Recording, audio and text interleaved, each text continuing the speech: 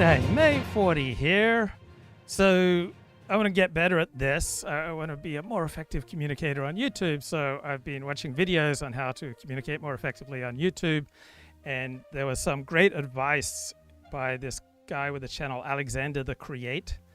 And he said, you want to start a show with as low a cognitive load as possible. So that means I used to try to keep as much in my head as possible, which when your RAM is overloaded on your computer, it moves slowly. And so when my brain was overloaded with trying to remember things that I wanted to talk about, then I would freeze up, I would not be as spontaneous, and I would not be as interesting to watch.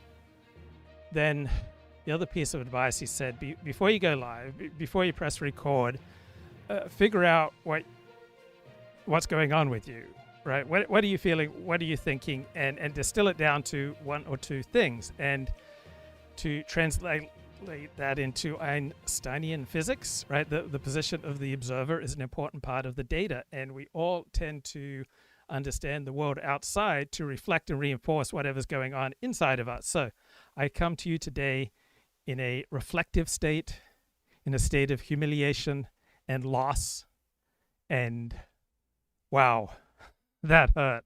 All right, so that's where I'm coming from. Wow. Okay.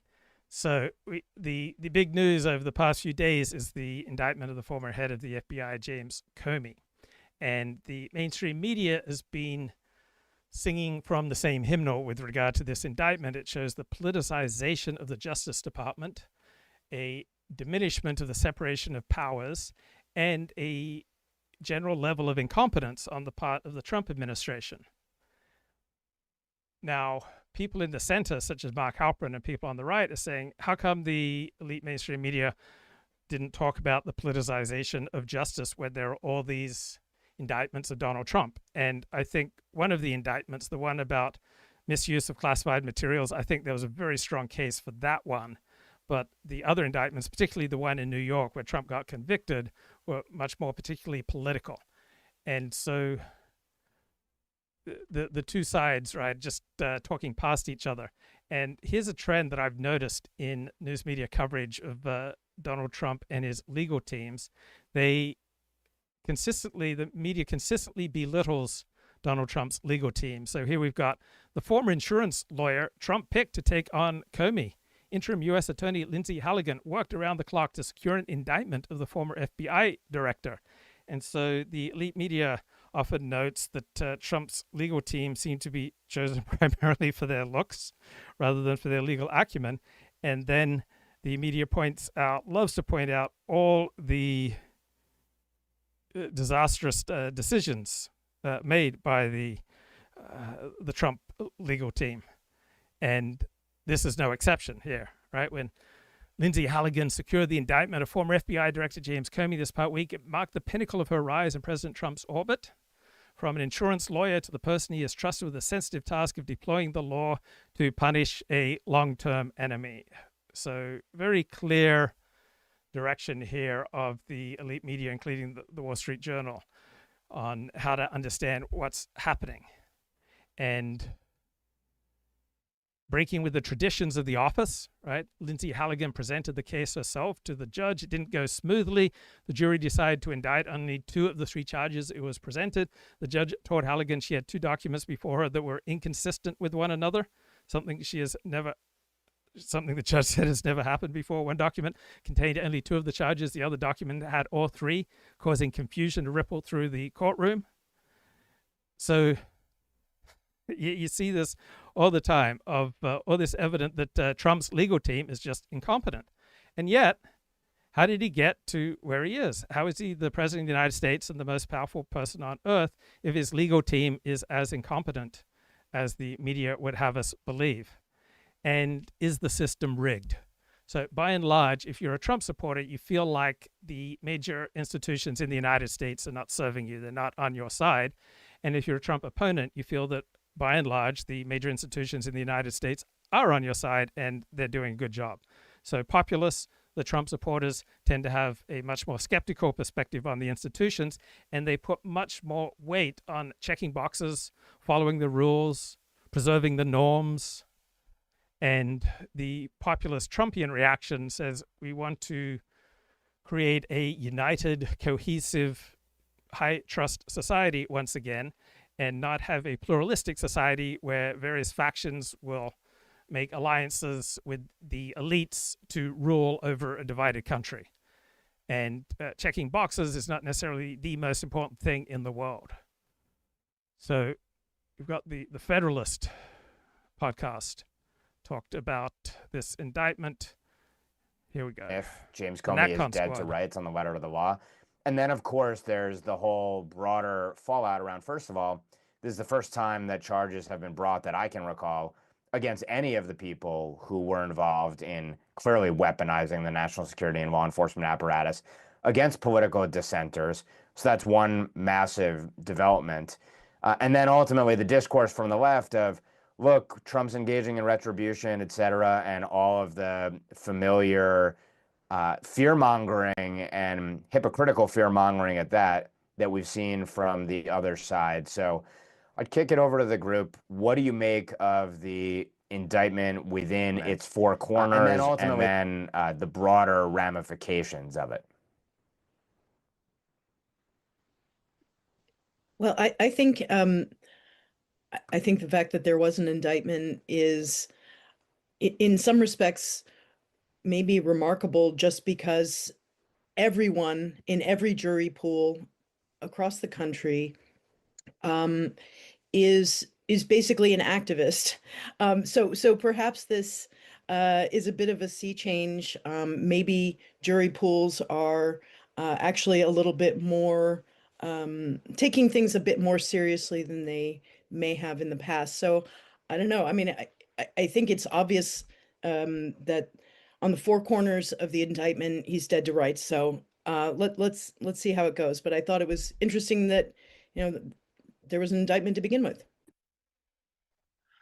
Yeah, I watched a lot of MSNBC last night. Normally I would avoid such a thing like the plague, but I thought it was a reasonable time to do it. And they brought on person after person, the classic MSNBC legal eagles who were hyenas when it came. So what's the most important quality in an attorney? Is it the ability to follow the law, to know the law, to check the correct boxes?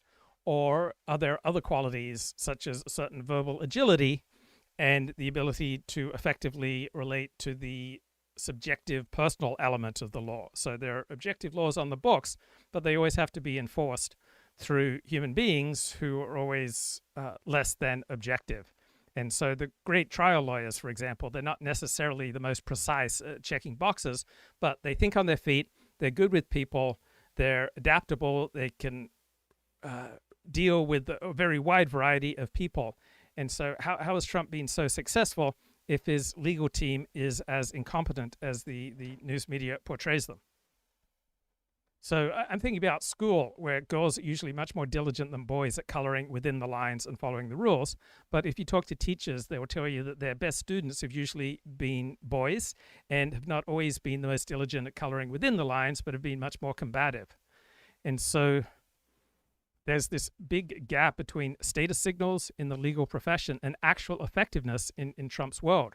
So this is ChatGPT in a conversation with me, noting mainstream media coverage frames Trump's lawyers as second-rate because they don't come from the top white shoe firms. They make many sloppy errors. They look like opportunists. So by conventional metrics, pedigree, polish, firm affiliation, they are low status. And so the Wall Street Journal putting in their headline that Lindsay Halligan is a former insurance lawyer, that's shorthand for saying not the kind of elite DOJ-trained lawyer that you'd expect in this role. But Trump's incentives might be different. I remember reading the Michael Wolff book on the 2024 election, and it kept emphasizing that Trump's strategy was our PR strategy is our legal strategy, and our legal strategy is our PR strategy, whatever that means. Rodney Martin says this indictment may not even survive a motion to dismiss. Trump's New York conviction was upheld by the Court of Appeals. It's been known since the 1980s that Trump engaged in shady business practices. Trump is a reflection of the decline of American IQ. Trump-tards sound just like Black Lives Matter, both crybabies who always reveling in their victim status. So Trump isn't usually operating with polished beltway insiders who hesitate to do his bidding, right? He needs operators, he needs lawyers who act aggressively, who are willing to stand up to massive social and professional stigma and remain loyal under fire. And so Lindsay Halligan's traits of loyalty, willingness to improvise, comfort with the spotlight, looking good on camera, right? That apparently matters much more to Donald Trump than whether she triple-checked the caption on an indictment. So trial lawyers often succeed because they connect with juries, right? They can handle surprises. They can stay combative under pressure.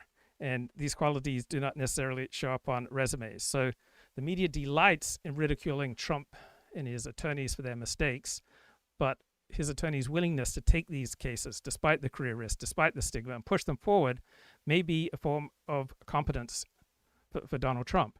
And Trump has displayed a remarkable ability to get America's major institutions to bend to his will. That suggests that his lawyers, whatever their status, are effectively serving his interests much better than the news coverage implies. So normally, an elite lawyer comes from an Ivy League law school. They have clerked for, say, Supreme Court justices. They're affiliated with white shoe law firms like Kirkland & Ellis, Cummington, Gibson, Dunn. They often have deep connections in the Department of Justice, regulatory agencies, the federal judiciary, and they often have major corporate clients. They've worked in high-dollar litigation. They file briefs at the Supreme Court. They tend to be cautious, precise, polished, both in court and in writing. They are highly risk-averse because their reputation is their currency. So they have many strengths, right? They have unmatched technical precision and institutional access. They have deep credibility with judges, regulators, and the media. They have high social status. They can deploy vast resources, teams of associates, expert witnesses, political contacts, but they have weaknesses. They are not as willing to go to the mat for a client if it threatens their reputation. They are reluctant to bend the rules. They're reluctant to push aggressive narratives. They're reluctant to improvise in a state of chaos. And they tend to value institutional legitimacy over client loyalty.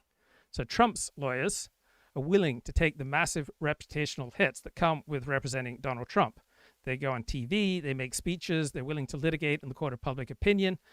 Normally, attorneys going into some big case, right, they're very reluctant to fight things out in the media. That is comparatively low status. Trump's team are much more comfortable with confrontation, drama, and unpredictability than your typical attorney. They are combative.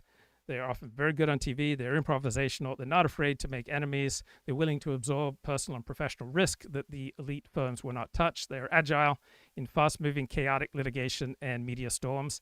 And they connect with Trump's base, and they align the legal strategy with the political messaging. Now, they have weaknesses. They're sloppy with paperwork and procedure. They have quite limited institutional credibility with judges, with veterans in the Department of Justice, and the elites roll their eyes. And they are quite vulnerable to being outmaneuvered on technicalities. So consistently in Trump's first term, right, he was outmaneuvered on technicalities because he did not have elite human capital doing the work for him. Trump is much more effective this time around. To the Trump indictments, talking about how nobody's above the law, how obviously all these are righteous indictments, and then this one they all just immediately dismissed. I think Ken Delanian said it was the biggest abuse in the history of the Justice Department, and yet no one thought to discuss the merits of the indictment. And it would have been very easy to do so because the charge here, as been described, is remarkably simple. Did you lie to Congress? Did you know you were telling a falsehood? The end. And they can analyze exactly what the supposed lie was. The question was about his leaking. Did he leak or did he not leak? I listened to 2 hours of MSNBC. I swear I did not hear any discussion of the substantive merits of the perjury charge, of the false statement charge. They were just like, there's no evidence he committed a crime. It's like they barely, and they said there's a false statement charge, but they never discussed the specifics. Like, what is the alleged false statement?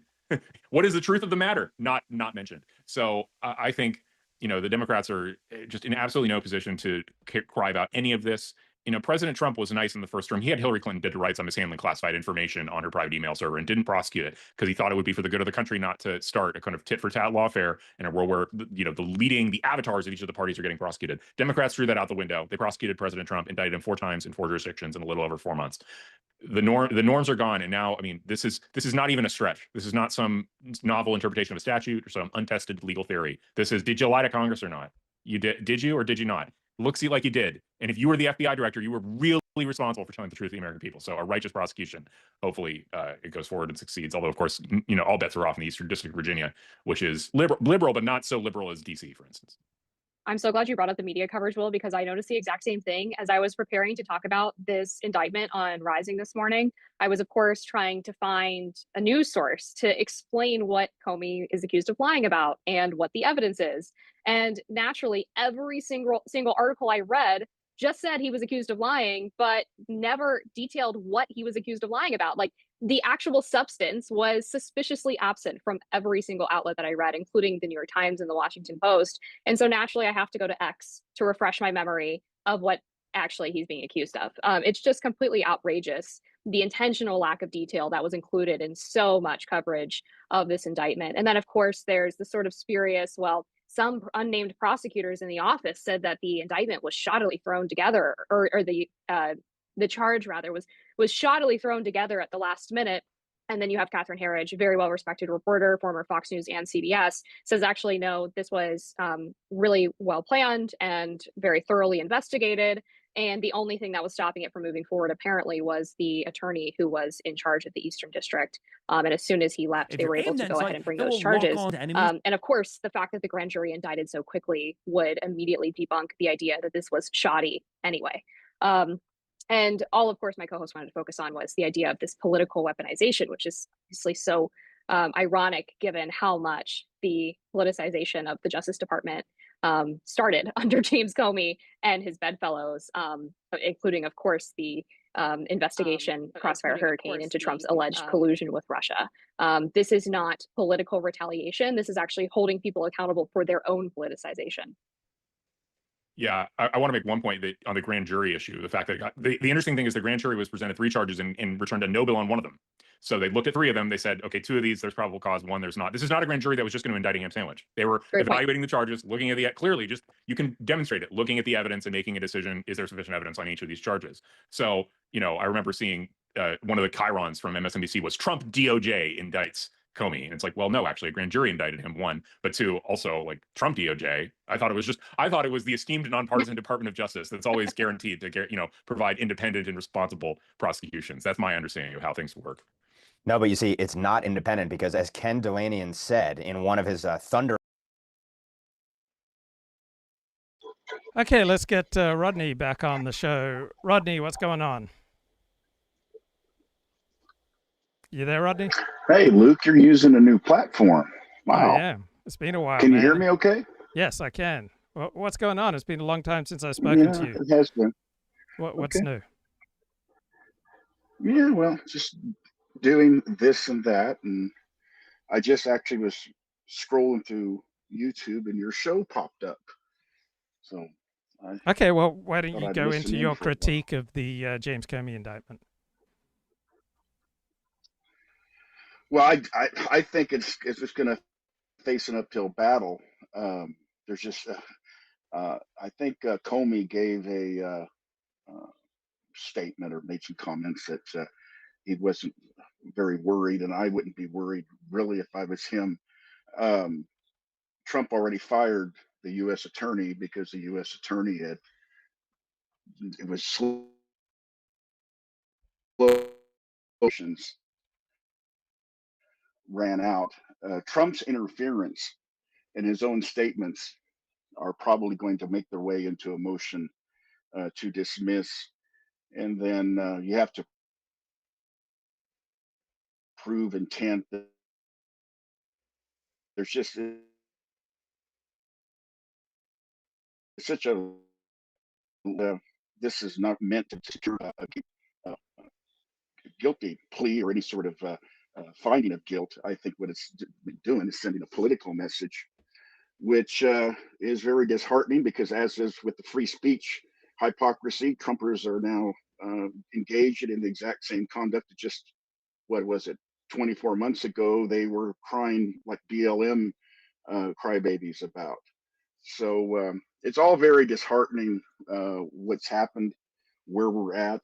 And I mean, I see it more and more around just some of my personal interactions. I mean, I had an exchange about Charlie Kirk, and I said, well, look, Charlie Kirk lived in Arizona, here in Phoenix, was based in Arizona, and look at how successful he was in the last 2 elections. Both Senate seats are now Democrat. They used to be Republican. The governor used to always be reliably Republican. She's now a Democrat. The Secretary of State in Arizona is a Democrat. The Attorney General, who's a former classmate of mine, is a Democrat. And the state legalized abortion, which is one of his so-called hallmark issues. So his own backyard, if you were to measure the success rate over the last two elections, wasn't that high. And the lady promptly told me, well, the reason why the Democrats, quote, won those elections in the last two times was because they were all stolen. And I thought for a minute, my God, crybabies. So the elections are stolen if you lose. Well, what about the most recent election? Could that one have been stolen? Oh, no, because we won that one. And the IQ value, the intellectual value of political dialogue, both left and right, has become so retarded that I very rarely engage anymore. There's no consistency.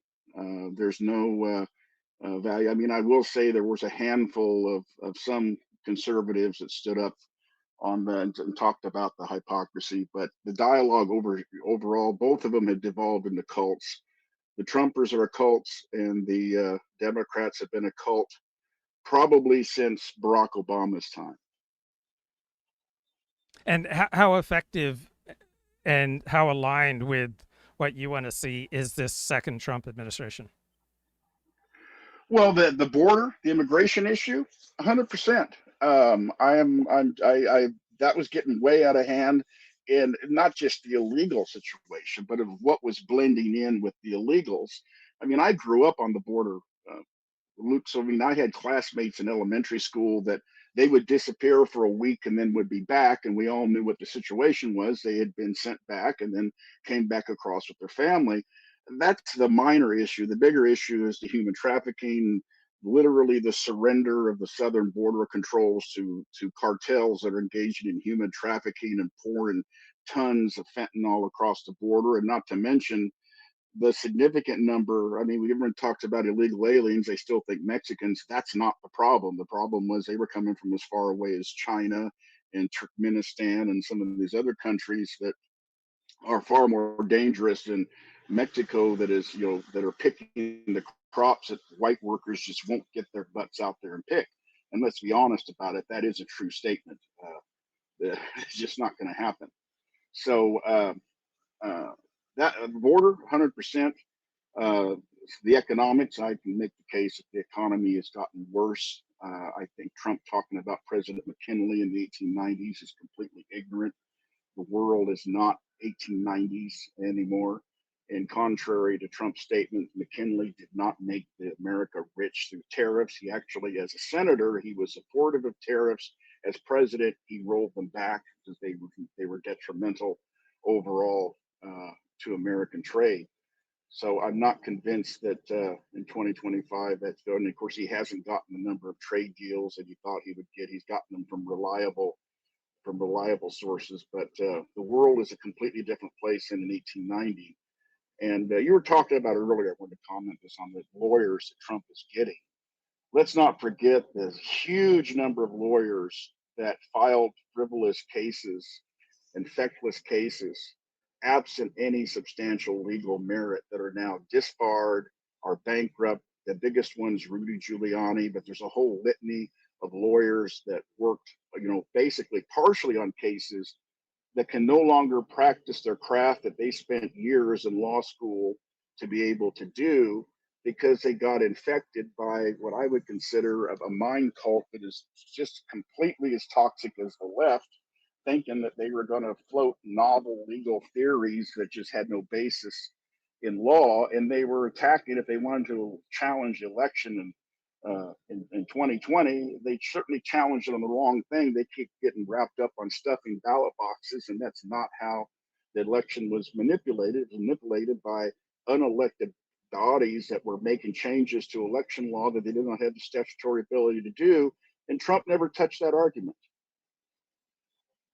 So my biggest concern about the second Trump administration, like the first one, was lack of competence. So it sounds like you share my concern. I share it 100%. He does not have the best people. A good leader, whether they're a corporate leader or a local leader or a president, are not afraid to surround themselves with people smarter than them. And Trump has a personality flaw in that he does not like that. He thinks that's stealing his spotlight, and that is really, I don't know, what's happened to him in his life, but he definitely is intimidated by anybody that has any depth beyond him. He thinks winning an election means that he is an expert on anything and everything. And that's certainly not the case. Just like a lot of lawyers, by the way, believe that a law degree makes them an expert on anything and everything. And that's not the case either. But the competence is, I think, actually worse in the second Trump term than it was in the first Trump term. Trump did have some competent people in the first term.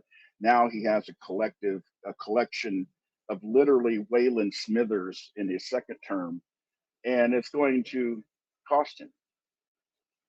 So I'm an ardent Zionist, and I think you're more of a critic of Zionism. So let's put our moral prism aside and let's just look at the reality of the Middle East. How secure is Israel right now, do you think, as compared to, say, a year ago, 2 years ago, 3 years ago? Less secure in a whole, and I consider security both economically, the ability to engage in trade, the ability to have free, to have good faith around the world. Now you have every single country that is a member of the UN Security Council has recognized Palestine, with the exception of the United States. No big surprise there. And it's funny. And there's another issue with competence. Bibi, first of all, is staying as prime minister to keep from going to jail, and he has surrounded himself with similar people that Trump has to stay in political power, and they don't speak well for Israel as a whole. And you have them making statements as late as yesterday that every country that has recognized Palestine is going to face a travel ban from Israel. Really?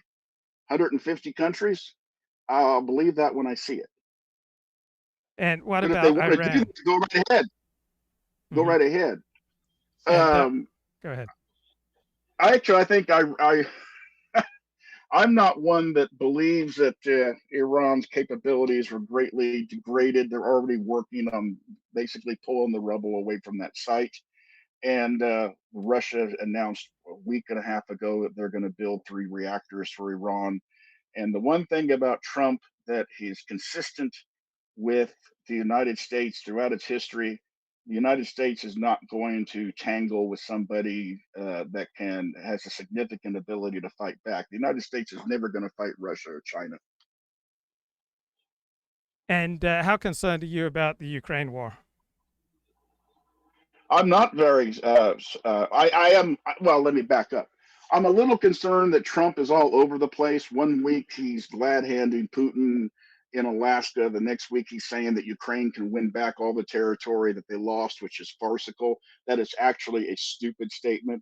Ukraine doesn't have the manpower, the raw materials, and we're going into winter, and the Russians have essentially destroyed the power grid in Ukraine. It's going to be a horrible winter for Ukrainians this winter. So I'm not concerned. I'm more concerned about Trump being all over the place. And I gave an interview last week with none other than a Qatari journalist. And said, look, what Trump is giving the impression on is he based his positions on the last person he talked to. And so we've seen this flip-flop back and forth. And it doesn't bode well. It goes to the competence issue, which you and I both agree on. But I think Iran is going to go on and go on. And keep in mind, Trump only has about 36, 38 months left. Regardless of all this talk about a third term, that's farcical and nonsensical. I mean, he may try it. It wouldn't surprise me if he did try it, put his name on ballots. But it's not going to happen. And not even the current Supreme Court would uphold that one. But I think there's going to be a fundamental change in terms of where the world is going now. What's happened is you see these alliances going that are forming that now actually include NATO members in agreements and buying. Like, for instance, Trump thinks he's going to tell Turkey not to buy cheap Russian oil and gas. That's not going to happen.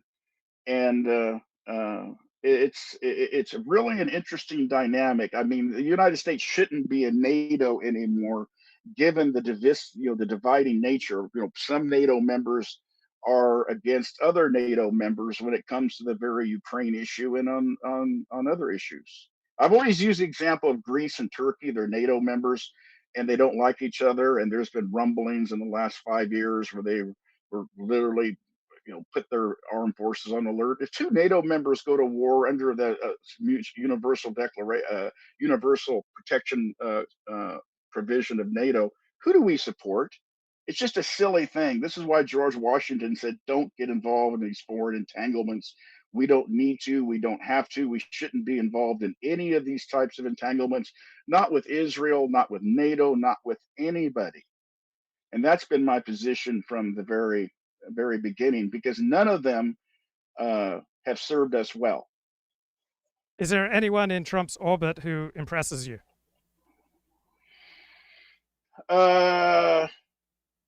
Bobby Kennedy, he's impressive, and it's kind of interesting. They made fun of him for the Tylenol thing, but yet Tylenol themselves put out a statement this last week saying, well, they've never encouraged pregnant women to use Tylenol. In fact, they discourage it. So, I don't say that. I'm not saying I believe that theory. I'm not a medical doctor, but something sure as heck has caused a spike in autism. And Bobby Kennedy's correct. We've become the sickest country in terms of being a Western, industrialized country. Why are we morbidly obese? Why are we so sick? Why do we have these high rates of chronic disease? What's the issue? And I like the fact that at least someone is beginning to ask the question, rather than take sacks of cash from the pharmaceuticals industry and just say, carry on as it is. Just go out and get a bunch of pills, which we're also the most overly medicated country. So I like the fact that he's asking the questions. I like the fact that he's putting a mix of skeptics in to actually challenge so-called professionals that are actually on the payroll. They get grants and direct stipends from the pharmaceutical agencies that they're supposed to be overseeing. So him firing those boards, that didn't bother me in the least. And a good dose of skepticism every now and then, as long as it's healthy, is a good thing. Anyone else in the Trump orbit who impresses you? I think, well, let me reverse that question. I think his two worst picks are the Secretary of Defense and the Attorney General. Those are pathetic. Those are just absolutely pathetic. Yeah. Well, what do you think of J.D. Vance?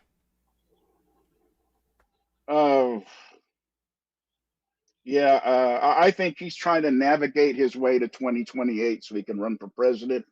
And he's having a hard time because he knows that if he runs afoul of President Trump, Trump will do everything he can to derail him and may even start trying to fire him while he's still the vice president. So I wouldn't want to be J.D. Vance. I'm not overly impressed with him one way or the other. He went from writing a book about hillbillies to being a senator, and his career in the Senate was not stellar because he wasn't there long enough to do anything.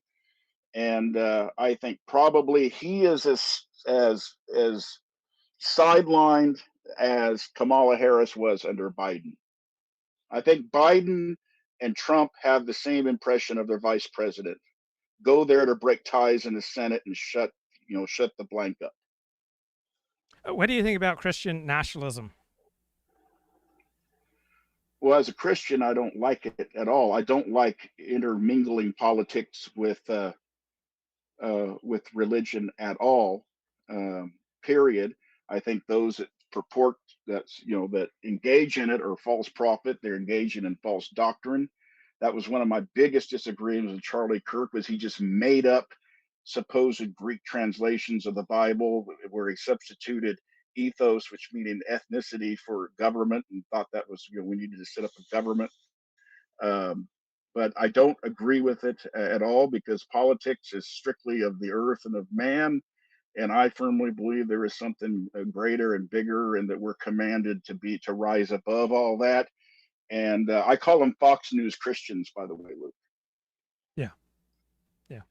And what are your primary sources of information about the news, whether it's the Middle East or Ukraine or Taiwan? Certainly, I don't watch a lot of American media, believe it or not. I watch a lot of foreign media, because I like media that ask critical questions of both sides, and I don't think we have that anymore in the United States. Period. I think that now the media, each tribe has their own media arm or their propaganda machine, and so I do like I like several of the stations in Europe. I like several of the stations in I watch news out of Europe. I watch news out of Latin America, and I watch news out of the Middle East. And I do watch Russian media, just because I like to know what's being said over there, especially when it comes to okay. How Somebody's competent? asking me. How competent do you think Vladimir Putin is? I think he's very competent. I think he's certainly, in terms of managing and running a country that is under heavy sanction, I think he's done a stellar job in working around that and forming alliances, particularly with American. First of all, Trump's hammering of India worked right into Vladimir Putin. I think Vladimir Putin is an extremely intelligent when it comes to geopolitics. I think he's very, very astute at that, and maybe that comes from being a KGB agent in East Germany towards the end of the Soviet Union. I think Putin has a great sense of history, whereas Trump has a great sense of history through movies. And I mean, we see. Let's just face it. Putin absolutely outmaneuvered Trump in Alaska. He just completely. That was Trump's big deal. He was going to get his Nobel Peace Prize by ending that war, and Putin has consistently stood on his national interest, on Russian national interest. That's not the case for Trump. Trump stands on his personal interest, and he's clouded by foreign interests, particularly when it comes to the Middle East and Israel. What do you think about gay marriage? Are you talking about the question from Bob Yes. in the chat? Yes. I'll answer all of those in order. I'm opposed to polygamy. I'm opposed to gay marriage, period. And I'm not understanding why he's saying, would that be mixing Christianity and government? Because first of all, if I had my way, the government wouldn't issue marriage licenses. That wouldn't be regulated by the government. You'd go to your own, if the church wants to marry you, fine, go for it. But I don't understand why he thinks there might be a contradiction there. That's a secular question. You get your morality, I would assume, from your Christianity, and so you, I would assume, find same-sex marriage to be an abomination, and this is a reaction that stems from your Christian identity. Correct. And as far as would it be mixing Christianity and the government, my position has nothing to do with the government, because the government is secondary. I'm not a person that worships the state. And sadly, the leftists worship the state. And now we see Trump conservatives worshiping the state because they're in charge. They're against the state when they're not in charge. The leftists are against the state when they're not in charge. When they're in charge, they worship the state. And that is something I think is completely abhorrent. Well, Trump is using his power to try to push America's institutions back towards the center. Is that just a terrible idea? Well, I don't know if he's pushing anything towards the center. I think he's pushing them towards what his ideals are, and we don't know what his ideals are because they fluctuate. What he says on Friday might change 3 times before Monday, and that's he's not the most stable person. I don't think Trump has any core beliefs whatsoever. And as far as the 10 commandments in public schools, that's up to individual school districts. I don't care. I don't have a dog in that fight. My kids went to private schools. My grandkids are going to private schools. I frankly don't particularly, I'm not fond of government schools to begin with. They're poor performing to begin with. And if individual school districts want to do that, they should. And I think school board members should be limited to parents of children in the school districts. Would you like to see a Christian revival in the United States? Well, you listen to some, and they say that's happening. I disagree. I actually think Christian church attendance, I mean, the strongest regions for Christianity is Africa and Latin America. That's just a fact, particularly with the Catholic faith. But in terms of a Christian revival, I'd love it if it's real Christianity and not political Christianity and not Fox News Christians. I just utterly find evangelicals to be absolutely distasteful. So if that's what a revival is, I can do without it. I'd rather have a small group of real believers that adhere to doctrine than a big group of a bunch of false prophets engaged in prosperity gospel and being agents of a foreign state. So what's the true doctrine? Like, which denomination has the true doctrine? I don't. Well, I mean, I'm a Latin Catholic, but I'm not going to say that that's the true doctrine. I think one that puts faith in Christ and the words of Christ over anything else. You have to read in the New Testament, they're called the red words, the words of Christ. And I see a lot of evangelicals being hung up in the Old Testament because they're uncomfortable with the New Testament. It doesn't fit with their political agenda. I mean, in my mind, Luke, the Bible, I mean, a rabbi told me once when I was at Cedar Sinai, do unto others as they've done it, as you would have done unto you, and everything else is superfluous. I agree with that interpretation. I go a step further. As a Christian, read the Sermon on the Mount. It's all in there, right from Christ's mouth, the Sermon on the Mount, and it's all there. If you can't follow the Sermon on the Mount, then you have a problem. That's the true doctrine. So you've had some formidable challenges over the past few years. Have the things that you've gone through changed the way that you understand the world? Depends on what those challenges are. I mean, I'm not going to detail your private life. I'm just giving you an open-ended question to take it wherever you want to go. I think a person that doesn't grow is ignorant. So, me at 55 is a vastly different person than I was at 25, and that's growth. If you take if I was the same person at 25 that I at 55 as I am at 25, all those years in between are wasted. It means you didn't learn anything. So, I mean, you have to continuously grow, and if you're not growing, then you have a problem.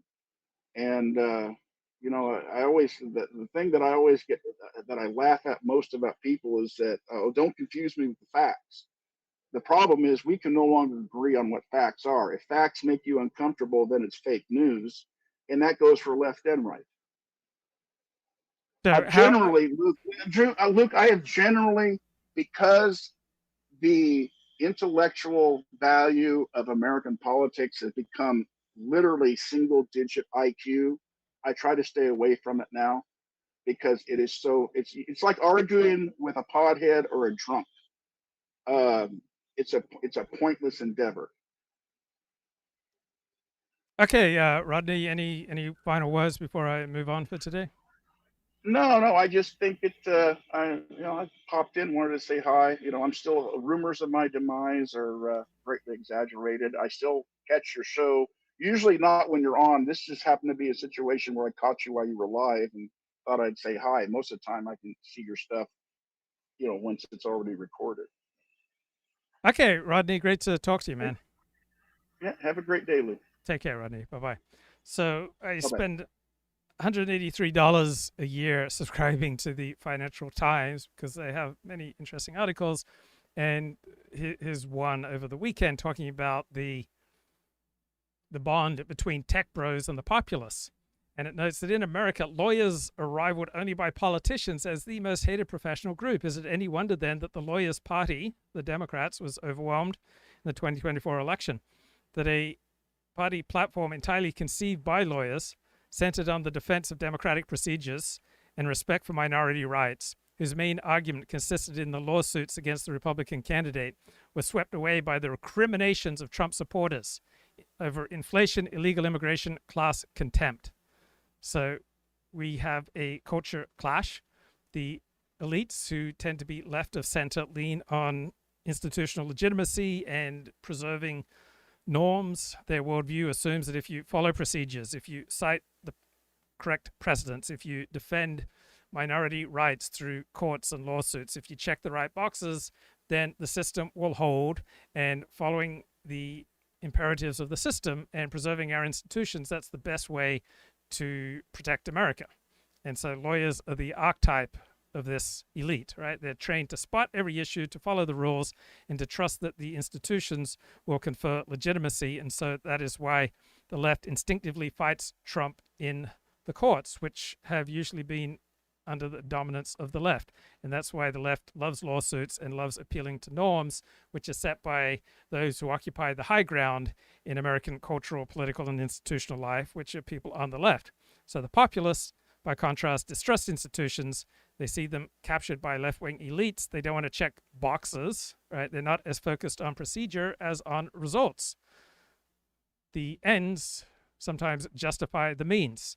They're more willing to bend rules, to ignore process, to ignore precedent, and to put a higher value on loyalty and a particular narrative over legal formal requirements. So Trump's legal ecosystem is messy, improvisational, combative, does not look like a failure to Trump supporters. It looks like authenticity, which is highly prized right now.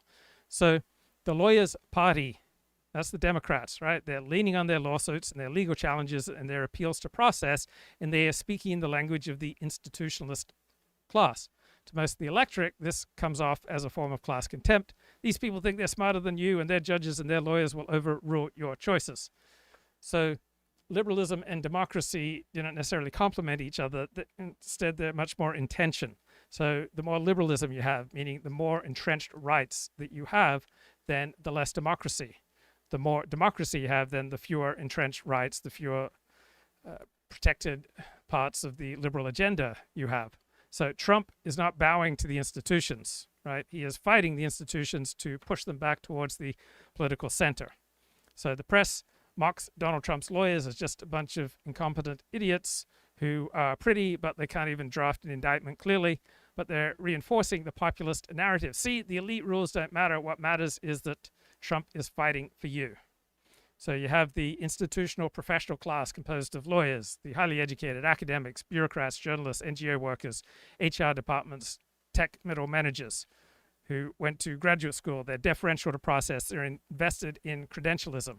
They have a worldview where it's institutions that confer legitimacy. Democracy is safeguarded by courts, by rules, and by procedures, that we need to take more and more power away from the people and freedom of expression away from the people, and we need to be run more and more by experts.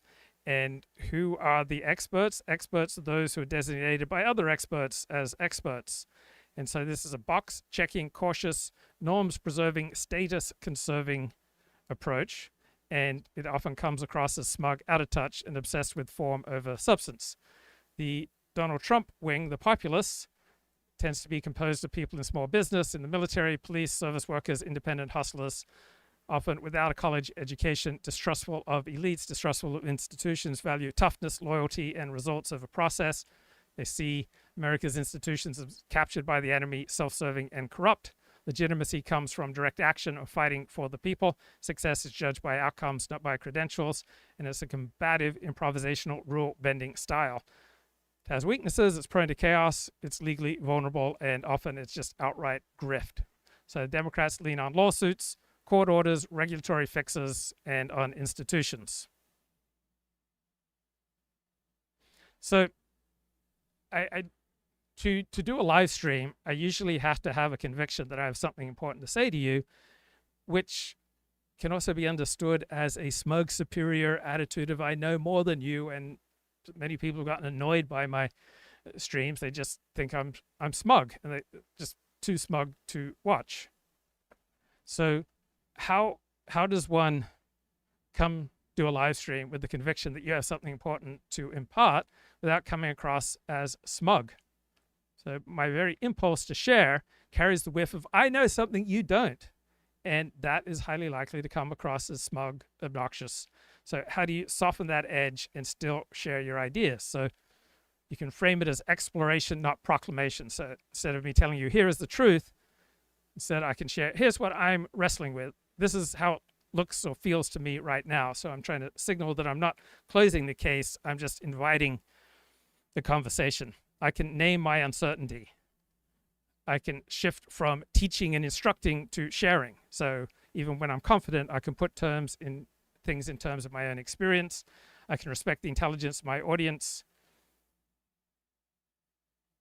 So perhaps there is a way to still have the power, enthusiasm, energy that comes with thinking that you've got something to say without being highly obnoxious about it. Faith and public expressions of faith from American political leaders, contra to the left's view that there's this concept of a complete and total separation between church and state. Of course, the founders, in almost every single function they engaged in, at bare minimum, acknowledged God's power, and there were, of course, express religious and Christian acts baked into nearly everything that was done in that era. And that's something that continued throughout American history, really until, the progressive era and the consequences of the progressive era. So a lot of people, I think, have sort of talked about this as something of a religious awakening. And again, I think that would harden Charlie. You may have major ramifications politically down the road. And it seems that this tragedy was a catalyzing event in ways that transcended just right and left. And that may well be a boon to the country. And again, I think consistent with what Charlie ultimately wanted for our people, change within people, which ultimately, of course, downstream of that is political change, but is far broader than that and far more transcendent as well. Yeah. From my vantage point here, in Europe, Amber is exactly right. Talking about Charlie as an international figure. I was in Paris last weekend, and on Friday there was a memorial for Charlie. Both French and American speakers were there. Massive crowd, people crying, especially young people from all over Europe, UK, really devastated. I think if there is something, there are a fair number of good things about, let's say, the internet and social media, but one of those things is that there are no borders when it comes to compelling figures. So French young people feel as drawn to Charlie as Americans do, in an interesting way, because it is about living patriotism and faith out loud, especially in a place where, if it's hard to do it in America, try doing it in France or the UK. A memorial painting on a building in Serbia. I sent to the group a screenshot of a memorial service at a Catholic church in Nairobi for Charlie. Citizen Go, a conservative activist group, was behind that. So the memorial service itself was deeply moving. I watched a lot of it, but also the echoes of Charlie's legacy are far beyond the borders of the United States. Especially amongst... Right, because he speaks to the anxieties of a majority who feel like they're losing control of their country, whether that majority is in Nairobi, in Northeast Asia, wherever they are in the world. Charlie Kirk was able to speak to that anxiety. So I found this website that has just obsessed me the last couple of days, and it's called Everything is BS. but it spells it out. And it's building on an academic paper on the art of BS, which argues that BSing is safer and more effective than lying because lying carries reputational risks. So when you lie, you are deliberately saying something that you know is false for your self-interest. Right? BSing is when you don't really know or care what's true. You just say what you need to say to persuade, to gain status, to gain an advantage, and truth is incidental. And we're not necessarily that great at spotting the BS. It's not because we are gullible fools, right? So your brain is designed to lie to you, because often what gives us an advantage is not what is true. So this UCLA psychologist, evolutionary psychologist, his name is David Pinsof. Confusions we have about how the mind works is that we have this really misguided idea that what we're pursuing in life is inside of our heads. That is a really weird and implausible idea from an evolutionary perspective. That we would be animals that are driven to seek stuff inside of our heads makes no sense. It makes way more sense that we would be driven to seek stuff out there in the world, like food, sex, status, praise, inclusion in groups, all this stuff that would have correlated with biological fitness in ancestral environments. These are the sorts of things that would make sense for a primate like us to want. It makes no sense for us to want something inside of our heads. Now, the common response to this argument is that, happiness sort of motivates us to go out and get what we want. It's sort of like the carrot that's dangling in front of us, and we need happiness to motivate us to go out and get the stuff in the world, right? This view also makes no sense, because as soon as you posit that we need happiness to motivate us, well, there's a awkward follow-up question, which is, how does evolution get us to want happiness? If you need happiness to get us to want stuff, then how does evolution get us to want happiness? Does it have to give us happiness when we get happiness? And then happiness when we get happiness when we get happiness? Like I said, we have entered an infinite regress. This whole way of thinking that we need some internal goodie to motivate us is just wildly implausible. It contradicts a wealth of research in social and behavioral sciences and neuroscience. We don't need happiness to be motivated. Our nervous system is directly wired up to our hearts, to our physiology, to our lungs, to our muscles.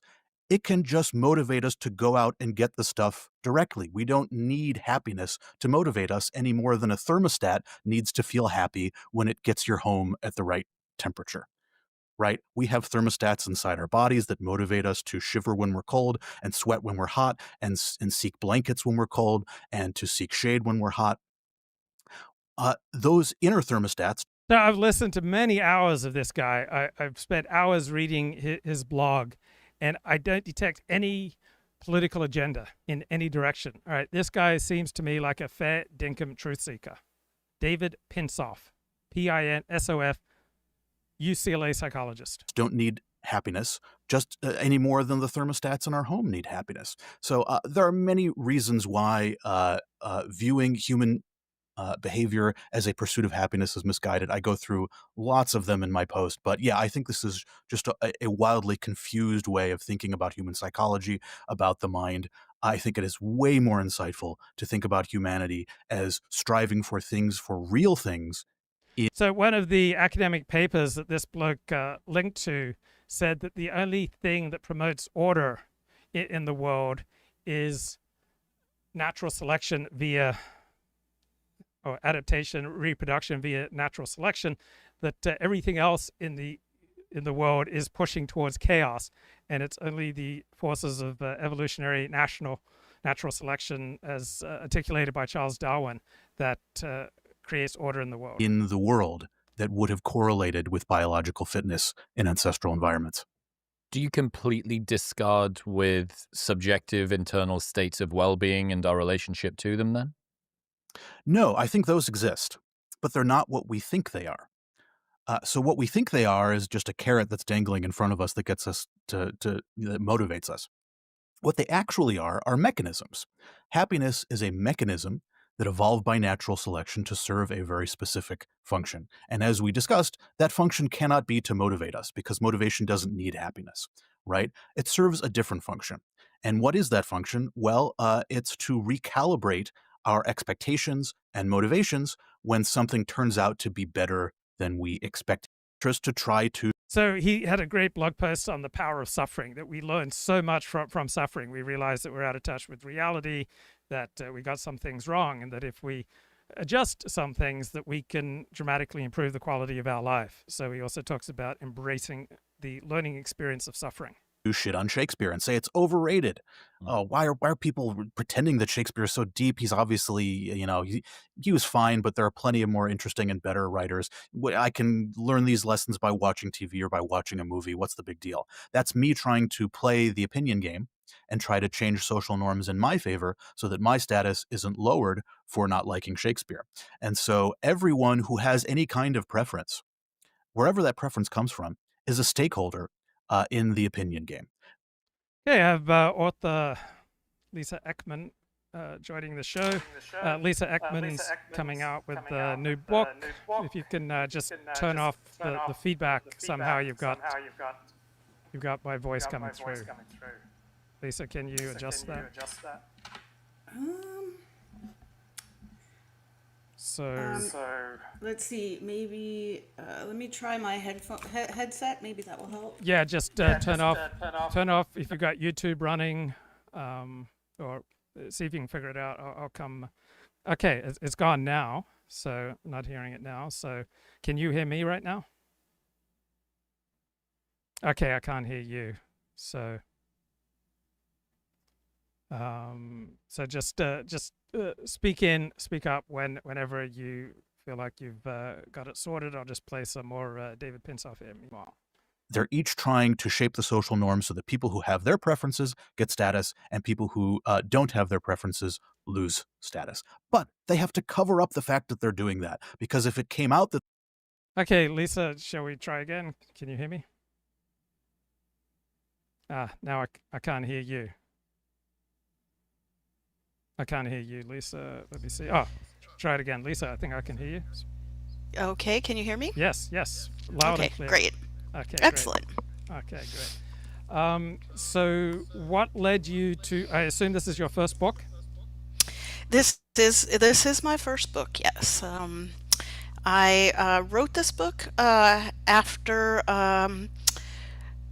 COVID happened, and what really led me to this book is to write this book is that I'm a free speech absolutist, and I believe that all of our ability to be free and our rights are dependent on our ability to speak freely.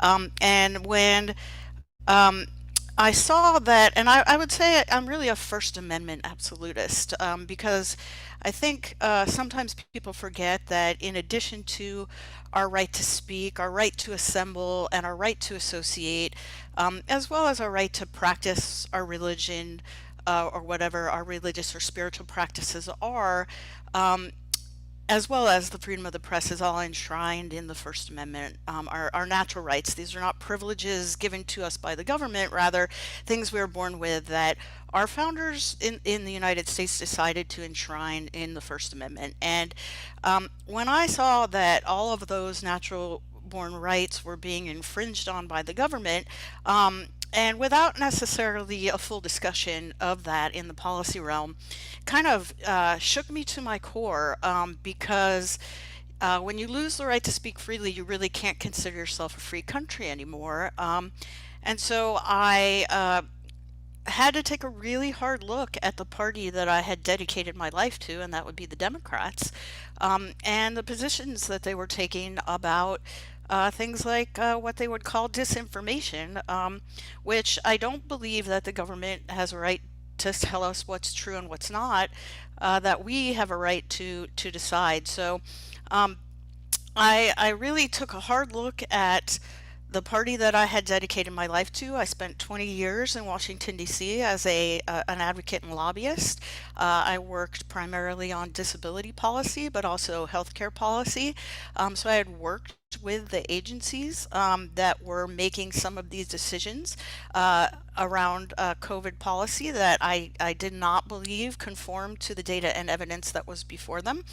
And really just about re-looking at what freedom means and what freedom is supposed to mean in our republic here in the United States, and wanted to share those thoughts because I think one of the most important things to having a free country is having open dialogue and being able to hear different points of view and then come to your own conclusion about what is true and what is right. And so I wrote this book to kind of share that experience.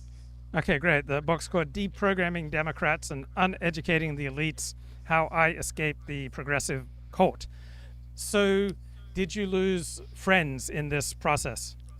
Oh, of course, yes, I did. I think that there, part of what had happened on the left, and I talk about the evolution on the left quite a bit in the book. How did we get from the JFK Democrat who really did value freedom and value the ability to agree to disagree, to a culture where if you don't toe exactly the party line, you will be excommunicated, essentially. You will be canceled. And I use the word cult, not unadvisedly. I use that word very specifically because there is a almost cult-like devotion, a religious almost aspect to having to toe the party line and having to really say you can't stray too far from exactly what the progressives way on the left end of the party are saying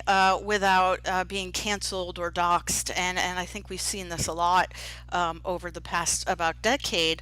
And so for people who are still in the cult, as I would say, there's not a lot of room for having friendships that vary from this. And sadly, I think you're seeing a lot of people who are cutting off family members as a result of this, are cutting off friends. I've lost some lifelong friendships. I've lost some newer friendships. But I will say also just that I have made a lot of new friends and have found people who, I think one of the things that you'll hear a lot of ex-Democrats say, and I think there are a lot of us around now since COVID, is that I didn't leave the party, it left me. And that you keep pushing what is an acceptable belief further and further to the left, you're going to alienate a lot of people who might be more centrist and more open-minded about different things. And so for me, I lost a lot of friends, and it was an extremely hard few years. I would say it took about 2 or 3 years for me to sort of put myself back together and write this book, because everything I believed to be true kind of shattered. Everything everything I had based my self opinion on, my self-esteem, my confidence on, disappeared, and I had to rebuild that from scratch, which is an extremely daunting task, but also freeing your mind is just about the most freeing experience that you can have. But it does put a lot of accountability on you, that you may have placed your faith in government or experts to tell you what was real and tell you what was right, and now that's all up to me. So it is a daunting thing, and it does cause some alienation away from people who you used to think like, but I would say it's very worth it. You seem to have been on a similar journey to Lindy Lee. Do you know who she is? I do, yeah, and I think my understanding from her story is that, to be very clear, so that I don't so people don't overthink what my connection to the Democratic Party was. She, my understanding, was a fundraiser and very active in the political side of the party, and I was more active in the policy side of the party. So I would say I made my way to the outside of the inner circles in DC, was in meetings with all the very important people, but they weren't calling me on their cell phone, and they might only know who I was because their aide whispered, "Oh, that's Lisa." So, but yeah, it is a similar experience. I think that in her case, if I recall correctly, and I don't want to put words in her mouth, some of what happened in terms of, I think one of the things that happens on the left is there's a lot of cognitive dissonance. It's a lot of positions that are held that just can't really go together. And I'll use this example. People who are crying out to protect democracy, but then within their own nomination process put forward a candidate who never received a single vote from a single person to be the candidate. And that's what happened when Joe Biden withdrew from the presidential race, and Kamala Harris was literally installed as the nominee without any formal process and without voters or delegates even really having a say about it. And so I think but I do think I think there are a lot of people who because of technology, because of the ability to really dig down into questions that prior to social media and the advent of independent journalists was really hard to get below the surface of what was being reported to us in the mainstream media, in the legacy media. And because of that, a lot of people have looked under, peek behind the veil, so to speak, and don't like what they found when they did. And again, I think for a lot of people who may be like me, who grew up with very liberal parents who valued freedom and valued what the republic, our democratic republic here in America has to offer, saw that quietly being chipped away at. And when voices get silenced, and when you start to believe that some of the leaders that you thought you were electing were actually being installed by the party and not really being chosen by the voters, it causes a lot of people, I think, to do a lot of soul searching and thinking about whether or not they still fit in the party and whether the party still actually represents their interests. So tell me a bit more about your 20 years as, I believe, a healthcare lobbyist. Is that correct? Yeah, healthcare plus advocating on behalf of people with disabilities. So I worked, actually, I got to kind of see DC from all sides in many ways. I started my career working at a federal agency for a political appointee of President Clinton at the very tail end of the Clinton administration. And then I also worked, spent a couple of years working in the United States Senate for the Health, Education, Labor, and Pensions Committee, where I worked under actually a Republican, but who was what most people would refer to now as a rhino from on the right, and that was Jim Jeffords from Vermont, who back in 2001 I was working for him when he left the Republican Party, became an independent, and gave control of the Senate to the Democrats. And then I also spent some time working for Senator Tom Harkin from Iowa and Senator Ted Kennedy of Massachusetts. So I spent some time working on the Hill as a staffer on detail from that federal agency. I also worked for government contractors. I've worked for nonprofits, and I even during law school spent some time working on the Court of Federal Claims as an intern for a judge there, which is where if you have a contract with the government and they're in violation, that's where you would go to sue the government. So I kind of got to see the government, how it works, how the sausage is made from pretty much every side that happens in DC. And during the time that I was there, I saw really significant changes in the atmosphere in Washington that I would say were quite negative. There was a lot of sort of, at least in the United States Senate, a lot of camaraderie between senators. There was this sort of respect for people who you disagreed with in a way that I don't think you see very much at all these days. Senators of different parties would have dinners together, and they would spend time together outside of when they were fighting each other on the floor of the Senate. There was an a cappella group that would sing and perform, that was Democratic and Republican senators singing together. And there was really a very different atmosphere. And there were a lot of times when I was in meetings, back in the early days when I went to DC, where I felt like people were really trying to hear each other, and people were trying to come to conclusions in policy that really did reflect what is the best compromise that we can get to, which reflects the desires and the beliefs of everyone involved.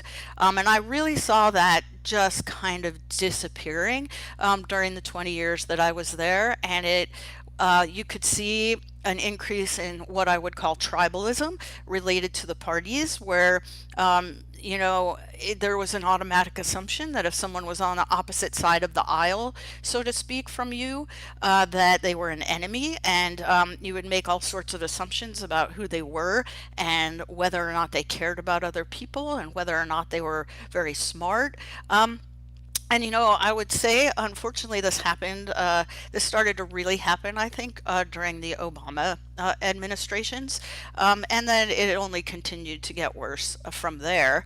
And I started to see the effects, very huge effects of the Supreme Court decision in Citizens United, where you had money just flooding in terms of lobbying, but also in terms of electoral politics. I think in 2024, this figure, when I looked it up, really shocked me, Luke, is that $4.9 billion were spent by lobbyists to persuade members of Congress to achieve their policy goals. Almost $5 billion, and that is a huge increase from previous years. And then you had almost $16 billion spent on the federal election in 2024. And so I'm not insinuating there was any quid pro quo, anyone was violating the law. However, I do think that influx of money completely changed the responsiveness of elected representatives to their constituents, and put a lot more power into the lobbyists who, of course, represent big corporate interests like the pharmaceutical industry, like the military industrial complex. And I think you can see that play out, especially when you have these budget battles like the one that is currently going on, with us facing a potential government shutdown in about 48 hours if they can't come to some agreement on government funding. So as all of these things started to really happen, I became somewhat disillusioned with the process even before I fully woke up and walked away, because I started to really question whether I had the ability to make a positive difference for our country and all of the people who live in it. And part of the reason that I got into the work that I did, I had a huge soft spot in my heart for helping children and helping people with disabilities, and that's how I got my purpose in life, and that's how I felt I was actually making an improvement in the world. And when I stopped believing that was true, it became very challenging to continue to participate in a system that I felt I had watched become increasingly corrupt over the time that I spent in Washington, D.C. So when I had actually decided to retire, and I wasn't really sure what the next step was for me, and in October of 2019, and had put in my retirement date as of March 31st of 2020, so right as the COVID lockdown started and the 2 weeks to flatten the curve began, I did in fact retire. And that's sort of an arc of the 20 years that I spent in Washington, D.C. Okay, so you have some expertise with regard to lobbying, particularly in health-related industries. What are the biggest discrepancies that you spot between news coverage and the reality of topics that you know about? Well, I think that there are a lot of discrepancies. I think that, back, and I will say that I'm not even sure that this was true when it happened. I used to really believe journalists were there to hold government and those in power to account, and to expose when there was this type of corruption going on, and I had in my head sort of the Watergate exposés, that that occurred in the 1970s. And I think that there is a large discrepancy in that I think more and more reporting is not about just relaying facts. It's about a perspective, and that often that perspective seems to be slanted towards one side, and that would be towards the Democrats. But even beyond that, and I think that this is what has occurred, I like to make a distinction now that I'm sort of out of the system, that I really don't think what we're facing is left versus right, as much as we are the establishment politicians to people who would like to see changes to that establishment. Once people get into power, they don't really like to give it up. And so when someone threatens that power in any way, you're going to see them reacting pretty strongly. And I say that because, I used to say, you would hear Republicans and conservatives all the time saying that the media has a left-wing bias. And I used to joke, like many people that I was were my colleagues, that no, facts have a left-wing bias. But now what I would say is that I do think that legacy reporting, like legacy media, does indeed have sort of a left-wing bias, especially when Republicans are in power. And you can look at a Harvard study that was done of political coverage of presidents, in their first 100 days in office, and you can see that from President Trump's first term, like over 90% of the coverage of him was negative. And that is because they're no longer just reporting facts, but they're telling you what you're supposed to think about those facts. And if you think about that, that's opinion. That is not factual journalism. So when CNN posts, here are the top 5 takeaways from this speech, and here's what you should think about them, that is giving a biased perception based on the journalist's perspective. And when you look at that and you see that the vast majority of journalists are Democrats, then you're going to get a biased view, which is democratic. And I think the other thing that has really happened is that you see that most journalists, and I'm blanking on the percentage right now, but I do have it in my book, Deprogramming Democrats, but most of those journalists suffer from what I would call idolization of an expert. And this is what I feel has happened to many people on the left through indoctrination in schools, where in this case, I do remember the statistic, over 90% of professors identify as Democrats, and more than 90% of their donations go to Democratic politicians. You are exposed only to for the most part, left-leaning views, and any conservative views or Republican views or even independent views, and even what might be espoused as a moderate Democratic view these days, you're not really exposed to those ideas. So people then graduate with degrees and then maybe get credentials, and then they are experts in their field. And anyone who has not graduated college, does not have the degree, does not have the certification, is not an expert. And you will see journalists all the time downplay someone's point and not even look into what maybe the data and evidence this person presents, if they don't have the credentials behind them in order to make people who idolize the expert, and worship authority if they don't believe that person has it. So it's not an acceptable source to them. So they won't even look into often what the person is saying. And I can give you one example where the opposite is true, where if somebody says something and they are an expert, the media just goes with it. And, I will go back to COVID for this example, the COVID lockdowns, and that is the 6-foot social distancing that we were all led to believe would keep us safer.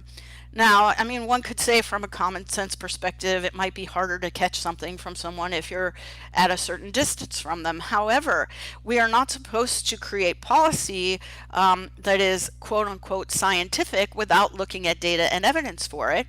And since, in retrospect, Anthony Fauci admitted that there was absolutely no data or evidence to support the fact that standing 6 feet away from someone had any impact on reducing transmission or infection of COVID. Now, again, you could say, well, that's just common sense, but we were not told to believe that that was common sense. We were told to believe that there was data and evidence and science to support that recommendation, when in fact there was none. And a true journalist, in my opinion, a true unbiased person would then do the research and look for the studies to say, okay, this is supported. And that's part of what helped me to wake up, is I looked for those studies way back when, and they just didn't exist. And finding that there was not data or evidence for some of these recommendations, and then seeing that the media, the mainstream media, at least for the most part, just repeated these recommendations without doing any research into whether or not they were scientifically sound, would be an example of that bias that I'm referring to. And how impressed are you with the Trump administration's health picks for Health and Human Services? You got Bobby Kennedy, and then you got a head of the FDA, et cetera. How impressed are you by this team? So I think, I'll relate to you a story, Luke, of my experience, my personal, with my family experience with the healthcare system prior to COVID happening, which is part, I think, of what also led me to wake up. My father, I lost both of my parents within about 2 years of each other, 2014 and 2016. And, my dad had a catastrophic surgery that left him very ill, and he lived 5 years after that happened. But it was just one problem after another based on the surgery, and I can't really go into too many details about it, but because of a settlement that we received in regard to that. But the second thing that happened is, while my mom was who had multiple sclerosis, was caring for my dad, she was diagnosed with stage 4 of an extremely aggressive uterine cancer, and she was given the "you need to get your life, your affairs in order because you have a few months to live" speech. And my mom decided that she was going to do traditional cancer treatment, but that she was also open to anything else she could do to help improve her chances of survival. And so I, being a policy wonk who researched everything, agreed to do a lot of research for her, and found out some pretty amazing things. I found a couple of books, I should say 2 books, that really helped me understand some things about health that's very different than what we have been taught. And the first book was called Beating Cancer with Nutrition, and it was a very scientifically based book with a lot of data and evidence, plus case studies about the powerful role that what you eat can play in your overall health, but especially in helping your body have the tools that it needs to fight cancer on its own. And then the other book that I found was something called Anti-Cancer, A New Way of Life. And this book had a lot of science and data in it as well, and it was written by a gentleman who was a scientist who did research on brains, and because someone who did not show up for a brain scan in a study he was performing, he scanned his own brain and diagnosed his own advanced stage brain cancer, which he then treated with nutrition, but also with a lot of other sort of mental, emotional, spiritual, and psychological components to really give him the best chance of surviving. And he ended up living 20 years after that happened.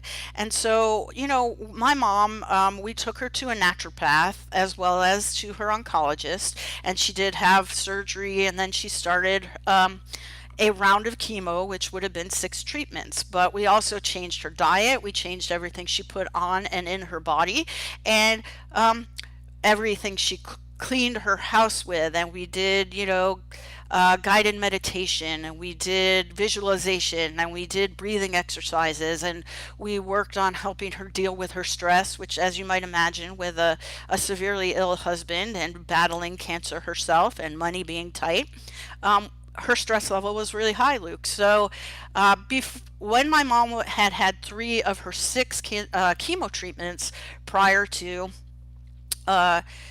you know, not finishing that first round, she had her cancer marker tested, and they found no evidence of cancer in her whatsoever. And her doctor was astounded. He called it a miracle. He had really never seen, with this type of aggressive cancer diagnosed at this stage, someone my mom's age with her overall health had never seen anything like this happen before. So with that being said, I became really, you know, somewhat disillusioned with our traditional medicine. And I feel like a lot has happened with science that has co-opted what true science is supposed to be about. You know, I'll often ask someone this question. You know, I think what happens a lot in our what I now call our sick care system as opposed to our healthcare system is that people's symptoms get treated, but the underlying causes of disease are often overlooked. And we spend more money than any country on our health care for our citizens and our non-citizen legal residents. We are one of the most medicated countries on the planet, and we are also one of the sickest countries on the planet. And I think we would be remiss if we weren't asking ourselves, why is this the case?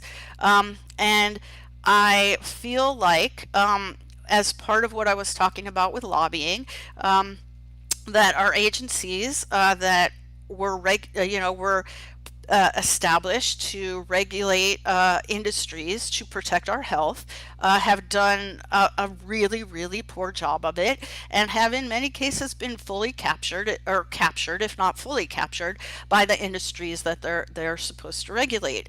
And so that is a really long way to say that I am really happy that we are looking at really what is causing all of these diseases and autoimmune diseases, and why is it that a child born today has, I think, a 1 in 5 chance of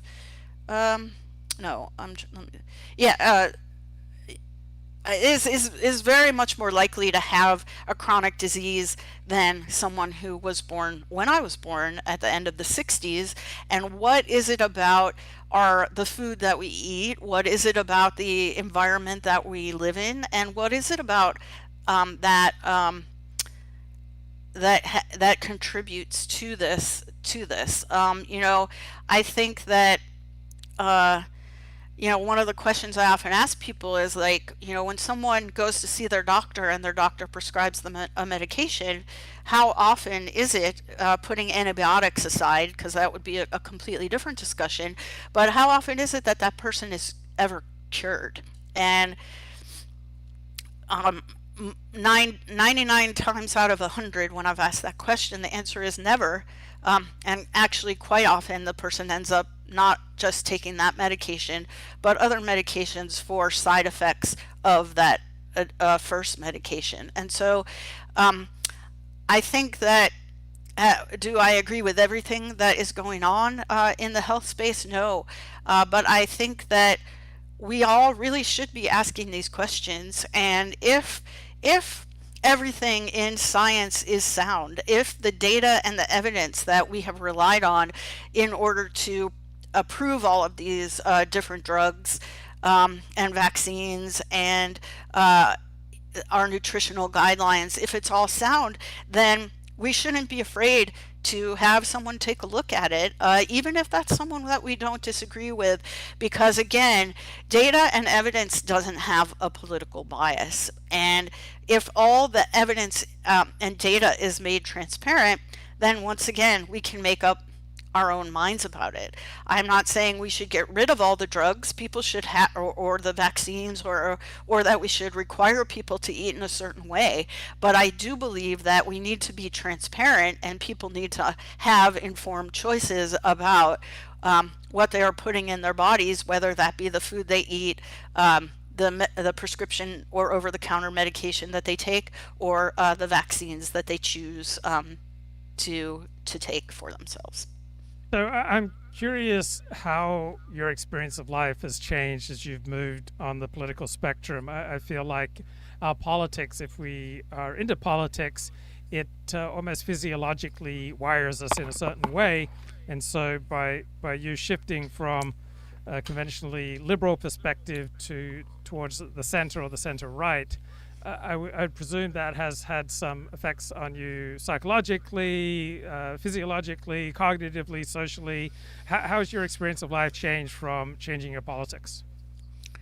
I think that's a great question, Luke. And I think, for me, I definitely invested almost all of my self-image in my politics, because unlike a lot of people who don't immerse themselves in that 24/7, I did. I would wake up, and first thing I would need to do is look at everything going on. Is there anything I need to be prepared for today? And that's been a really hard habit to break, to be honest. And I think that there is a lot of things that have changed for me. I have become, I would say that I was a pretty staunch agnostic prior to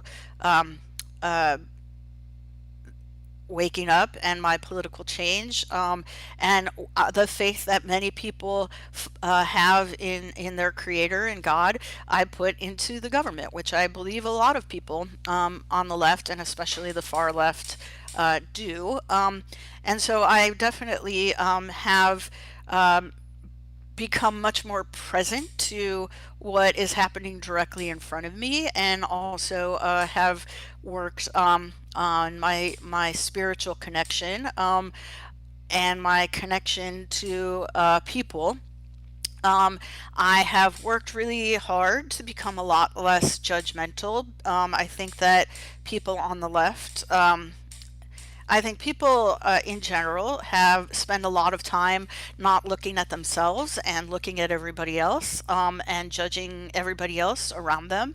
And I've been working really hard to do my best to not prejudge anyone in any way, because I have discovered that a lot of the prejudices I used to have about people who might have been on the right or might have been very religious are really just inaccurate, and that you can't judge a book by its cover, and you can't judge a person by their labels.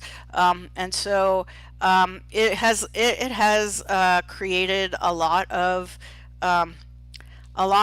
opportunity for growth spiritually, psychologically. I will say that in the, probably from about the end of 2020 up until the end of 2023, which is when I started writing the book, I was extremely depressed and distraught because I did not have a connection to the creator. I did not have a connection to humans. I didn't feel connected to anyone really, and I felt pretty lost in terms of where I found myself and where I could possibly be going.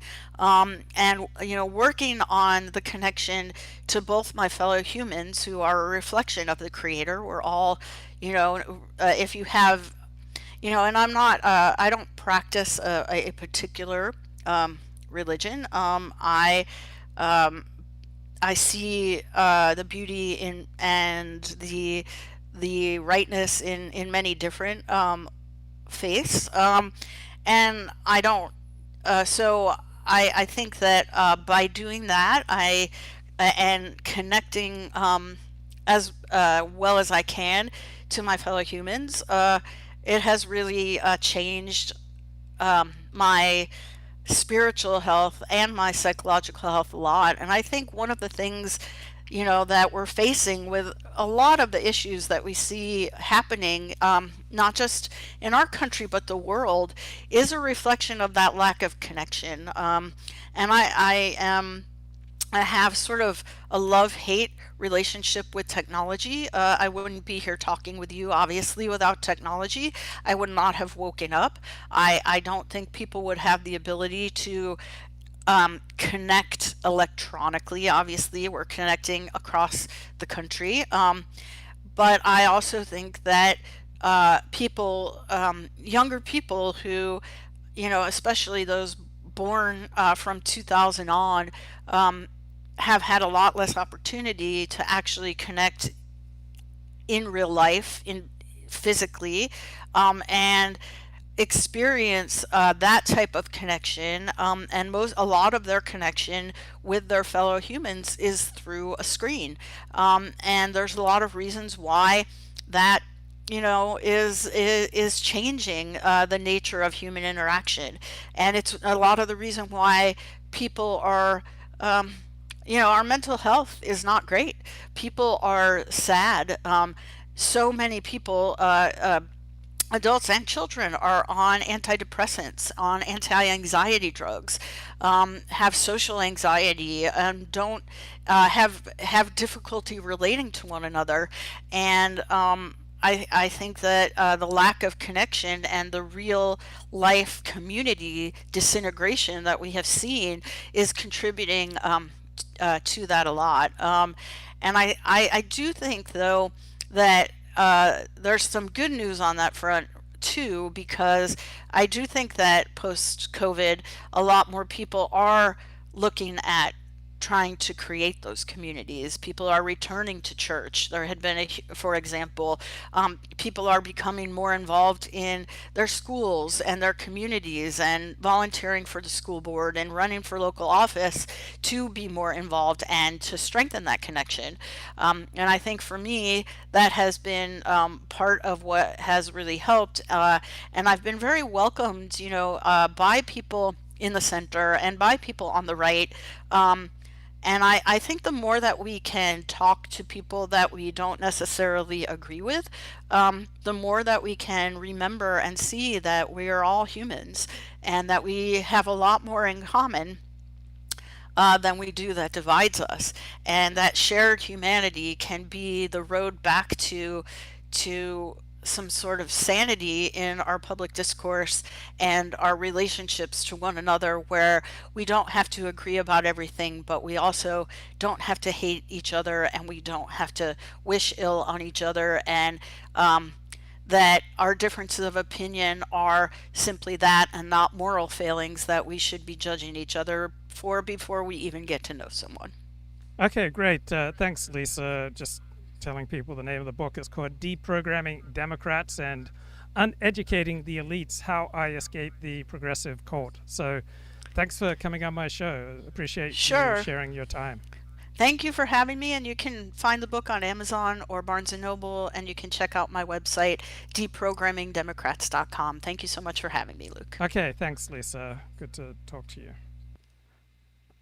Okay, let me pull it all together here.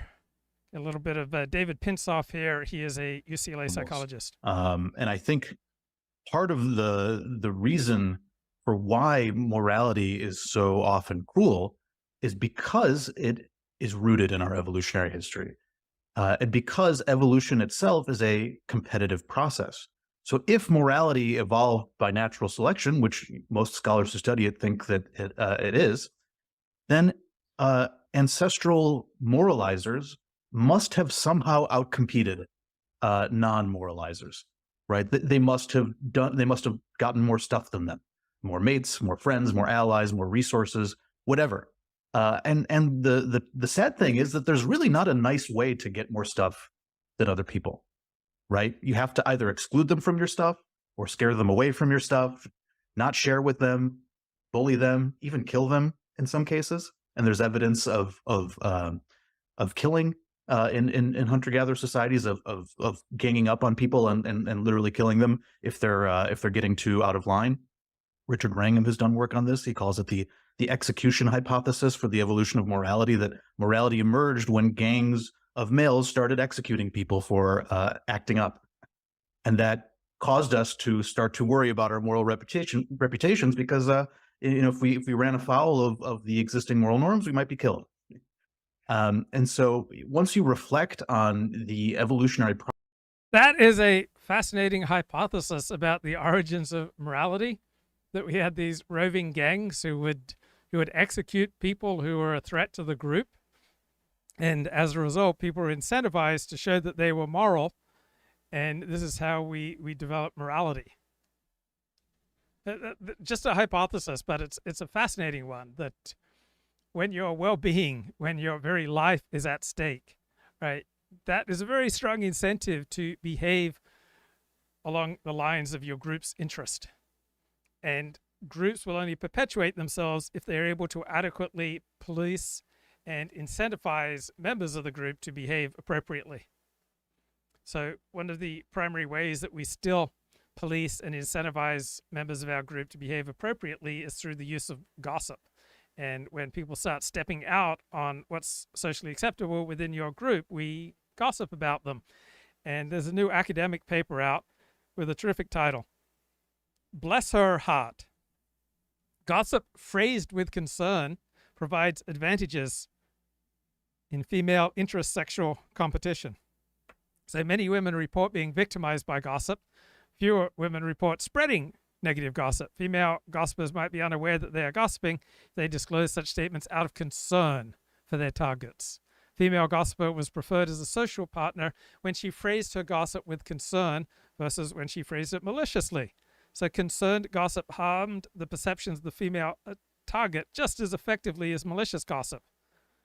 And when you deliver negative gossip with concern, right, that's very effective at harming your target, but it also protects the gossiper's reputation. So this might be a viable strategy when women are competing with each other for a man.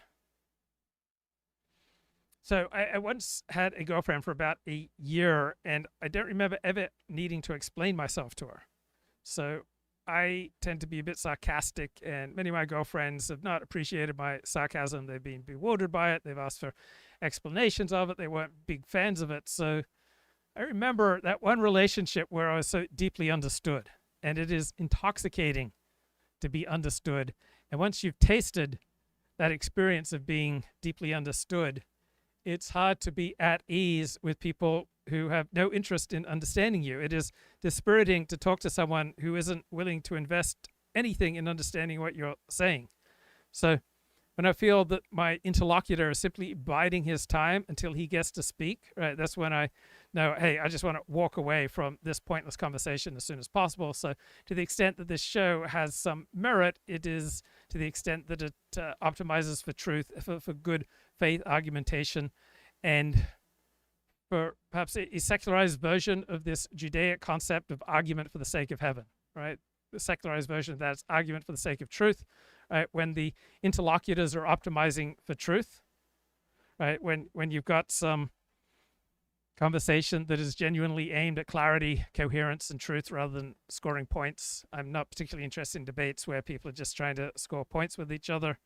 So you could call this good faith discourse or collaborative truth seeking, where people use charity to interpret the other person's position at its strongest, not at its weakest, where there's reciprocity, where people are listening to each other, where there's transparency, people are explaining themselves honestly, even when their reasons for saying something are not flattering, where there's openness and a willingness to update your views if the other side makes a strong point. And this is intoxicating because it is so rare.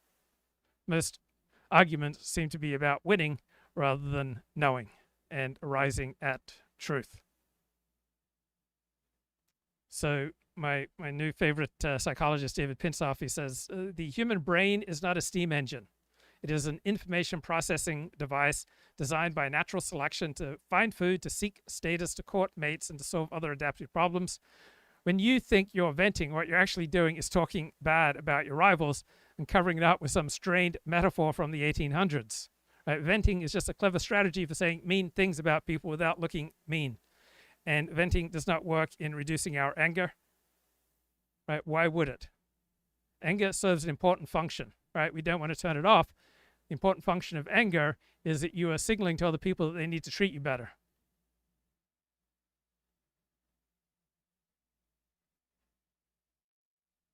Processes that must have given rise to our moral behavior, you start to see that it must be mean, at least in some sense. There must be a mean competitive part to it. Otherwise, it could not have evolved and it would not exist. That's the argument I make in the piece.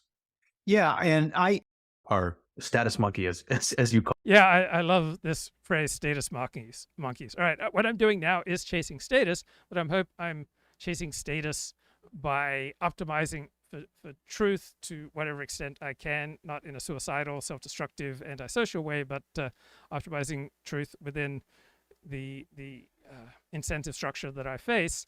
And we can chase status doing good things and pro-social things, or we can chase status doing terrible things. Call it, is that it's never out in plain sight. We're always striving to conceal it and cover it up, ironically, in order to achieve status. That is, we conceal our status-seeking motivations in order to achieve higher status. And that's the subject of my preprint that I'm looking to publish soon as an academic paper called The Evolution of Social Paradoxes. So this tendency to seek status by concealing our desire for status is one example of a social paradox. And I list plenty of other social paradoxes in the paper, like trying to get credit for not caring about getting credit, or rebelling against conformity in the same way as everyone else, or bravely defying social norms so that people will praise you, or helping someone without regard for your own self-interest, because being seen as the type of person who helps people without regard for their self-interest is in fact in your self-interest. And so these kinds of social paradoxes, I think, lie at the heart of human culture and cultural evolution. And as soon as you reflect on them, you start to see why our status symbols are so volatile and so unpredictable. It's because they're constant. So what are your favorite status games, and what status games have you been playing lately? This is a safe space to share. Collapsing under the realization that they are status symbols. Because as soon as something becomes widely recognized as a status symbol, everyone tries to distance themselves from it because they don't want to be seen as a status seeker, right? Yep. Yeah. And so these status games that we play are constantly collapsing and reemerging under the realization that they are in fact status games. And I think that is one of the fundamental engines of cultural evolution and why cultures differ so much in what they deem high and low status. Yeah. Treasure trove of questions there. I mean, he also talks about happiness as a status symbol. I think this is a great insight in how the pursuit of happiness is driving people mad. Yeah. What do you think about the way these interact and intertwine? Because that was the other thought that I had as I was rereading your stuff. It's like they all, and that's what I like about it. And they all interact and they all coalesce to some interesting insights about we humans. Absolutely. Yeah. No, I think the point you're making, this is the point I think you're making, and I think it's right, which is that happiness has itself become a status symbol. Yeah. That we brag about how happy we are as a kind of. So I do this all the time, right? I tell you, oh, I see the world through my particular outlook that optimizes for happiness, and so I'm predisposed to a happiness bias because I'm happy. That sure, I don't have status on any conventional standard, but I'm happy. I remember in 2010, I was at Loma Linda University, and I met a bunch of Seventh-day Adventist academics, many of whom knew my father, and one of them said to me, well, one big difference between you and your father is that you seem a lot happier. And right, I cling to that. I relay that all the time. It's one of the ways that I compete for status. I tell you this anecdote that someone who had some acquaintance with my father once said that I seemed happier, and right, that's how I try to push myself up in status, but I try to do it very subtly so that you don't see me trying to aim for status, because as soon as it's obvious that you're aiming for status, that is a very low status thing to do. Washington Post reports that Trump is swerving and swaggering on the world stage.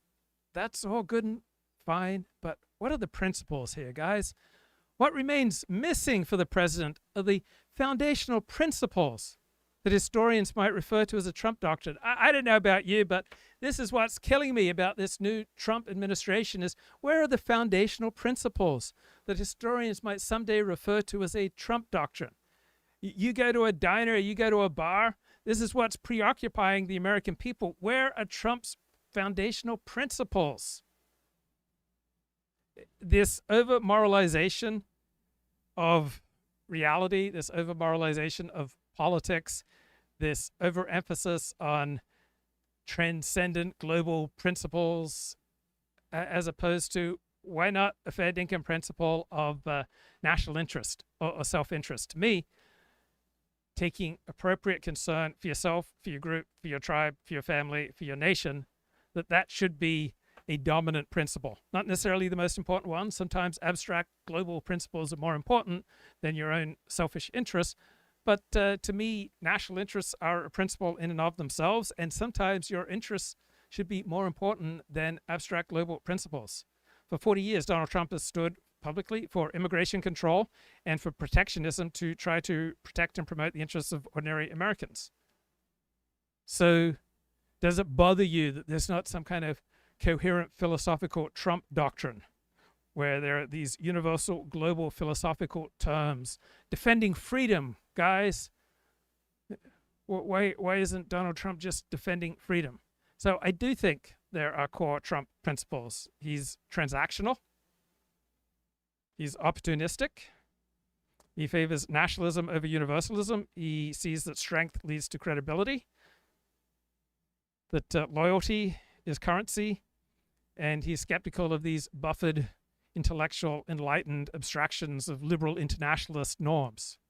So yes, Donald Trump has principles, but they're not the kind that those with the buffered, enlightened identity understand as principles. They are not what the educated elite see as a Trump doctrine. But ChatGPT is here, guys. It has translated Trump's principles into the idiom of the buffered identity, the intellectualized, abstract, value-laden language of policy elites. So instead of talking about America first, Trump needs to talk about principled sovereignty. Or instead of talking about transactions, talk about reciprocal realism. Or from strength as credibility to, how about deterrence through resilient power? Or instead of talking about loyalty, to me, talk about trust and reliability in international relations. Or instead of talking about his gut instinct, talk about pragmatic national interest. Right? Instead of talking about your improvisational style and the weave, just say, hey, I've got a pragmatic adaptability. I'm willing to adjust to changing conditions rather than be shackled by outdated dogma. So if Donald Trump used this educated, buffered register, he might say something like this: the United States affirms a doctrine of principled sovereignty and reciprocal realism. We believe nations are strongest when they safeguard their own interests while respecting the reciprocal commitments of others. Our credibility rests on resilient power and our partnerships must be rooted in reliability and fairness.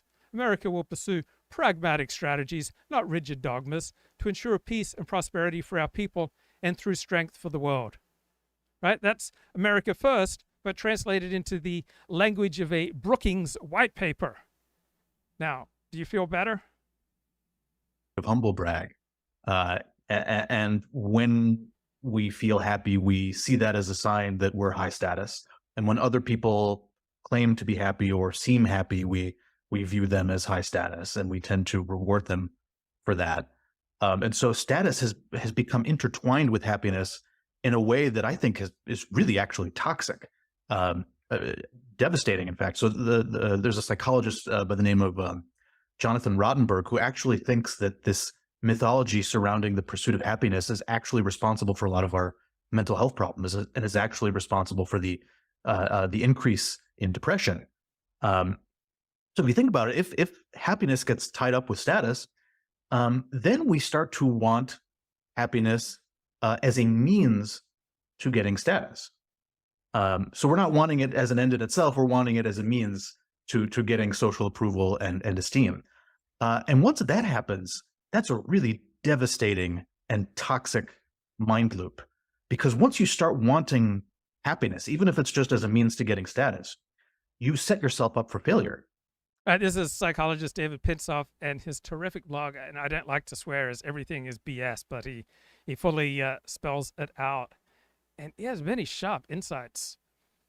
So another one of my favorite academic bloggers is Andrew Gelman. He's a lefty. He is a professor of statistics at Columbia University, and he's out with a new post more on the decline and fall of Steven Levitt. So who's Steven Levitt? He is an economist. He has a PhD from some elite institution, and he's the bloke behind Freakanomics. And the upshot of this Andrew Gelman analysis is that if you optimize for truth, you are less likely to go down market chasing likes and popularity. I mean, optimizing the truth is a good thing, right? Like all good things that can be taken too far. You can optimize for truth too much, and you can lose your job, your marriage, your friends. So don't be dead right. It's been a long time since I've experienced so much popularity that it tempted me to go down market and stop optimizing for truth. I guess last time I had moments of popularity was in 2018 in those heady days of blood sports.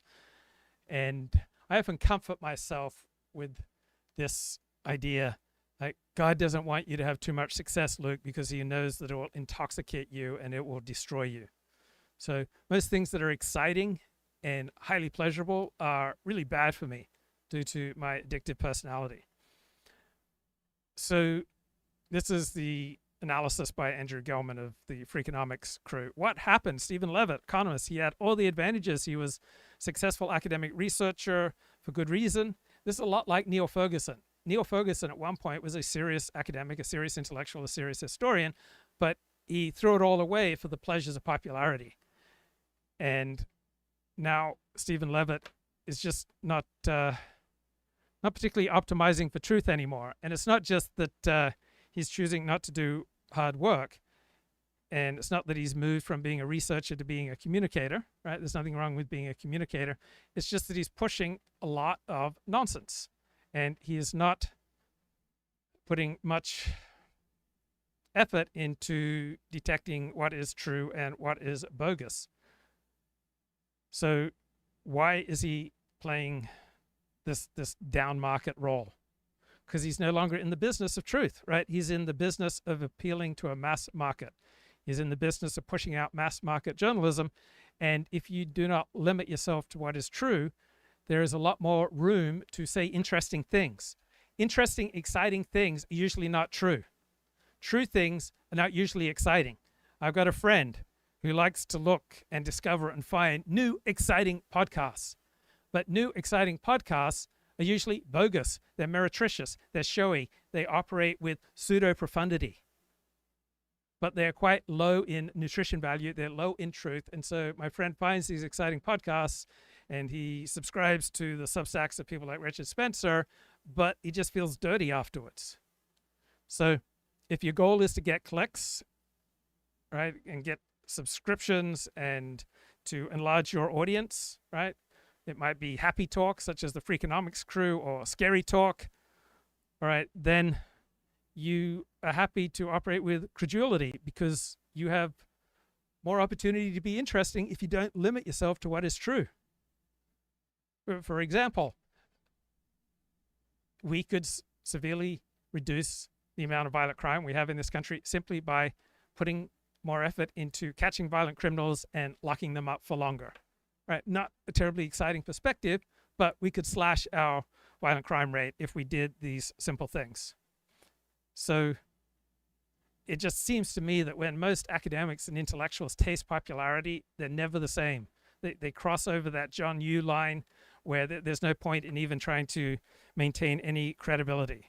Steven Levitt, he was a University of Chicago economics professor. He had nearly infinite resources. He could study whatever he wanted. And what does he use it for? Cheap clicks. Right, so he could have used it to share a message with the world, but the message that he's using is, hey, I've got something interesting, which is almost always bogus, meretricious, and pseudo-profound. So why do people like Steven Levitt, Neil Ferguson, John Yoo not optimize for truth? It's because they have more freedom to show off and to be interesting by not shackling themselves to that which is true. So compared to what is exciting, right, the truth is usually quite mundane and boring. And you hear now Megyn Kelly talking about her fear of witches. Someone, Jezebel, the feminist website, put a witch curse on Charlie Kirk before he was assassinated, and Megyn Kelly's up in arms. And you have more and more talk about demons on the right, the religious right, the Christian right, the dissident right. Demon talk is big. Why? Because demon talk is exciting. Demon talk is interesting. Demon talk is a thrill. And it cannot be invalidated. There's no factual way that you can invalidate the power of demons. So you get to avoid a lot of this nonsense, or at least minimize it if you optimize for truth. Because the best way to avoid happiness is to actually pursue it. Or put differently, happiness is impossible to directly pursue. Because if I'm right that what happiness is prediction error minimization, where it only arises when things are unexpectedly good, well, then it's impossible to pursue it. Because happiness is by definition unexpected. You're happy when things are unexpectedly good. And you cannot pursue something if you don't know, how to predict it or anticipate it, right? Yeah. You can only pursue something if you have expectations about where it's going to show up, right? Mm-hmm. And so if happiness is all about things being unexpectedly good, then you cannot by definition pursue it. And so if you try to pursue it, you're going to be beset with failure time and time again, and that's going to ironically make you miserable. Which is a paradox. And so your preprint is I think at the heart. So he's addressing now, how do we escape the BS? Part of it is a prisoner's dilemma. So if I am the only one who's honest about myself and my unflattering motivations, and everyone else bullshits and pretends to have pretty high-minded motivations, then I lose status and everyone else gains status, right? That would be equivalent of me cooperating and everyone else defecting, right? But if we all cooperate and if we're all honest and forthcoming about ourselves and our limitations and our unflattering motivations, then we all benefit, right? But there's that temptation to defect, There's always the opportunity for someone else to say, oh yeah, well, all you guys are status seekers and social climbers and selfish. But me, I'm really interested in being authentic and achieving self-actualization and making the world a better place. And you people are just petty and inferior to me. There's always that temptation to defect in the prisoner's dilemma. So we're stuck in this prisoner's dilemma. And I think the only way we can get out of it is by coordinating to punish defectors, right? So I think we have to create a social norm. So when I ask many of my friends who are not in academia what books they're reading, I want to go, because it's usually propaganda. It's usually propaganda on my side because most of my friends are right wing. So it's propaganda from Charles Murray or Ben Shapiro or Freakonomics. But I've learned it's not a good idea socially to display contempt for the propaganda that your friends are reading. But experientially, one of the biggest differences between talking to academics and non-academics is when you talk to academics, they have almost no interest in the popular press, the popular news, that they just operate in a different information space. So the meretricious, nonsensical quality of the books that my non-academic friends read is just gobsmacking. In academia and in elite publications, right, the reward system is about rigor, accuracy, respect from elites. In the mass audience space, the reward system is clicks, subscribers, and viral resonance. So when you have a platform and you've tasted popularity, your incentives may well shift from doing good, rigorous, epistemically sound work to feeding the machine, which means the rewards come from simplifying, exaggerating, and eventually drifting into conspiracy theories, because if all you do is repeat what the experts say and the New York Times says, you're not bringing any value add. So if you're doing a show like I'm doing, you are heavily incentivized to push conspiracy theories, or else how will you have anything interesting to say that people won't get from the conventional media? And the mass audience is much bigger than the intellectual elite, and it has very different appetites. Right? The mass audience doesn't want careful, rigorous papers on climate change models or nuanced legal analysis. Right? The mass audience wants health hacks, conspiracy theories, and simplified morality plays. They want hate porn.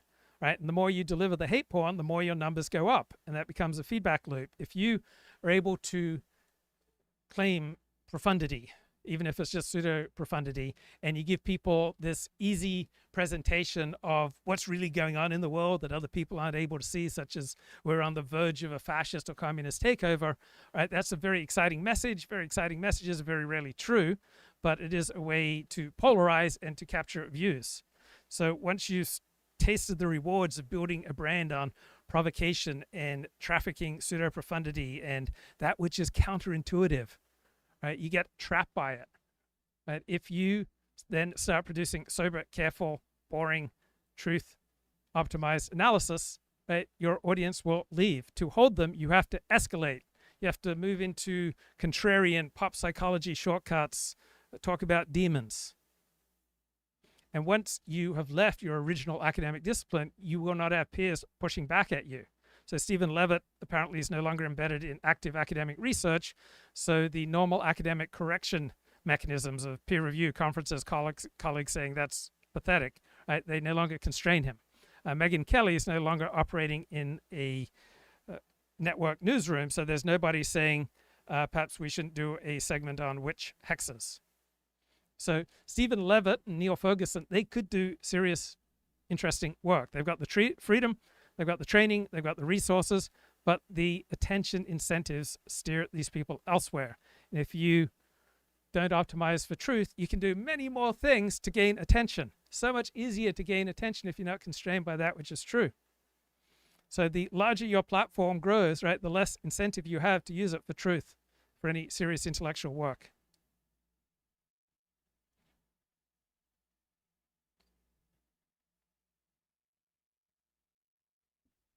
Where if you come out and pretend that you're above it all, that you don't care what people think of you, or that you don't care about your status and esteem in the eyes of others, you need to be penalized for that. Michael back on the show. What's going on, Michael?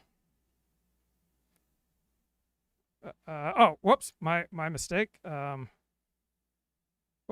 had to stay. Okay. Michael, can you hear me? I don't know why I'm not adding you. Okay, I'm going to log out, Michael, and come back in 1 minute. And I'm going to log back in. Okay. And I'll see if we can get you back on. So go ahead and log out and then come back in, and want to get you back on the show. We need to call you out on that and say you're being self-deluded. You're being naive. You're being unself-aware. You know, I think once we can create a social penalty for defection, then that removes the incentive to defect. Okay, Michael, what's on your mind today? Hey, 40, how are you? I'm blessed.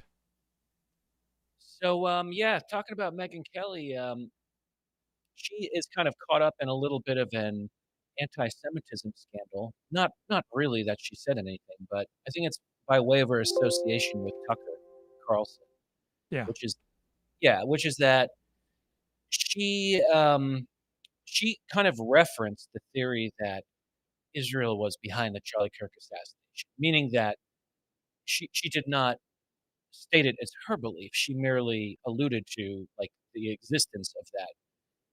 And so there's that. And then she also, I believe, um, said something to the effect that Epstein might have been doing espionage for the Mossad. Again, not necessarily stating that as her belief, but just like referencing it. So Yeah, playing not nudgy or tippy toe, but yeah, tippy toeing up to these things. Yes. exactly. But the funny thing is that she can't really seem to like handle the blowback. Like she seems very flustered by people criticizing her. Um, so she's kind of it's interesting because she's in this space that she's kind of on YouTube, she's on Sirius. She used to be on Fox News, obviously, but now she's a little bit more independent. So she wants to take advantage of that by saying things that are a little bit unorthodox. But then the criticism, to me, when I watch her, she seems visibly upset that she's being criticized. She wants to be right in the center of the conservative movement, and she's not comfortable. She's not comfortable being the subject of this kind of criticism. Yes, and this is not unusual in that, Michael, everyone wants to be a hero and nobody wants to pay the price.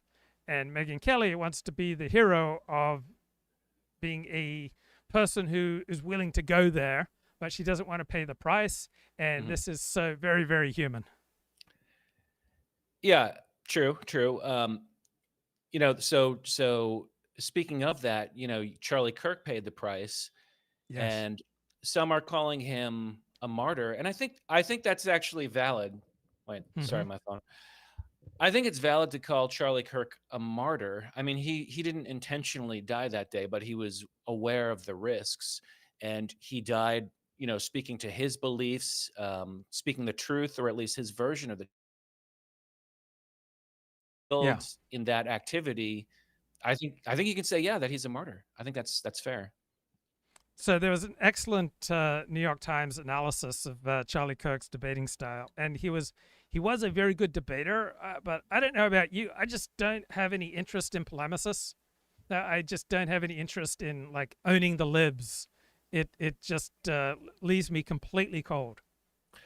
I actually like polemicists, but I didn't find him to be the most interesting. I don't want to be disrespectful, but basically my opinion is the same as yours, which is that I'm so impressed with what he did with his political activity, but he wasn't exactly like Rush Limbaugh. He wasn't doing extemporaneous monologues that really captivated me. Exactly. Okay, so when you say you like polemicists, then who are the polemicists that you enjoy? I like polemical discourse. I like people who are vituperative. I'll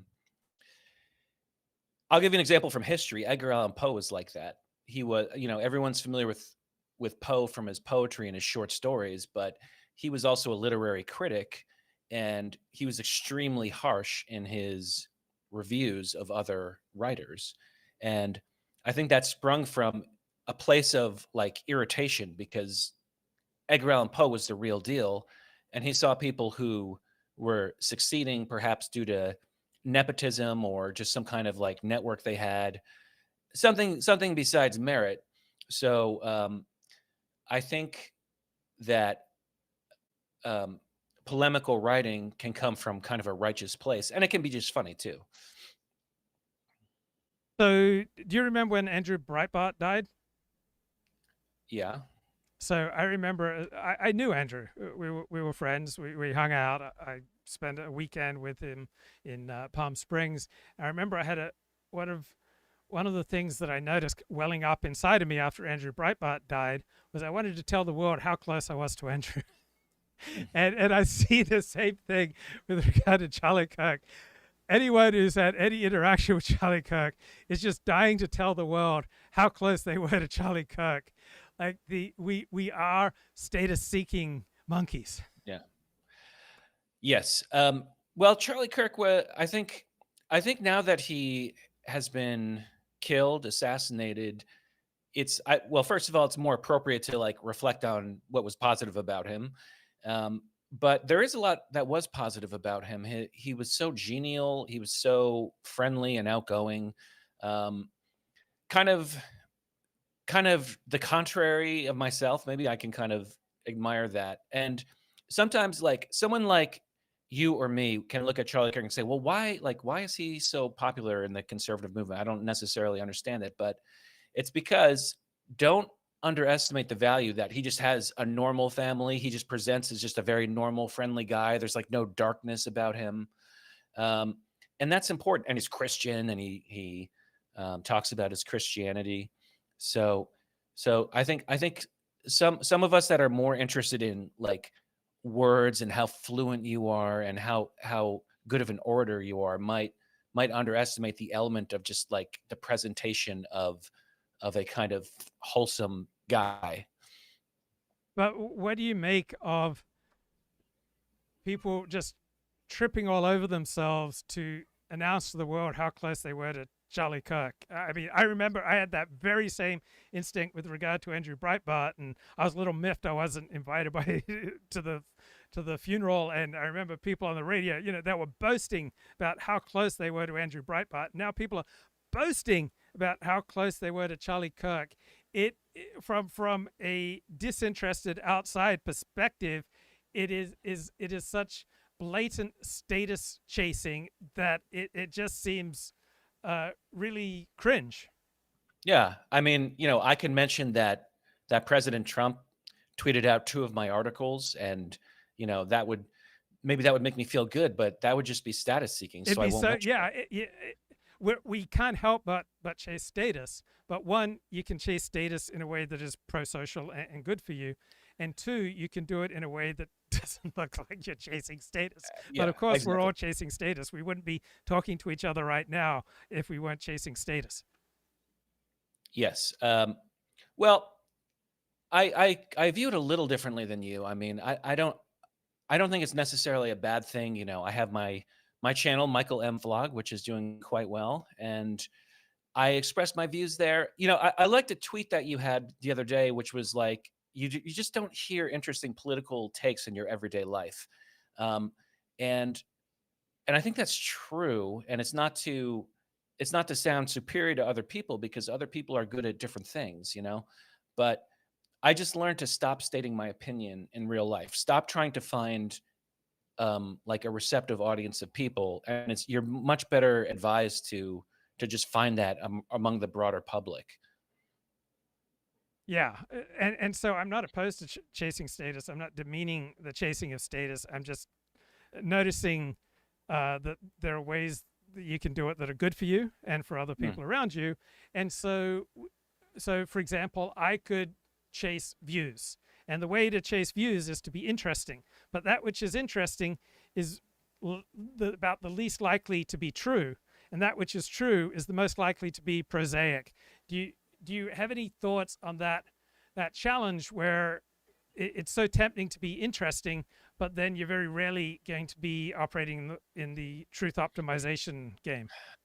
Well, I mean, what I'm finding for my channel is that it's very different, like what resonates and what hits and what you might find interesting. So like when I talk to you, we tend to talk about the conservative movement and conservative media, and we have these criticisms, and people actually don't want to hear that because liberals are not going to be tuning in anyway. And conservatives hear that and they're like, oh, well, why are you criticizing Megyn Kelly? Like, I like her, so I'm unsubscribing. Right. Okay, but shifting topic, did you hear about the anti-Semitism row is really about Tucker Carlson and his speech at the Charlie Kirk Memorial. Did you catch that? Yes, and I watched it in real time, and it grabbed my attention. So I had dual reactions. I think one, as a Jew Zionist, is like, ooh, this is dangerous for us, and then another part of me remembers being a Christian, and what Tucker said was just 100% fair dinkum authentic Christianity. And so it is not necessarily incumbent on Christians that they express their Christianity in a way that Jews approve or any outgroup approves. What Tucker said was fair, authentic to the Christian gospel. And I'll admit, my Jewish side did not like it. But my Buffett identity side recognized that this is just pure Christianity. It's normal Christianity. And those were my dual reactions. What were your reactions? Well, as on many topics, we are of one mind on this, because I definitely heard that dog whistle when he said that in a kind of a funny way. And so I think, Tucker, just to be clear, Tucker did not say in any way the Jews killed Jesus. Like, it was not nearly that provocative. It was okay, I have it. Let me read you his comments. The ADL did not like it. He said, Jesus shows up and he starts talking about people in power, and they become obsessed with making him stop. And then he refers to people in a dark room eating hummus and plotting. Yeah, so that was a dog whistle. It was seen as a dog whistle, and I think it's a fair interpretation. But on the other hand, like, it kind of does say that in the Bible. Exactly. Now, to be fair, and Tucker himself pointed this out, is that Jesus is Jewish. So it's a little misleading to say the Jews killed Jesus. To me, that doesn't have any resonance. That doesn't provoke me or fill me with hate, because looking at the context, like, everybody involved was Jewish except for the Romans. So it's kind of amazing that Tucker has kept his place in the Republican Party, the conservative media that he's invited to speak at Charlie Kirk and the Republican convention, when he is pushing freaks such as that nonsensical historian whose name I'm blanking on, is supposedly the greatest historian right now. Like, Tucker Carlson has gone so down market, such low brow conspiracy theorizing, and yet he's a fantastic public speaker. He's really good, but he is just really gone down market. Yeah, I'm he certainly upset people. Oh my God. There was a New York Post editorial by David Hassani, if I'm saying that right. And another hummus eater. Here's his quote. Just the other day, disgraced former Fox News host Tucker Carlson, who has developed a creepy monomaniacal obsession with Jews, used Kirk's otherwise inspiring memorial to suggest that a bunch of guys sitting around eating hummus in Jerusalem had something to do with silencing the late TPUSA leader. Yeah, so I'm not a big fan of this type of vituperative criticism of Tucker Carlson. I'm not a fan of Tucker Carlson's down market conspiracy theorizing and some of the idiots that he promotes on his show. I'm not a fan of either perspective. And here's a fact of the human condition: we all essentialize the other.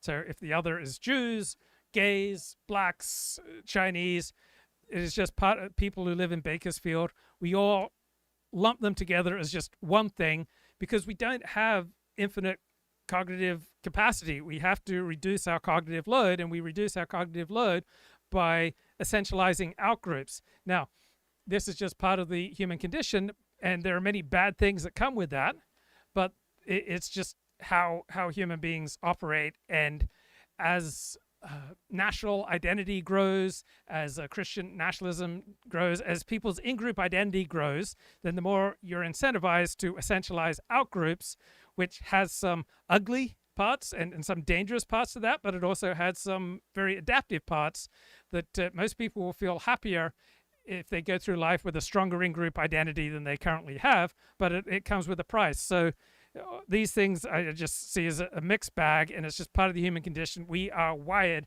to essentialize outgroups. Yeah, I mean, I think that's a fair generalization to make. You made a generalization that people make generalizations, yeah. But let's look at this. Your audience is very intelligent, so let's drill down on the actual historical aspect of it, or at least the biblical history, which is that, as you say, the Bible is written in a way. The Bible has a huge dog whistle. Yes. So are you supposed to, from the New Testament, when Pontius Pilate washes his hands of the crucifixion of Christ, when Pilate saw that he could prevail nothing, but rather a tumult was made, he took water and washed his hands before the multitude, saying, I am innocent of the blood of this just person. See ye to it. And then answered all the people and said, his blood be on us and on our children. So it's not a anti-Semitic conspiracy theory. That's literally what the Bible says. Well, it can be both. Just because the Bible says it doesn't mean it's not an anti-Semitic conspiracy theory. Now, if you believe that the Bible is the Word of God, and the Bible includes the New Testament, then you believe that this is something that historically happened. Bible scholars will say that the Gospels, like every other piece of writing in the world, was written by particular people at a particular time in history with certain propagandistic agenda.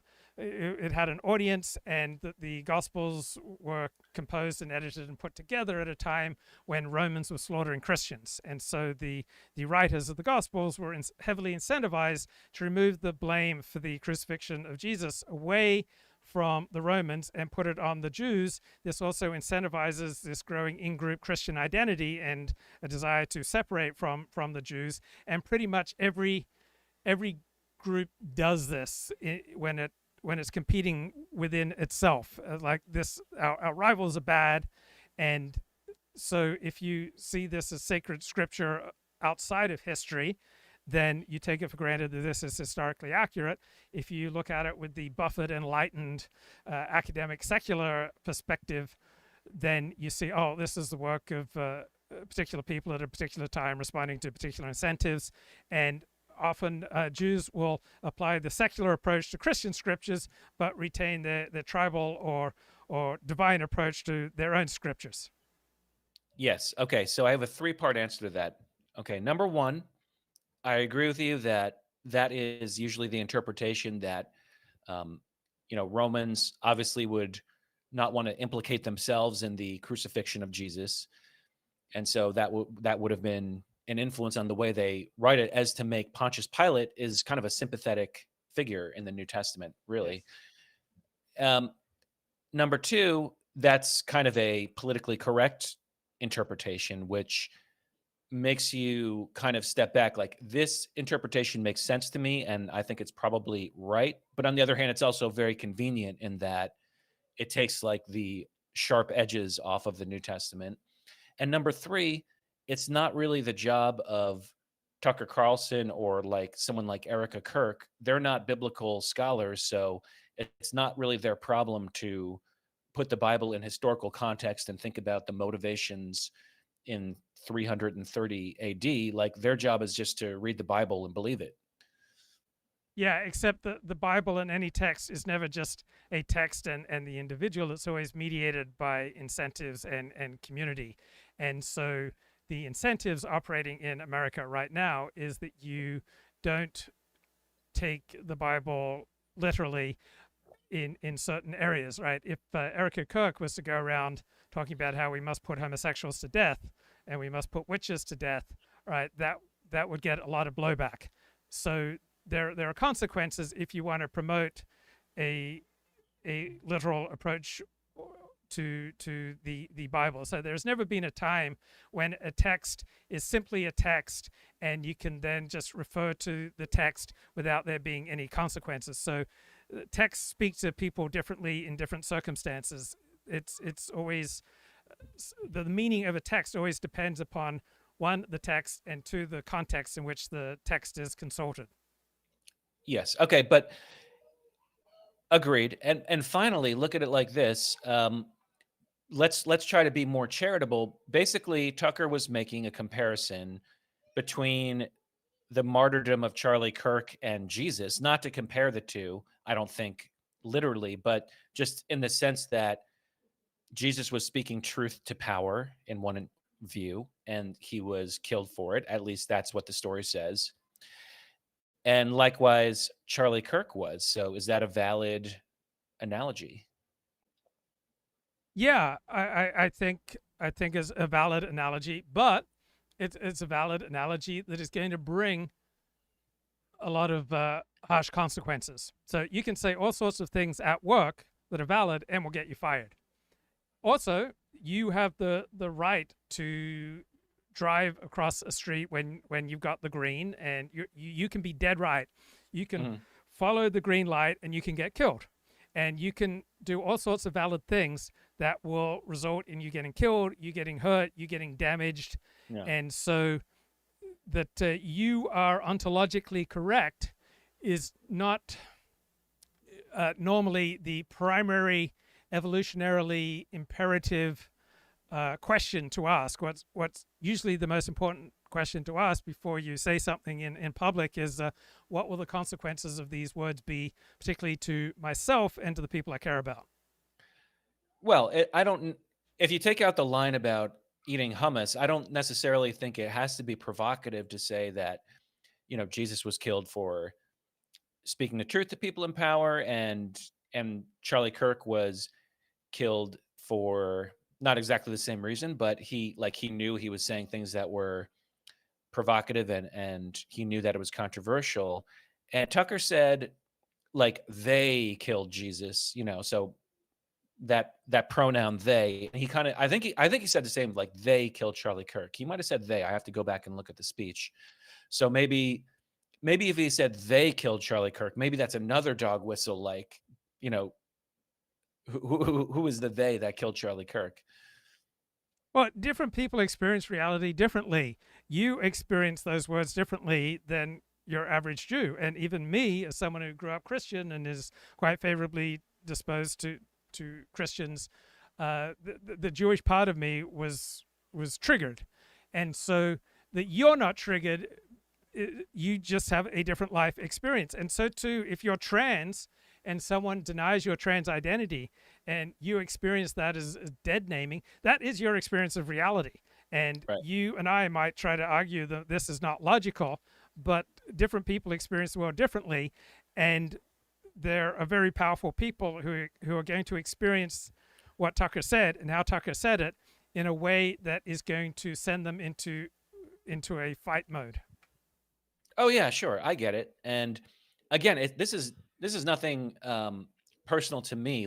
I'm not resentful still about the crucifixion of Jesus, and I would not attribute blame, to a particular group of people. It's like if Thomas Crooks, God forbid, succeeded in assassinating Trump, you wouldn't say the whites killed President Trump.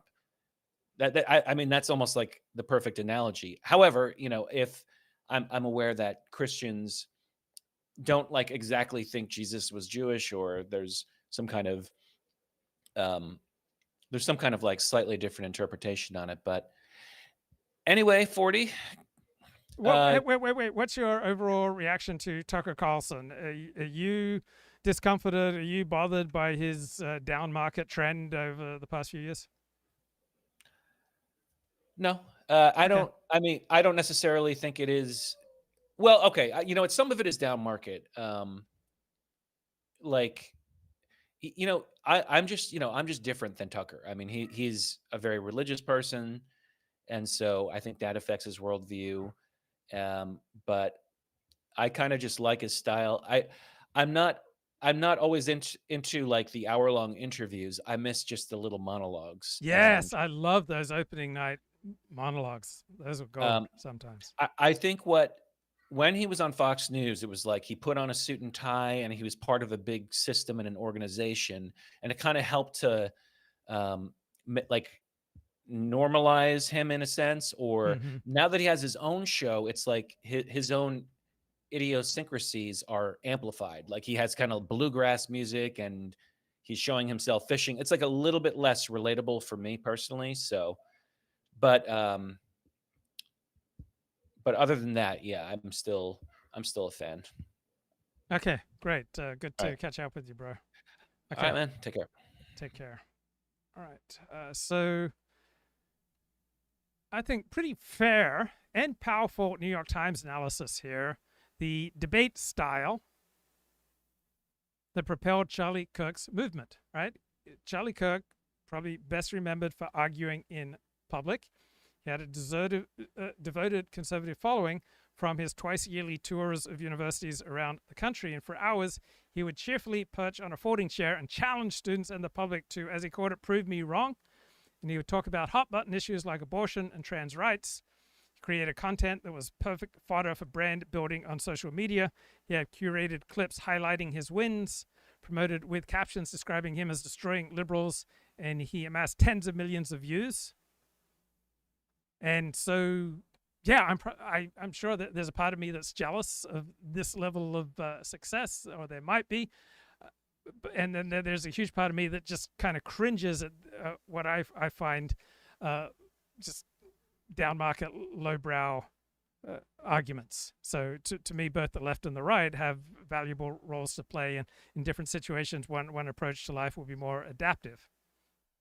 So Charlie Kirk has been lionized as a champion of free speech. New York Times reviewed more than 4 dozen of Kirk's debates and analyzed the debate format and how he created his message. So one of Kirk's favorite topics and the title of one of his books was The College Scam. And I think the college sometimes for some people is a scam, and for other people it's an excellent endeavor. So he suggested the primary goal of higher education was to compete with China, and that majors of things like women's studies were irrelevant. Right? I don't think women's studies is a particularly powerful thing to study. This line of argument was most likely to provoke emotional reactions from opponents. So yes, I have often enjoyed provoking emotional reactions from other people, but whenever you hurt someone, they will find ways to hurt you back. And as my therapist drummed into me, right, when you trigger people, when you offend people, you are hurting them. And so he made a career out of hurting people, which doesn't make him bad. But whenever you hurt people, even if you do it for the most noble of reasons, they will always find a way to hurt you back. Does college provide skills to the majority of people that go? Does a woman's study degree give you any skills that was going to help us fight China? Well, you're taking, and I know why you're doing this. That's a majority of degrees, and people that go to college are in the social sciences, are in communications, and they're in irrelevant degrees. A majority. So a majority of the 21 million people that are in college right now are there studying stuff that you and I would laugh at. Oh, I wouldn't laugh at that at all. I think that people go to college for a variety of reasons. Okay, so his advantage came from repetition. He debated hundreds of people. He learned how to shape conversation and where to drop in canned audience pleasers. So this wisecrack about North African lesbian poetry was hardly spontaneous.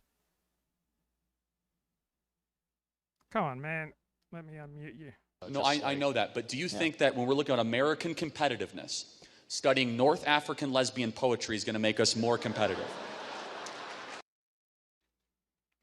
Okay, so he's very good at delivering these canned lines, and you can find all sorts of examples. If you ask me, we have way more than enough people that studied North African lesbian poetry. You go to Cal to go study North African lesbian poetry. Yeah. Like, we have a lot of people going to university to go study North African lesbian poetry.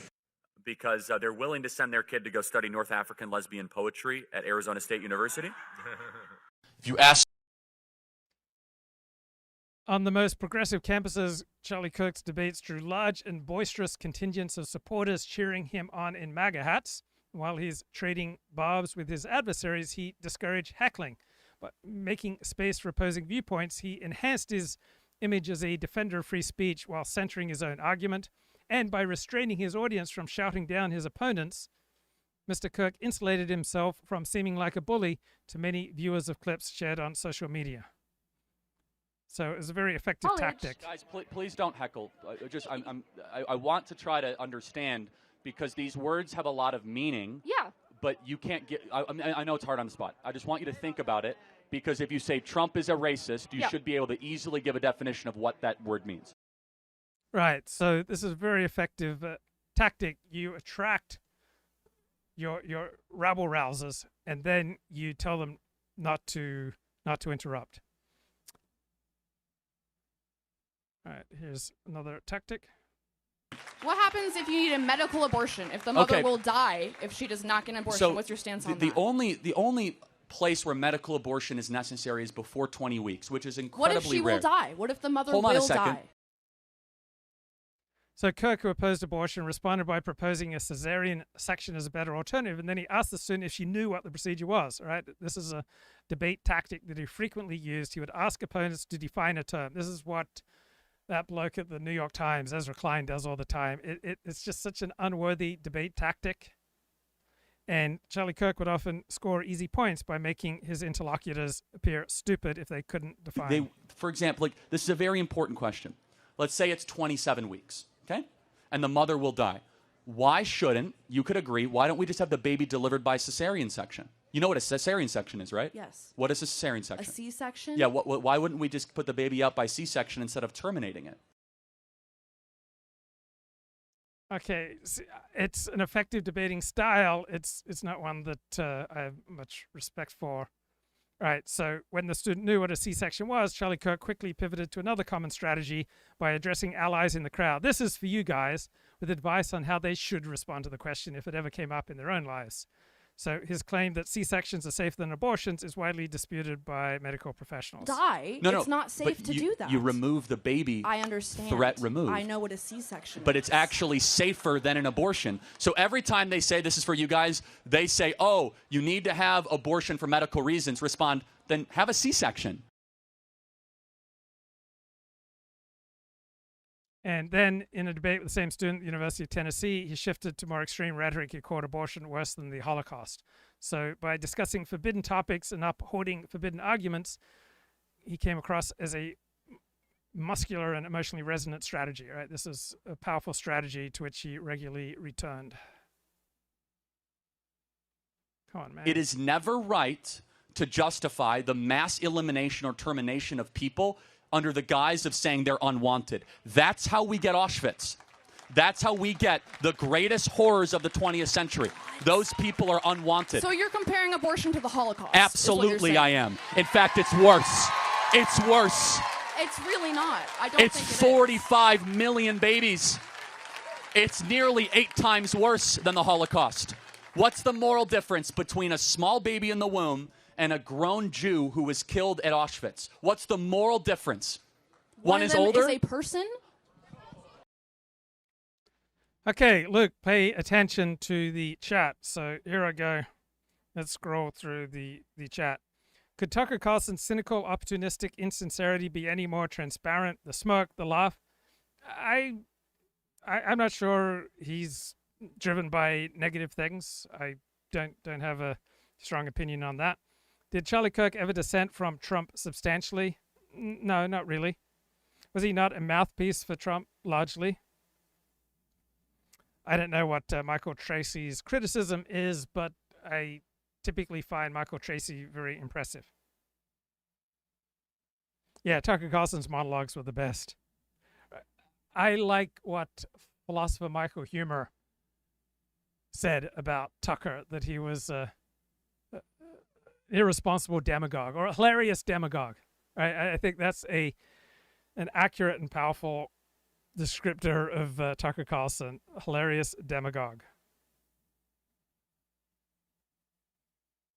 Will Trump be able to go after Adam Schiff? I don't know. Luke, you besmirching the memory of St. Charlie the Tolerant. Well, I think this New York Times debate analysis is pretty fair. Yeah, remember when the Groypers went after Charlie Kirk for having that black veteran on stage with him? Did Charlie Kirk provides samples of this awesome North African lesbian poetry. Has anyone else been killed so shortly after South Park parody? I don't think so. Come on, Luke, notice the chat.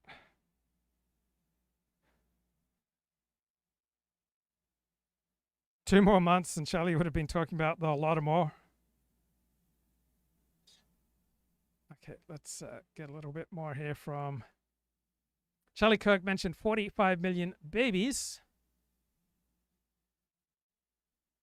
Presumably a reference to a number of abortions without specifying where or over what time period they took place. When student replied human to his question about what species an embryo is, he claimed victory, saying that implied embryos deserve human rights. So you could call this a turn. Use the other person's words to prove your point. It has more impact when you turn your opponent's arguments to your advantage. What species is the baby in the womb? It's a human, but it's therefore they should have human rights. No.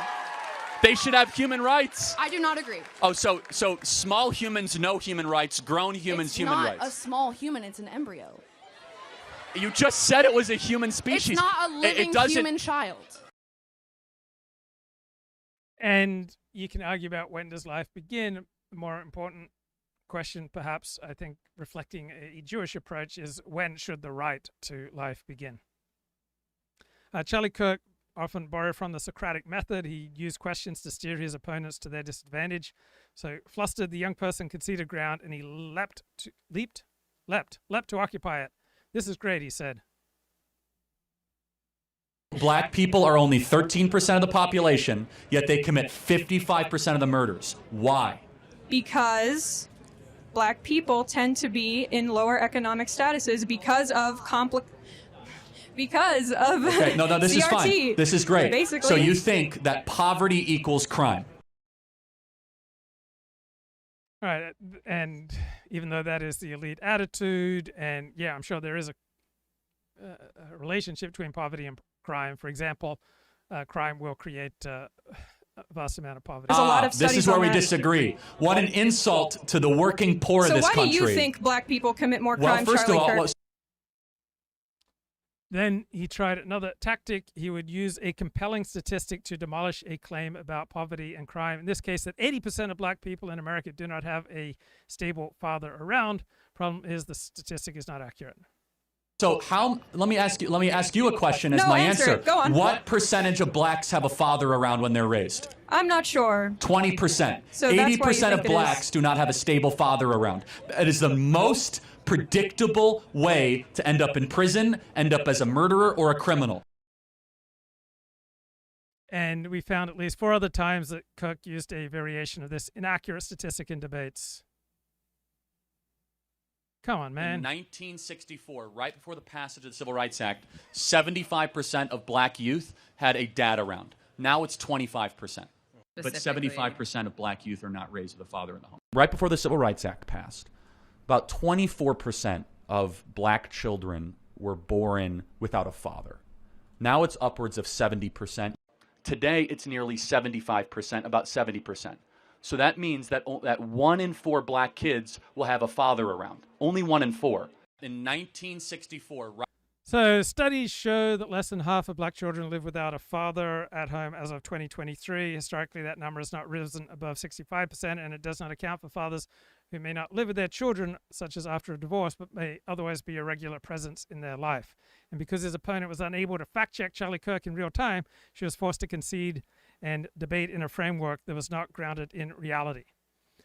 So Charlie Kirk would often offer, I'm going to prove it to you, but what he did not follow through on that promise. He would make some categorically unprovable assertion about the differences between women and men, including what women discuss when they have lunch. By playing up stereotypes, he was able to effectively push emotional buttons. He would engage in sensory overload. I notice Eric Stryker does this a lot. So it's challenging to rebut this because it forces opponents to massively concede points. Will women be as good at engineering as men, person for person? Not necessarily, but... Okay, well then, how is that different than the Secret Service example? Well, the problem is that... Because the male mind is wired different than the female mind. By the way, men will never be as good... Hold on, I'll prove it to you. Men will never be as good at counseling or psychology sessions as women. Men will never be good at nursing or elementary school education as women. We have certain giftings because our brain is wired a certain way. Women are far better gifted at micro topics, so individual connection, empathetic type conversations, healing people that past trauma and wound. Men are much better at macro topics, right? Trying to build a building, put a skyscraper up, trying to talk geopolitics. And I'll prove it to you. When you go and you see 5 women eating lunch, they're probably talking about micro topics, conversations they had, relationships, friendships. Men, they're talking about politics, sports, or the stock market. I would largely agree with what Charlie Kirk was saying there. Charlie Kirk looks strikingly composed. He's armed with enough rhetorical weapons and poise that he never seems to lose, but his videos were not always so predictable. Capitalist every single day, Cenk. I live as a capitalist, okay? I live what I believe. No. What do? I get charity every single year. Hold on. What's my salary? Less than his. Charlie, take Come on, Cenk, let's go. Charlie, Then, over the next few years, he refined his debating skills and picked up vast stores of confidence and kept his composure. And his skill and his polish stood out when taking on idealistic undergraduates with little to no debating experience. This clip from 2025, he answers the question, why do you like Trump so much? By calmly and methodically overwhelming his opponent with a litany of memorized talking points delivered at high speed, a technique that tends to be connotative of intelligence to audiences. Down 99.9%. Oil is down. Inflation is down. Price of eggs is down. We're going to see peace between Russia and Ukraine. We're going to have a tax cut, no tax on tips, no tax on overtime, no men and female sports, no chemical castration. Drill, baby, drill. Next question. Thank you very much. Last year, Charlie Kirk sat down for what would be one of his most viral debates against what he described as 20 work college kids in a staged event by the media company Jubilee. He's at the top of his game. He leads off by asking his opponent to define a woman while debating the topic, trans women are not women. This full debate video has wrapped up more than 37 million views. And it's often described as Charlie Kirk owning and destroying his liberal opponents. Let's define our terms. A woman is an adult female with XX chromosomes. You tell me, what is a woman? I think a woman is somebody who identifies as a woman. Got it. So that's not a definition. That's like saying a table is something that identifies as a table. Give me an objective definition of No, it's not. A table is an object. Well, a table can't identify as anything. It doesn't have choice. You have to give me an objective definition of what a woman is. If I decided right now that I wanted to identify as a woman, I would be a woman. Okay, but that doesn't answer the question. I know.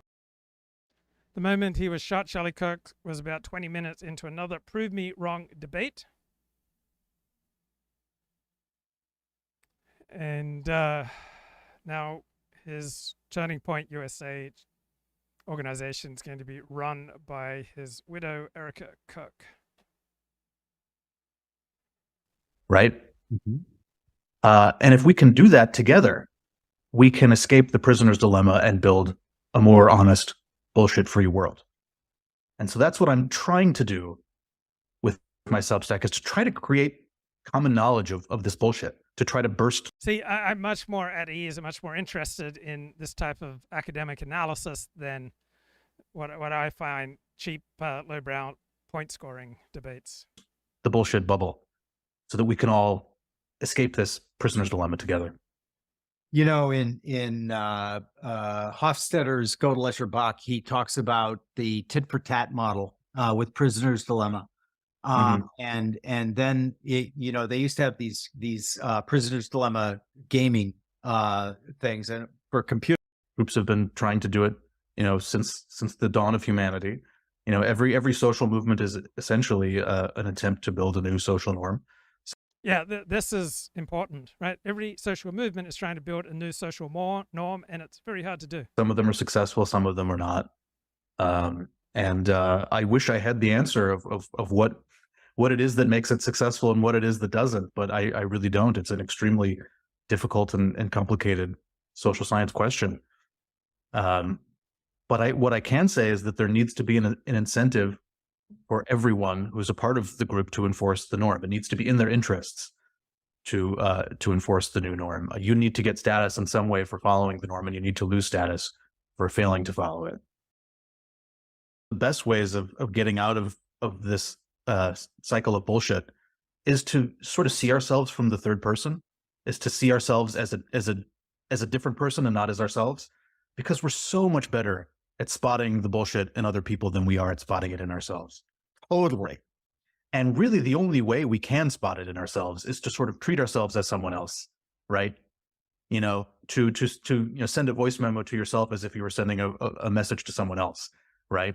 And there was a paper I was reading that even just the simple act of referring to yourself in the third person can sort of cause that mental shift. I know it makes you sound like a jackass, you know, David likes that.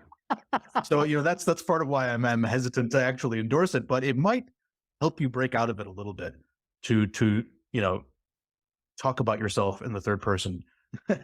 You know, for you to say, David, you're being a jackass. David, of course. And so one of the things that I did find that I thought you'd be interested in is who are the people who are best at calling bullshit and seeing bullshit? Special forces, emergency room doctors, anyone, and traders. People who trade on Wall Street, right? Because in two cases, it's truly life and death, right? If you get it wrong and you're the ER doc, your patient dies. If you're a special force, you get it wrong, your colleagues, your brothers die. And if you're a trader, it's a fictional death, right? Yeah. Your money dies. And so one of the interesting things about that, though, that I've thought, and I don't have empirical evidence for this, so let's be careful. This is a hunch of mine. But the people that I've known in those capacities are all really funny. What do you think that humor has to do with this whole thing that we're talking about? Yeah, there's so much to say there. Where do I begin? Yeah, I think humor and calling out bullshit, I think they're almost interchangeable. I think for one, I think one of the only ways that we can call out bullshit in a way that is safe, in a way that isn't going to be too offensive and threatening to people, is to frame it in a humorous way, to couch it at a joke. You know, the jester that pokes fun at the king in a humorous way and can couch some clever satire of the political regime in the comedy routine. And I think comedians have been doing that throughout the ages. Humor is a wonderful way of revealing otherwise threatening or unsettling truths in a way that's more palatable to hear. I think that's part of it. The other part of it is, I think what humor is ultimately the detection of a whoopsie, you know, some kind of mistake that we're making, some kind of mix-up. And the reason why we laugh is we want to all coordinate and get on the same page about what the whoopsie was. And the bigger the potential whoopsie, the bigger the laughter, because we all really need to make sure not to make that whoopsie. You know, like, yeah, I'm not going to make that whoopsie. No. And so one of my favorite ways of coping with the horror of the human condition is to find a way to laugh at it. That they were doing that, they would fail to win the opinion game and their status would be lowered. So we have to somehow fight over social norms while concealing the fact that we're fighting over social norms. We have to pursue our own self-interest and social status while concealing the fact that we're pursuing our self-interest and social status. And this, I think, is why we all sort of know deep down that opinions are bullshit. When someone is sharing their opinion with us, we can sort of tell deep down that they're trying to, boost their status and look superior. But we cannot call them out on that, because if we did, we would look mean and we would look like we were trying to gain status over them. And then that would lower our status. It's this really complicated. It's interesting that even a pushback against the status game or the opinion game breaks the rule so much that even if somebody on the other side is playing it, as long as they're playing it in a sufficiently culpably deniable way, you don't get to break the... Are you familiar with improv? Did I do this last time? Sure. There's an idea from improv called "Don't punk the game," and it's the one thing that you're never allowed to do. David, Chris, you're on a ship. You're cleaning the deck. I'm there going, oh, God, it's so cold out here, isn't it? And you go, I don't know what you're talking about. And it's like, no, you fucking punked the game. You could pretend that it was too hot. You could have said, oh, yeah, it really is very cold. I'm glad I've got my thick coat on or whatever, right, in improv. But you can't punk the game. And punking the game is we're playing a game of tennis, hitting the ball back and forth, and you hit the ball sideways or you hit it straight up in the air. It's like, no. Like, we're playing this sort of relatively linear game. I never thought of the fact that status game is this sort of concealed way, or opinions are a way to sort of covertly conceal the fact that we're playing for status, putting it back and forth.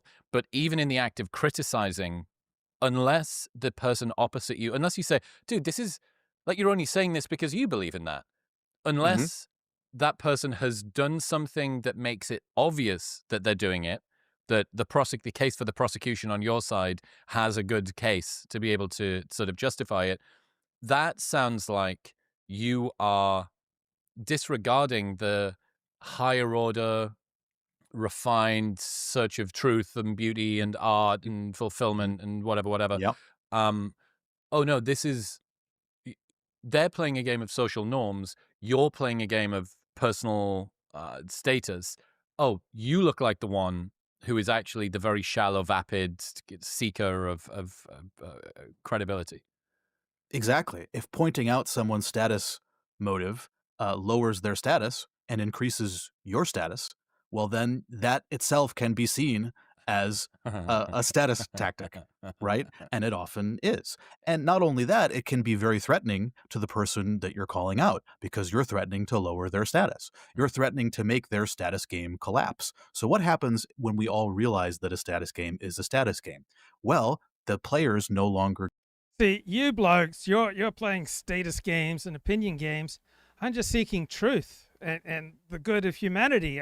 My own state is completely irrelevant to me, but I will admit a little insecurity today, a need to like kind of up my sex appeal. So if you're wondering, that's why I've got 2 buttons unbuttoned at the top of my shirt today.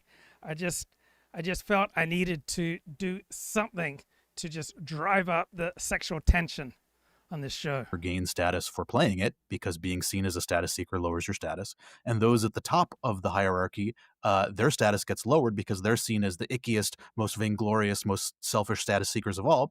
And so the hierarchy kind of gets inverted a little bit when the status game is called out as a status game. So everybody who is playing that game has a vested interest in keeping it stable and protecting it against attacks. So if you try to attack a person's status game and call out their sacred values as hollow and full of shit, obviously they're going to get extremely threatened and angry, and they're going to try to silence you. Right? Yeah. Just the weird thing, remembering our last conversation about why everything is bullshit, very meta, that you hold, why do you behave in this sort of a way? We're not transparent to ourselves. Also, other people, given that we're not transparent to ourselves, other people definitely fucking certainly aren't transparent to us either. So we don't know us, and we don't know others. If you understand the meta game, which is most opinions are campaigns for a movement in social norms in a direction that in some way is probably going to benefit you or your cohort, or derogate other person or their cohort. Yep. That, as just a general rule overall, to pattern match what most people are doing, seems to be one particular way to do it. But outside of that, I can't actually see a way to better diagnose why you think the things you think, or why other people think the things that they think. Yeah, no, it can be pretty depressing and disorienting for sure. Yeah. I think we should be troubled about, most of our beliefs being bullshit. I think we should have more humility because most of what we think probably is wrong. But if there is one way to have true beliefs in our head, or to be confident that we know what's really going on, it's by creating a set of social incentives that promote truth. So the scientific... Yeah, I love incentives. I love structures. I want people to receive the fullest amount of incentives possible to do the right thing and to not do the wrong thing. Method. And the status games surrounding academia and scientific research, winning the Nobel Prize if you make an important discovery and it's replicated, those are really powerful status incentives that drive scientists. And when those status incentives are perverse, you can get things like the replication crisis, where you get status for pumping out low quality publications that don't replicate. Guess what happens when those are the incentives? Well, you're going to get low quality publications that don't replicate. So the incentive structure of science and academia has to be just right for promoting truth. Well, but do you not have, I was going to say, do you not have now in when did replication crisis really, really ramp up? Like 2016, 2018, something like that? Yeah, around then, yeah. Okay. Now, the big meta is, well, you need to make sure that things can replicate. So whereas previously it was pumping out lots of low quality, weirdly powered, p-hacked, like bullshit studies, now where you get most of your status from is being the person who proves that this low-powered study from 30 years ago, Zombardo, actually it was this, that it didn't quite work and it wasn't pre-registered and all the rest of it. So we've gone from sort of the pioneer sphere to the critique sphere now. Yes. So is that, do you just... And you'll be pretty shocked to learn that the people who gained status by publishing BS studies were not thrilled when this received some blowback. See this as the bar stool got turned upside down and everything's inverted and people are now playing a new game because that's kind of the new meta.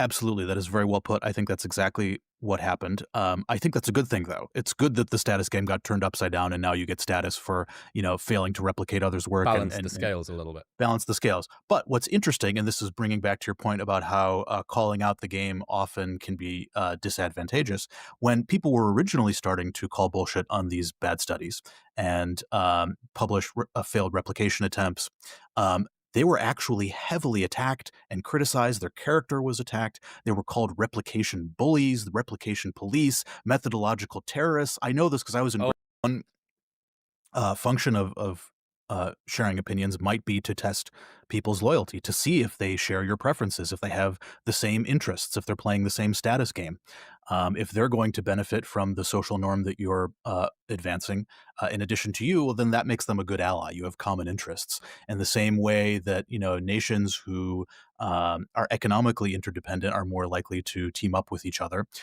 People who are socially interdependent, who have common interests in particular status games, those people make better allies, and they're going to feel closer to each other if they share the same opinions, they echo each other's opinions. And oftentimes, because these games get so complicated, we pretend to hold opinions that we don't actually hold so as not to alienate potential social allies. You might express an opinion and I might pretend to agree with it so that you feel closer to me, so we might form an alliance that I might benefit from, even if, we don't actually have common interests, agree with you than the other person.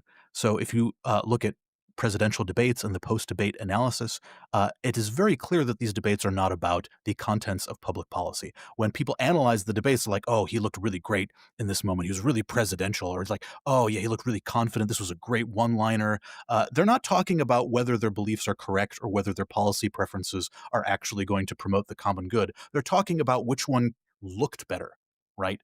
And so what I think what presidential debates are competitions to be quippier and more confident and more likable and more attractive to the American people, particularly your constituents, perhaps the people who are on the fence. They're not really about policy or about getting to the truth of what policies are actually, the dark things that politics often brings out of us. What's deepity, or what is a deepity? This is a word that I didn't even know existed before I read some of your stuff. It's a wonderful word. It's a great and helpful concept. It's a great way to detect bullshit in the world and avoid falling prey to it. So the word deepity was originally coined by the philosopher Daniel Dennett. And his example of a deepity was love is just a word. And what makes it a deepity is that it has two interpretations. One interpretation is absolutely mind-blowing, earth-shattering, world-changing. It boggles the mind. It makes you, in fact, it's extremely implausible. It's almost certainly wrong, right? And that interpretation is the emotion of love, our heartfelt feelings of desire, lust, romantic commitment, all of our courtship rituals, all of our songs about love, all that is just 4 letters. It's just a puff of air from our mouths. It's not actually an emotion. It's just a word. That is almost certainly wrong. But boy, if it were true, that would change everything, right? And then there's another way you can interpret love as just a word, which is that the word love is just a word, which is obviously true. Obviously, the word love is just a word. Every word is just a word, right? It's not conveying any information. And so what makes it a deepity is sort of toggling back and forth between these two interpretations of love is just a word. So you go to the mind-boggling interpretation, that makes no sense at all. And then you go to the more plausible interpretation, like, oh, that makes sense. And when you go back and forth between those interpretations, you create the illusion of insight, the illusion of resolving confusion and getting to something true. It's sort of like going in and out of a hot tub on a cold night, right? That the hot tub is more pleasurable when you get out and experience a little bit of cold. And then when you're in the hot tub, it feels pleasurable to get out of the hot tub a little bit, right? So when you toggle between confusion and understanding by saying something vague with multiple interpretations, you can create the kind of pleasure of getting in and out of a hot tub, but you get the pleasure of being confused and then resolving the confusion, right? You had an insight that was data seeking and self-gratification, splurging on a vacation or pivoting to a more competitive career. There's no logical connection between life is short and hedonism and risk-taking are good.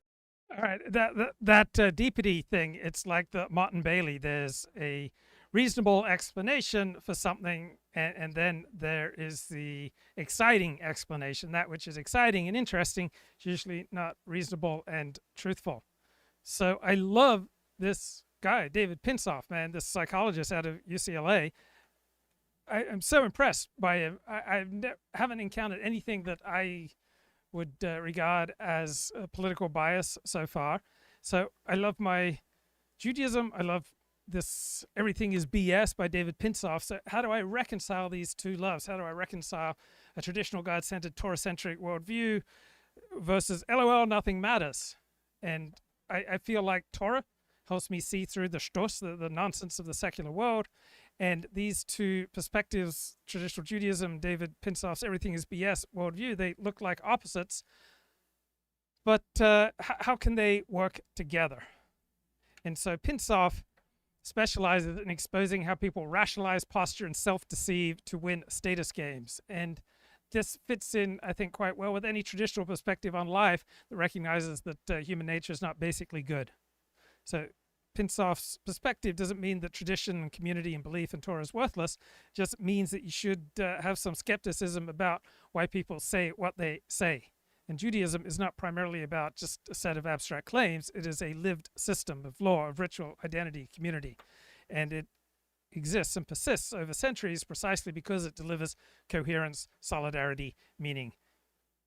Orthodox Judaism is all about the action.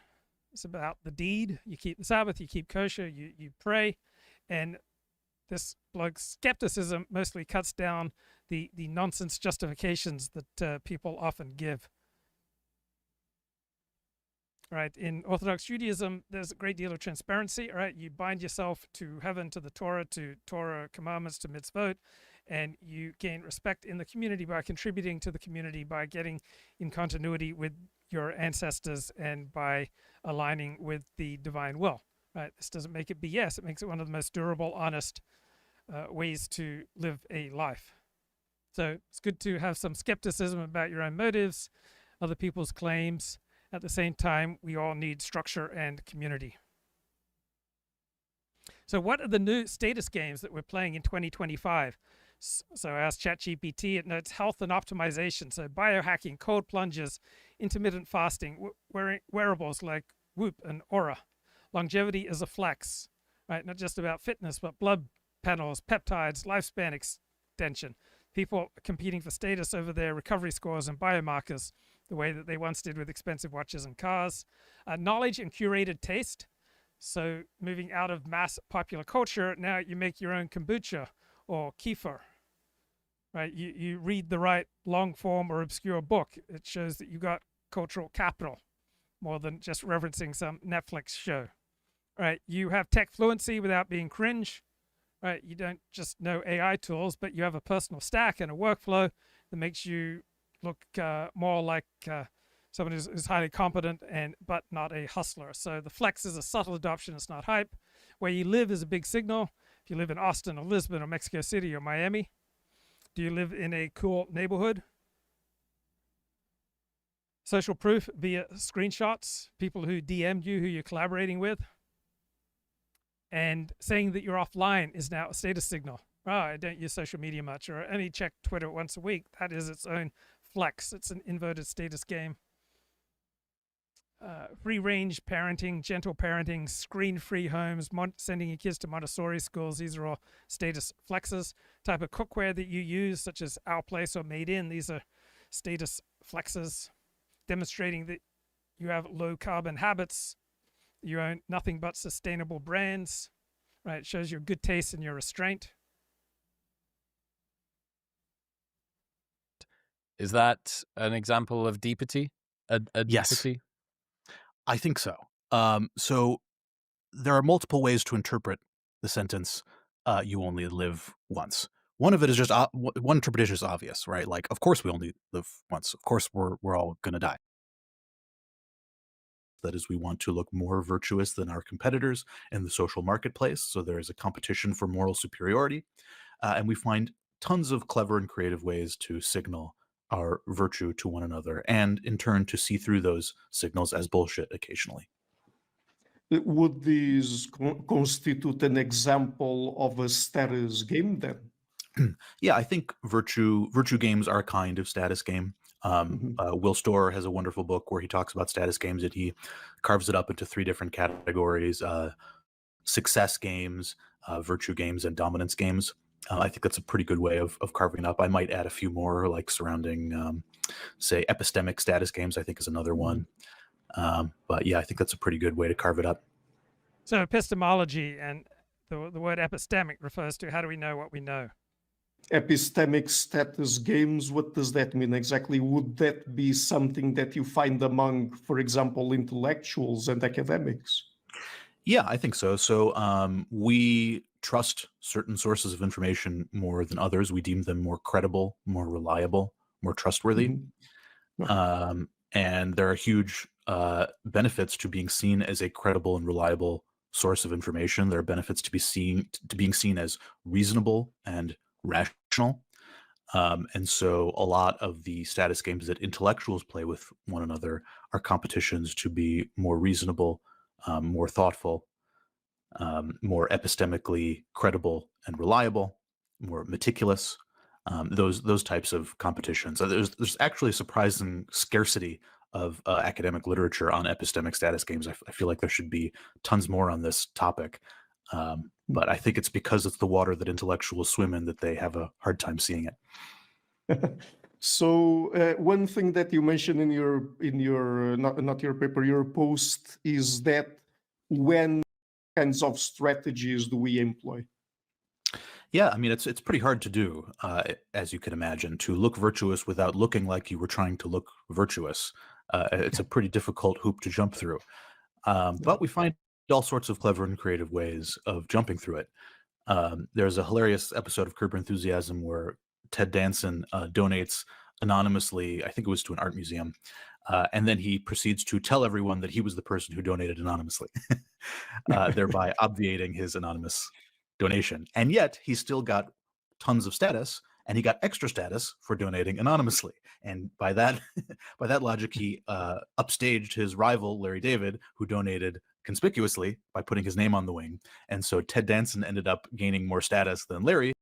Behavior, I guess that even primarily because we also need to sometimes explain our own behavior and our motives to other people, because other people need explanations.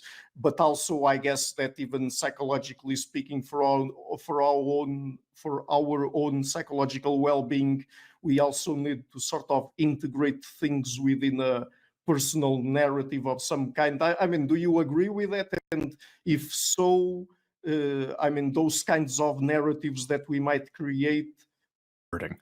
And that is often more in the interests of higher status people than lower status or embittered. Right. People who have high status want to protect the status game, and people who don't have high status are incentivized to decode and deconstruct and diminish the status game. People. Which is, if you're winning at the game of status, then you want to venerate it and encourage it and protect it and defend it. If you're losing at a particular status game, then you're strongly incentivized to diminish it. Why you might expect lower status or embittered people to favor more cynical and nihilistic ideas that challenge the prevailing sacred narratives. Sorry, could you repeat the question? Because I feel like I got sidetracked. Yeah, no. Heads. We, in doing that, often convince ourselves of all sorts of things, and that helps us to more effectively convince others if and when we're ever put on the stand or put on trial, so to speak. So that's another function of them. There are probably other functions. I think coordination may be one of them. All of us getting on the same page. Status games themselves depend on coordination. We all need to agree on what is high status or what is low status. And you could imagine all day here, I mean, we are one of the judgiest, probably the judgiest species on the planet. The number of traits and dimensions on which we judge each other is enormous and bewildering. But yeah, I mean, I could go on all day. Honesty, kindness, fairness, generosity, bravery, loyalty, cleverness, sense of humor, self-awareness. I could go on all day. Majority opinion, if we express certain minority tastes, for example, do you think that expressing an opinion, I think, is to shape social norms in our favor? So at this point, it might be. So we're always trying to reconstruct the environment and community around us to better fit in with our particular group interest, individual interest, and hero system. Helpful to backtrack and think about what norms are. I think norms are just widely shared opinions. You could think of opinions as pieces or fragments of norms. And when everyone shares the same opinion, you get a full-fledged norm. So if opinions are just the judgments we make about other people based on their preferences, then when we all share the same opinion, then we're all going to make the same judgments about each other based on what we do. So if we all share the opinion that McDonald's is great, that McDonald's eaters are authentic and honest and blunt, and they tell it like it is, and they don't virtue signal, well, that's going to create a social norm among our group to like and eat at McDonald's. To science, but and this is great. He describes science as a status game. I think it may well apply. So I do agree that science is a status game, and it's a particular kind of status game that truth emerges from over time. And that's what makes it so wonderful and beneficial to us. But at the end of the game, it still is a status game. Scientists gain status for making new discoveries and advancing new theories that end up being judged as correct. And so you could think of scientific hypotheses and theories as opinions, insofar as the scientist makes negative judgments about the people who agree with that theory and, positive judgments about the people who agree with that theory and negative judgments about the people who disagree with that theory, then you could call that theory an opinion. And currently, there are efforts to try to correct those incentives. So there are multiple projects being undertaken to try to replicate others' work. There are institutions for trying to reward replication work with greater status. Journals are starting to publish replication work more frequently than they used to. There are incentives for not p-hacking, so for pre-registering your hypotheses so that you can't, twiddle with the statistics until you get the result you want. You have to say what statistics you're going to run in advance and then run those exact statistics. So that's another positive development. Sample sizes have gotten larger, which is good. I think we're correctly focusing more on effect sizes rather than p-values. This is more in the weeds here, but I think lots of positive developments have taken place in the wake of the replication crisis to try to correct these incentives so that the truth will emerge more effectively. There's still plenty of work to be done. There's still plenty of problems, but I think it's headed in the right direction. And so, and this will be my last question, do you think that then if people, scientists, philosophers of science, were aware of this more evolutionary take on incentives and opinions, that perhaps they would develop better and new ways of doing science? Well, it is my opinion that that is correct, and it is, of course, my self-serving opinion, as most opinions are, that is correct, because I'm an evolutionary psychologist, and so touting the virtues of evolutionary psychology is in my status interests. But yes, despite the fact that this opinion is self-interested, I do think it is correct. I think the best, or perhaps the only way to understand human nature, the human condition, is by viewing it correctly as the product of natural selection. I think that is the source of humanity. Hey, got a super chat from Partybots. Thanks for the Sunday stream, Luke. Now, you're probably wondering, 40, what are the most high-status TV shows to talk about right now? ChatGPT says Severance, right, on Apple TV, Adolescence on Netflix, Alien, the sci-fi pick of 2025, Task. I love Task on HBO on Sunday nights. Only Murders in the Building, The Lowdown. Haven't seen that. The Paper. I enjoyed The Paper as a spin-off from The Office. The Pit. I love that. One of the new medical dramas. So if you say you love Succession, Severance, The Crown, signals that you're plugged into serious culture. And Aaron Renn, the Protestant thinker who I've become a big fan of over the last 6 months, he notes that more successful people are able to let go of feuds more easily. So you saw the right coming together at Charlie Kirk's memorial service. So you had Donald Trump and Elon Musk sitting together. You had Ben Shapiro and Tucker Carlson talking for the first time in years. High-functioning, high-status people seem to let go of feuds easily when it is their advantage to do so. And it's the Democratic Party consultant Dan Turrentine on Mark Halperin's show who often notes that the remarkable thing about Donald Trump's movement is that it is stronger now than when it started 10 years ago, and contrast that with the alt-right, which just split apart because people could not let go of their feuds. So conservative talking heads like Charlie Kirk and Ben Shapiro achieved great success because they learned to get along, while dissidents on the distant right, they largely divided up in largely pointless feuds. So Dennis Prager's made his first public appearance. I kind of wish I never saw this video. Why do you think he released this? And every day since that. Yeah. And I don't expect God to intervene in everyone's life. Long story short, Dennis does not seem to have changed his opinion on anything since having a fall November 12 of last year and being rendered a paraplegic. It would render life meaningless. Then what was God supposed to do? Suspend the laws of gravity? I was philosophically prepared for a catastrophe. Anyway, people should read my... And it's a lot easier to be prepared for a catastrophe if you've got a big support system and a lot of people who love you. My happiness book. So that's the answer to the question. Have I changed my mind in any way? I haven't. All right, very few people in their 70s, and Dennis Prager's almost 80, right? Very few people this old ever change their minds. Do you have any physical pain? I have physical pain, not right this minute. It's sporadic. Oh, I watched a lot of Charlie. Oh, so here he talks about the podcast that he listens to. Not in order of importance. So Douglas Murray,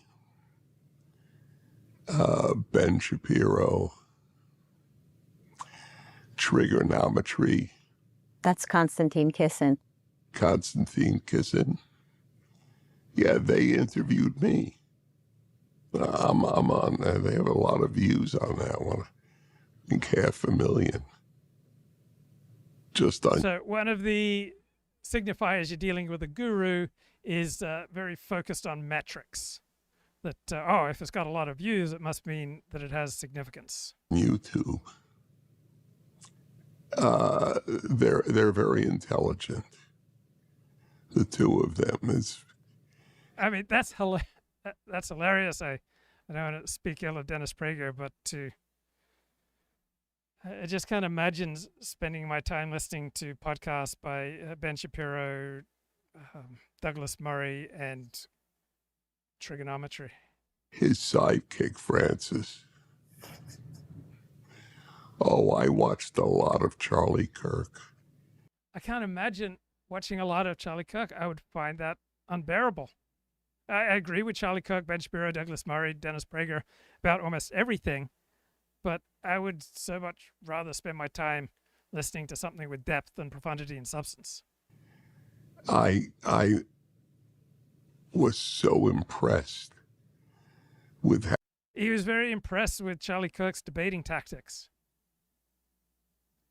It's just not something that I appreciate, respect. How he dealt at length with students and universities at which he spoke.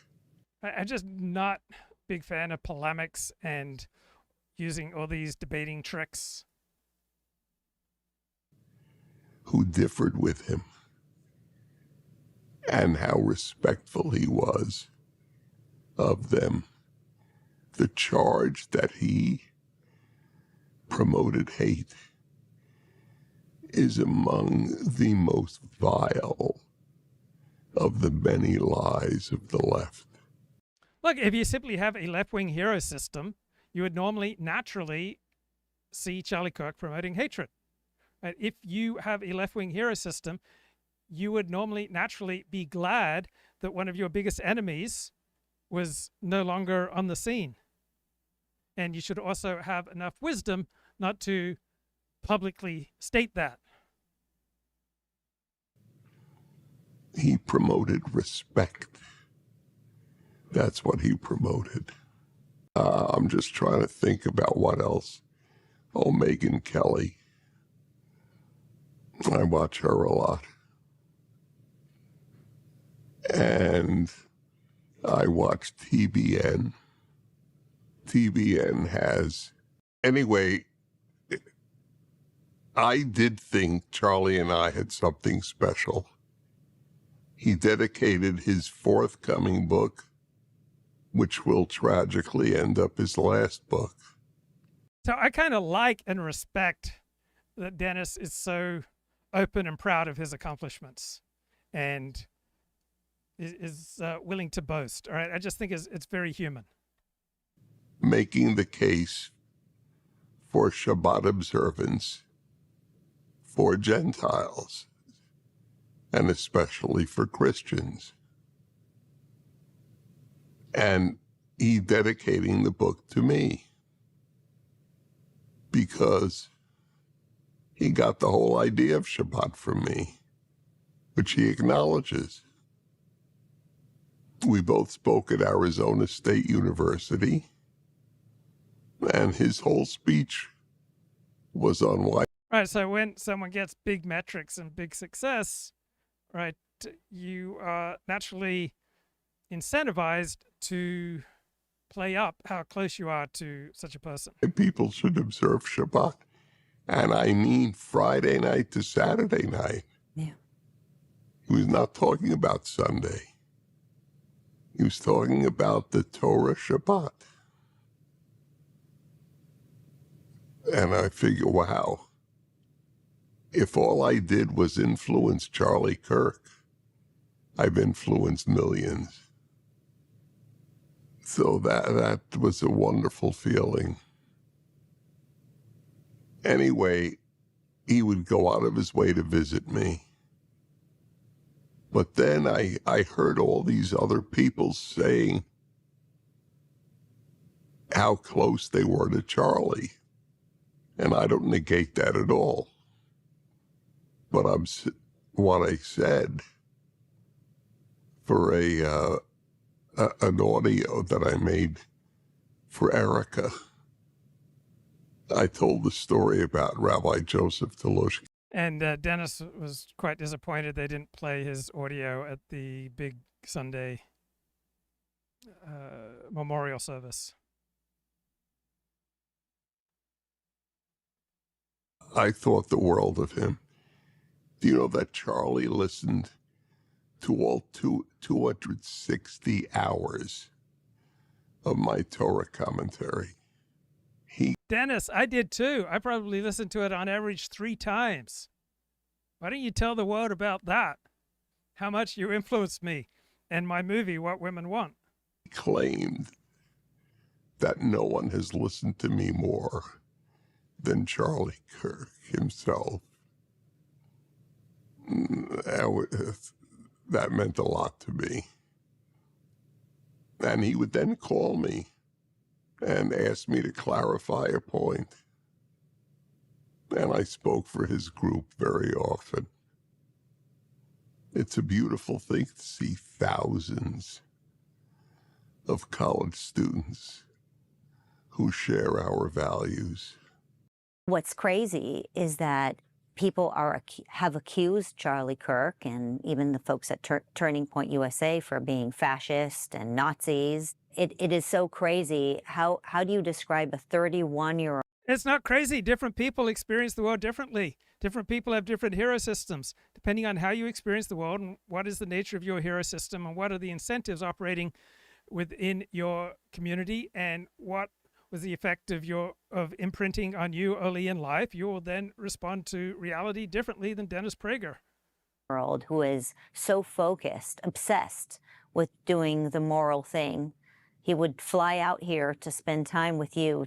So I think the New York Times analysis of Charlie Kirk's debating tactics was much more profound than this. To really gauge on how to make the moral decision, yet the left accuses this young man with the most ridiculous charges and Jew hatred.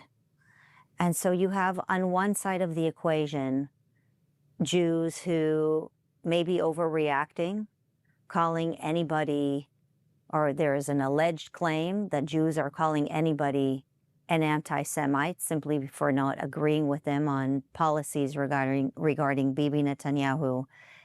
And Megyn Kelly is saying this, and Tucker Carlson is saying this, but who are the Jews who are claiming that any criticism of Bibi and Israel is anti-Semitic? All right, I'm just unaware. And Israel. And so, for example, Megyn Kelly and even Charlie Kirk felt that the Jews who accused Charlie Kirk or Megyn Kelly of being anti-Semitic were fools. And let me add, we have no idea who they are. I still don't. Right. They're invoked, but we have no idea if there are any actual such persons. So, Dennis, but what's your comment about people who are accusing Megyn Kelly, let's say, or have accused Charlie Kirk of turning on Israel or being anti-Semitic, or maybe even not anti-Semitic, but turning against the Jews? If you think Megyn Kelly and Charlie Kirk have been anti-Semitic, you're out of your mind. You are. So Scott Greer, who's a pagan and a member of the distant right, was watching the Charlie Kirk memorial service, and he's noticing that increasing sections of the American right love to talk about demons, right? He had a demon attacking Tucker Carlson in his sleep. Think about how much more exciting that is, right? How you're able to imbue the mundane with much more significance if you didn't sleep poorly because of sleep apnea. No, you were wrestling with demons. So if you're constantly searching for what's interesting and exciting, you'll also get that which is trashy, meretricious, pseudo-profound, and nonsensical. If instead you optimize for truth, you get to skip this nonsense. So Scott Greer watched the Charlie Kirk memorial service and knows fixation on demons has become the defining characteristic of the new religious right.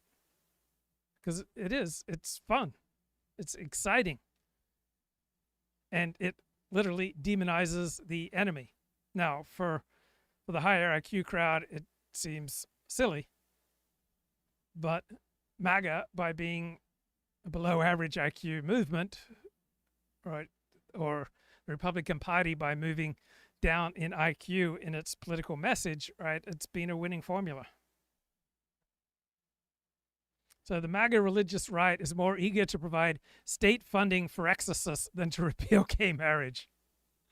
And so Megyn Kelly, right, like many of the successful talkers on the right, she's following her audience down market.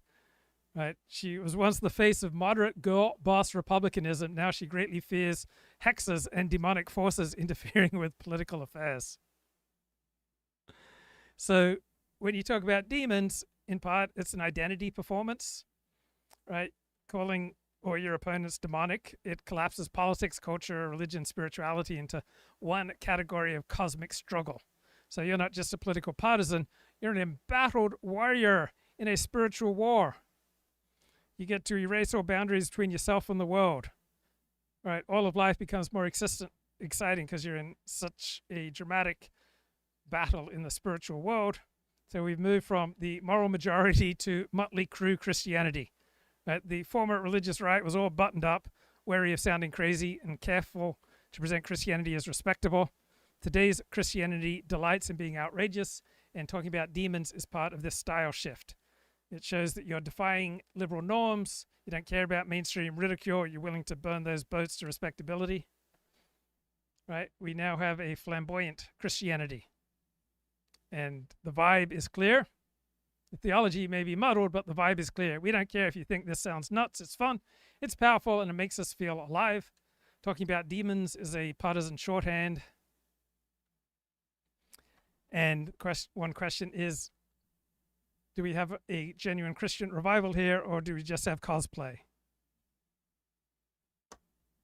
Right now, it looks more like cosplay than a religious revival.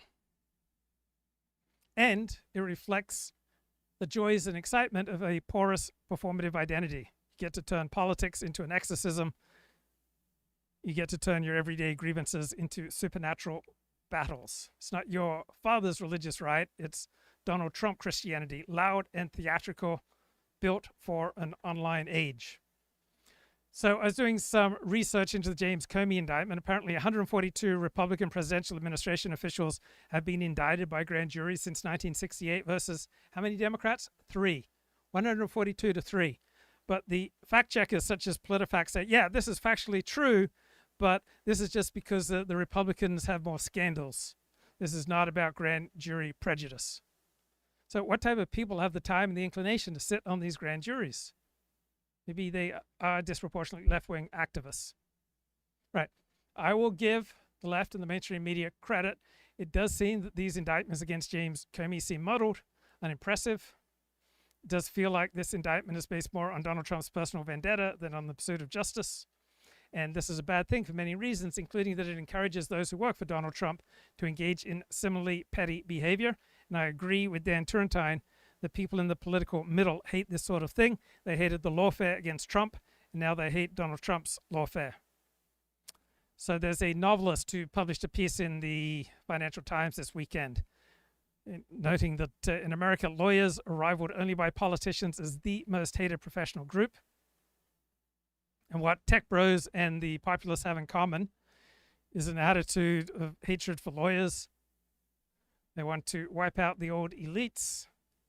They want to move America away from control by lawyers and technocrats, and in the process, create an illiberal democracy.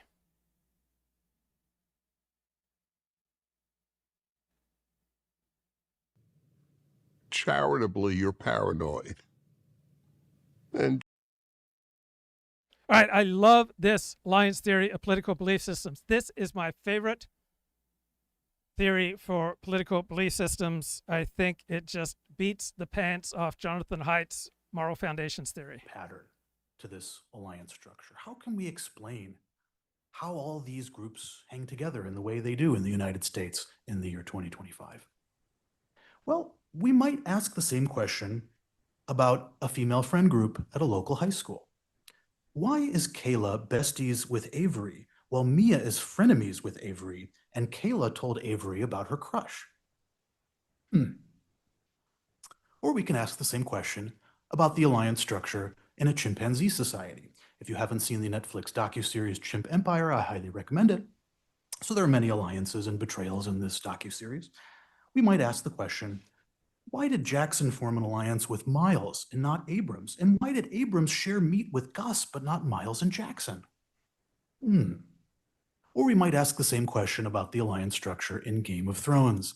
This is a diagram made by a superfan of Game of Thrones, mapping all the alliances and betrayals between the different characters in the different houses in Game of Thrones. So we might ask, what is the deeper pattern here?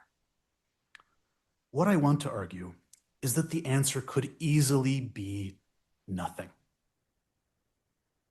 There doesn't need to be a deeper pattern here. I think as scientists, we should stop looking for one. Politics is not like Star Wars with the dark side and the light side. Politics is like Mean Girls, Game of Thrones, and Chimp Empire. Also, the American alliance structure is far from inevitable. The military is not always right-coded.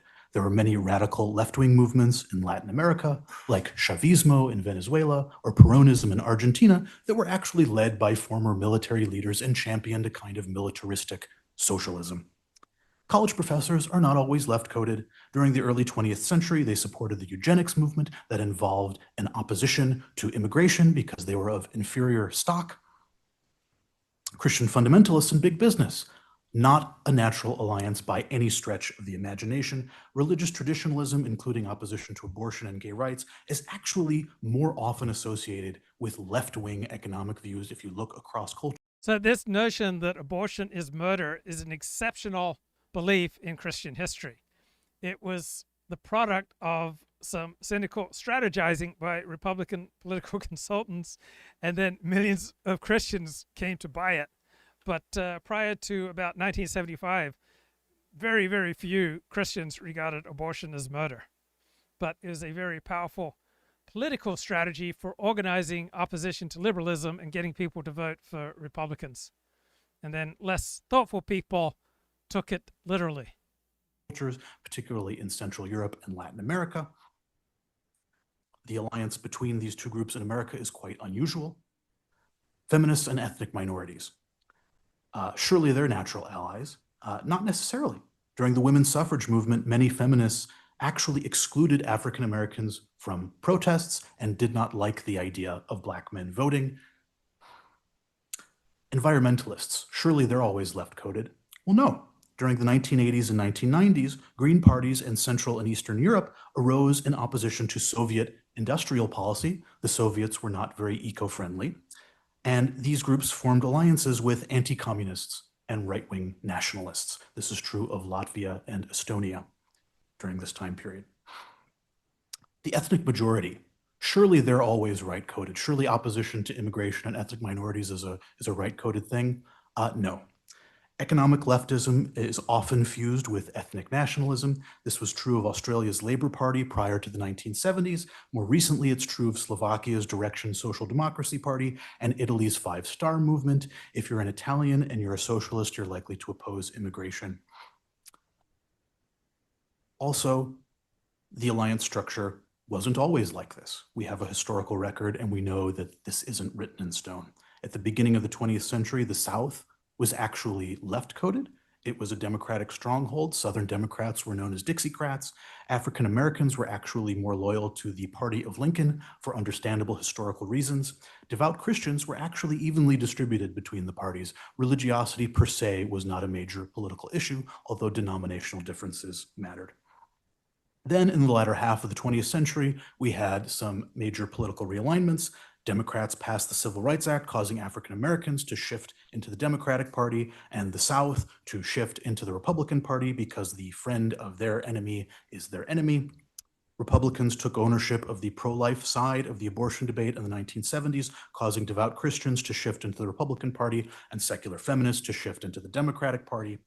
Immigration from Latin America, coupled with the decline of manufacturing work and urbanization and educational inequality, led to the emergence of the quote-unquote white working class who blamed globalization, elites, and immigration for their low and declining status.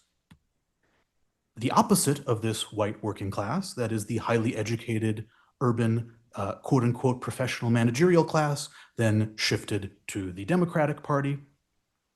And at the same time, increasing economic inequality, large corporations commanding a greater share of resources and political power led to conflict and competition, I think, between this professional managerial class and quote-unquote big business. From here, we can see how transitivity might have played a role.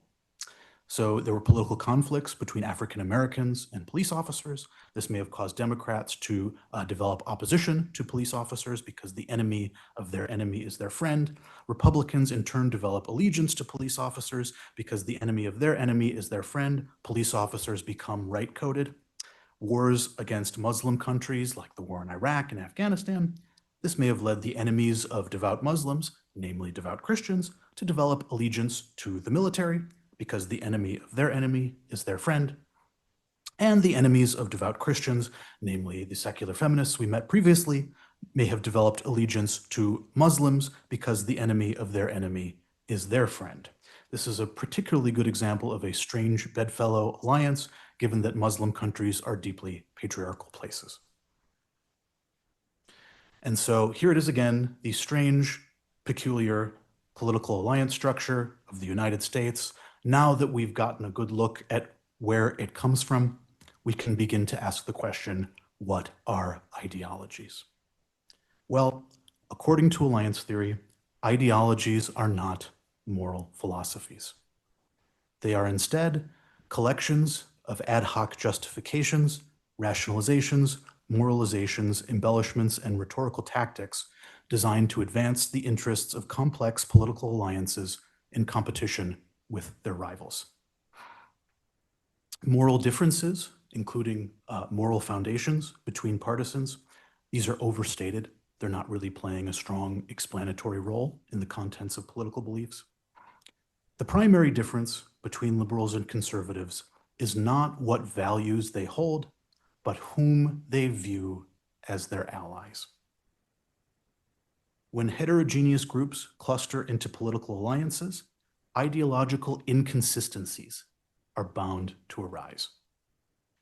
For example, if you happen to be allies with both wealthy business people and Christian fundamentalists, the peculiar strange bedfellows alliance in the United States, then the principle of limited government may justify the interests of the former group, but not necessarily the latter group. That is going to lead you into some ideological inconsistencies. Let's take a look at some of these inconsistencies on the political right. Poor people in America have no one to blame but themselves. You hear a lot of this rhetoric on the political right, and unless they're working class white people, in which case they should blame immigration, international trade, and reverse discrimination. So what's going on here? How can we explain this? It's pretty simple, actually. Poor people, as we know, as we saw from the graphs, they're left-coded, often associated with ethnic minorities. Working class white people, on the other hand, are right-coded. We ought to have more respect for the American military, but not the FBI. What's going on there? The military is right-coded. The FBI investigated Donald Trump in 2017, causing Republicans to turn against the FBI because the enemy of their friend is their enemy. One of the biggest problems facing America is violent crime, but not gun violence. You might think they're similar, but they're actually not. Gun violence implies that gun owners are the problem and big government is the solution. Violent crime implies that inner city gangs are the problem and the police are the solution. With this subtle change in wordings, you are activating very different alliances in people's heads. Black Lives Matter protests are dangerous and divisive, but the January 6th Capitol riot was peaceful and patriotic. That one's pretty self-explanatory. And we must respect authority figures, except the IRS, EPA, CDC, NIH, or the UN. Here are some other examples on the political left. We should do everything we can to protect college students and people on social media from feeling unsafe. But we shouldn't care about police officers in dangerous communities who feel unsafe. College students are left-coded, police are right-coded. Poor people are not personally responsible for their financial problems. This is the opposite of the rhetoric we saw on the political right. But climate change deniers are personally responsible for natural disasters that strike their home. This is from a pretty interesting public opinion poll. We must stand in solidarity with labor unions, but not police unions. What's going on there? We should believe the sexual assault allegations against Brett Kavanaugh, but not the sexual assault allegations against Joe Biden. We must show empathy and love for all groups, except uneducated Southern working class, pro-life, devout Christians, business people, white people, men, members of the military, or Republicans. These inconsistencies fit better with alliance theory than with conventional approaches to ideology.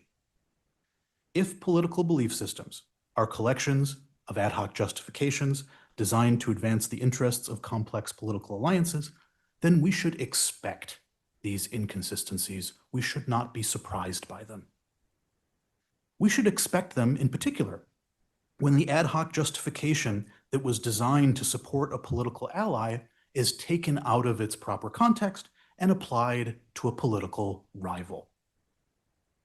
This is exactly what we find in a variety of cases, which I reviewed in my 2023 paper. Conventional approaches to ideology centering on moral values really struggle to explain these inconsistencies. If we brought in Jonathan Haidt and asked him to explain these inconsistencies from the perspective of moral foundations theory, I bet he would have a hard time. Inconsistencies support alliance theory and challenge other approaches. Limitations. Of course, these inconsistencies are taken from polling data. Some of these inconsistent answers are actually coming from different polls. Should do more to help small working class towns in America's heartland. And here is the Venn diagram between those two positions, with the majority of the conservatives in my sample agreeing with both of these statements.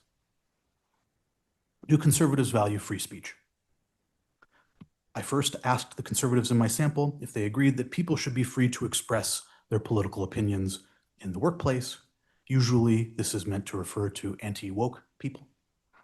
Then I later asked whether athletes should be allowed to sit or kneel during the national anthem. Obviously, this is in reference to pro-BLM athletes. And here's the Venn diagram there, very large degree of overlap. Do conservatives value authority? People in this country need to have more respect for authority. Usually, police or military is what comes to mind when we think of authority. Businesses should resist government regulations they think are unfair. Government regulators typically don't come to mind as often when we think about authority. And here's the Venn diagram there, with nearly 100% of the conservatives who agreed with that statement on the right also agreeing with the statement on the left. Do conservatives value liberty? The government should not place tighter restrictions on who can access guns. The government should place tighter restrictions on who can access pornography. Here's the Venn diagram there. Not quite as much overlap as in the other graphs, but still the middle choice is the most frequent of the three. Do conservatives value patriotism? We should be more suspicious of foreigners. I trust Vladimir Putin when he said he didn't interfere in the 2016 election. Vladimir Putin is a foreigner and a arguably very suspicious one. And yet we have this strong overlap between these two positions, with the middle one being the most common. Do conservatives oppose cancel culture? People should not be so easily offended. Black Lives Matter is offensive. Here's the Venn diagram there, nearly perfect overlap. Do liberals oppose stereotyping groups? I first asked the liberals in my sample. They agreed that it is wrong to endorse negative stereotypes about people based on where they were born. Usually this is meant to refer to immigrants. I then asked them if people from the South are racist. And here's the Venn diagram there, quite a bit of overlap, with most of the people agreeing with the statement on the left, also agreeing with the statement on the left, on the right, on the left. Men and women are equal in their talents and abilities. Women are better at multitasking than men. Here's the Venn diagram there. I asked a very similar question. Women in positions of power are better able to feel empathy than men. Nearly identical results there. Do liberals value outgroup tolerance? I first asked whether Muslims should be held responsible for terrorist attacks committed in the name of Islam. Seems like a pretty reasonable ethical principle that you wouldn't want to blame an entire group for the actions of a few violent extremists. I then asked the liberals whether Trump voters should be held responsible for the terrorist attack at Charlottesville. And here is the Venn diagram there, very large degree of overlap between these two positions. Do liberals value diversity? We should be more inclusive of people with different perspectives. Usually this is meant to refer to ethnic minorities. Liberal college students should not be inclusive of conservative speakers on college campuses. Here's the Venn diagram there. Here, this one's interesting. So only a minority of the liberals are actually agreeing with the statement on the right, which, depending on your perspective, might be heartening. But of the ones who do, nearly 100% of them are also agreeing with the statement on the left. Do liberals value bodily autonomy? A woman should have the right to do what she wants with her own body. This is a pro-choice slogan, as we know. People should not be allowed to sell their kidney. Here is the Venn diagram there. Very huge amount of overlap, given that women are people and kidneys are a part of the body. This is pretty inconsistent. Do liberals value equality? It is not fair that corporate CEOs are paid millions of dollars a year. It is fair that Hollywood movie stars are paid millions of dollars a year. Here is the Venn diagram there. Right, this is the alliance theory of political belief systems. It's the best theory of which I'm aware. And the same psychologist on his Substack, Everything is BS, he writes, suffering is good.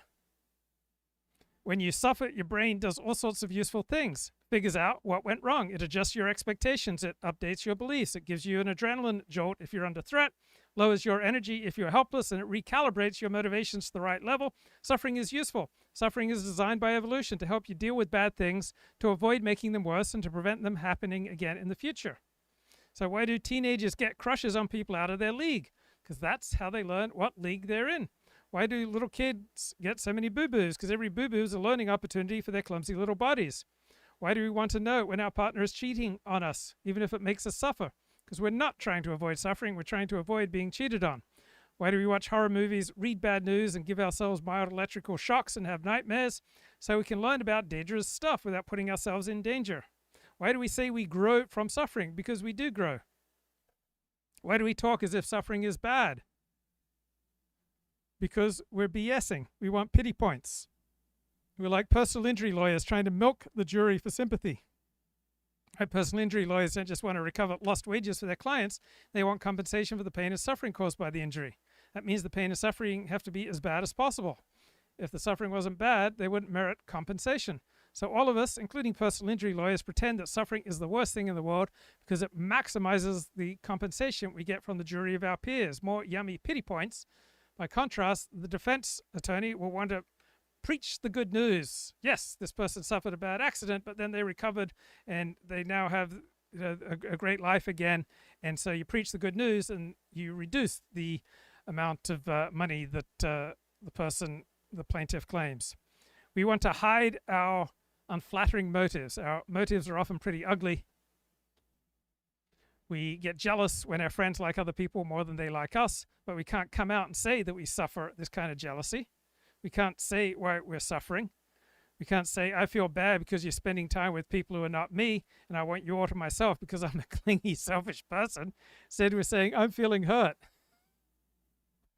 Then when we're asked what's wrong, we lie about the awfulness of what we're feeling, as if the bad thing was just inside our heads, instead of our friends having a social life that did not solely revolve around us.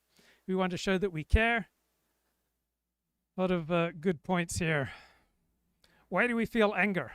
Right? Anger is a computationally complex cognitive system that evolved to bargain for better treatment. Anger coordinates our facial expressions, our vocal changes, our verbal arguments, the withholding of sex, the withholding of benefits, the deployment of aggression, and all these other cognitive and physiological variables, all in the service of leveraging our bargaining position into better outcomes. right? We want to tell the offender that they are giving too little weight on our angry individuals' welfare when they're making our decision. So we want to resolve conflicts more in favor of the angry individual. So natural selection gave us anger to orchestrate the subcomponents of our architecture, our physiology, behavior, cognitive structures, to leverage its bargaining advantages over another organism and incentivize that organism to be more considerate of us.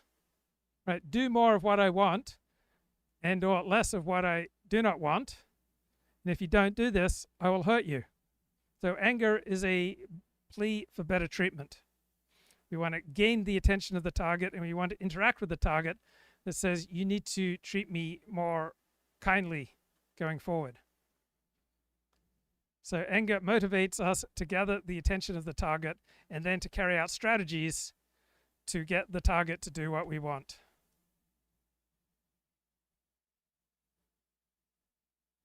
If you watch videos in the 60s or 70s or 80s or 90s, right? You know, it's the sexism, the ambient sexism, and the laws are. So this is David Pinsof's fellow academic, but this guy here on the right, David, he's Petrosky, obviously much more woke. Are insane, right? The arguments for equal treatment being taken seriously, like that's the history of that is very clear. There's a long, clear history of people with not doing well in the. So these guys are evolutionary psychologists, but they didn't like it that in the popular conversation, evolutionary psychology is associated with the right. The competition for status and power, or being granted even an equal seat at the table. Those people and the people who want that to continue, right, are both accepting sort of a premise. It sounds like that this idea that there's an evolved psychology generally, and then specifically that there's sort of sex-based design differences in human psychology is consistent with sort of one side versus the other. Number one, and this is a big question, number one, like, why do you think that is? Like, why do people think that that's true? And then number two, if it isn't true, why isn't it true? Yeah. So I don't think this is unique to feminism. I think anytime there is an intergroup conflict over status or resources or power or something like that, the group that has more status or resources or power will invariably try to justify that advantage in terms of superiority. So the reason we have more power and status and resources is because we're just innately superior. We're smarter, we're wiser, we're more virtuous, whatever. And the it's God's will, yeah. It's God's will. It's the divine right of kings. There's always some kind of justifying narrative behind it. And naturally, the people who have less power and status and resources will try to challenge that narrative. And so where the power ends up lying is going to depend in large part on how plausible each disputant finds the narrative, right? Because the narrative is a kind of coordination device. If we all agree that we're innately superior to them, then there's no reason to oppose the social hierarchy. There's no reason to expect other people to oppose the social hierarchy. There's no reason to expect other people to expect other people to oppose the social hierarchy. We need to coordinate and create common knowledge for collective action. And one of the ways that we do that is by creating a shared narrative. And so a big part of politics is just a battle over narratives. What narrative are we going to collectively share, and what kinds of social arrangements is that narrative going to justify? So these narratives are hugely politically important. Different groups rise or fall in direct proportion to how many people buy the narrative. So that is the context in which evolutionary psychology enters the picture. And because with us or against us is a dichotomy, and we're looking for any reason at all to suspect you of being the enemy or of being against us because of this kind of smoke alarm principle where we're biased to make the less costly error. Like it's much less costly for us to assume someone is. And David Pinsof writes on his blog, why do we argue? It's not about persuasion, right? We wouldn't yell at people and call them Hitler if we really wanted to persuade them. We argue to rally our tribe, to rationalize our choices for the fun of it, to defend our status, to defend our group, to attack other people's status, and to cover up the dark things that we're doing. An enemy even when they aren't, than to miss a real enemy when they're really there. So we're biased to sort of see the world in conspiratorial ways and over-perceive people being out to get us. And so any deviation from the narrative, even if it's a mild one, even if it's a relatively subtle deviation from the narrative, gets filtered through our coalitional psychology as this person's against us. If they don't cross every T and dot every I on our political narrative, then they're an enemy. It's not, oh, they agree with us 90%, or they agree with us on most of these things, or they have this subtle objection to this particular detail. If they don't accept the whole narrative, then they're not with us. And I think... Yeah, we want to intimidate people and threaten them and provide them with incentives to align themselves with us. And David Pinsof, this UCLA psychologist, he says that we don't want to be happy. We want sex. We want to be sexy. We want tasty yum-yums for our face holes. We want dominance, or we want to display submission. We want to stay warm, to avoid snakes, use tools, support our tribe, not be on fire, ascend social hierarchies, form alliances, show off our health, show off our virtue, nurture cute babies, preferably ones that share our DNA, make people feel indebted to us so that they will help us in the future if we are sick or injured. These are the things we want. These are the things that helped our ancestors survive and reproduce. Happiness is not one of them. Why do we read so much bad news? Because scary stuff can kill us and happy stuff can't. Why are we bored by positive psychology? Because there's no sex or death in it. Why do we work too much? Status anxiety. Why do we simmer in anger and post nasty things on Twitter to display dominance? Why do we beat ourselves up and stay friends with jerks? Submission. Why do we have kids even though they make us miserable? So most motives are rather unflattering, and usually we'd prefer not to talk about them. So we pretend that we're into happiness or self-actualization. It's our PR story. We run cancer marathons not to show off our health and virtue, but we claim we find it rewarding. We want to help people. We tell people we want to be happy because it sounds good. And the author of a book on status, Will Storr, has a terrific blog post, The Limits of Eastern Wisdom. He notes, Buddhism is a status game. The better the monks play at the game of Buddhism, the higher they climb and the more rewards they gather. And this is true for any high-intensity religion. Right? Every high-intensity religion is a status game for the adherents. And for the clergy of less intense religions, they too are engaged in a status game. Right? The better you play the game of your religion, the higher you climb in your in-group and the greater the rewards that you leap. We don't think of it as a status game because of the story that the religion tells of itself, of its wisdom, virtue, and freedom from ego. That explains why evolutionary psychology got categorized as being on one side of this political conflict. It's not because, I think, certain evolutionary ideas do challenge certain parts of feminism, but I don't think that it is incompatible with feminism. And I think that the things that it challenges about feminism are relatively subtle and require a lot of debate and discussion to really, nail down the details. But because it's any kind of deviation at all from the shared narrative, it elicits this reaction of you're not with us. And yeah, that's great. And I appreciate that subtle point. And I mean, I'm happy to unpack this with you, but Explanation is that men are more motivated to seek status and resources than women, because status and resources is a greater ticket to mating success among men than it is among women. And there's plenty of evidence to suggest that that is true, that women tend to prioritize status and power and resources among men more than women do. More than men do among women. If status competition throughout our evolutionary history resulted in differential reproductive success among high-status men relative to low-status men, which seems pretty clear that it likely was, then men would have a pretty powerful status psychology. This isn't to say that women don't have a status psychology, but it's going to be slightly different. And this could explain the overrepresentation of men. How do we work? But adaptation, let me start talking to you and asking you how you work. And not only about your own flaws and limitations, but about how complicated humans are and how poorly equipped we are to truly understand them in all their richness and complexity.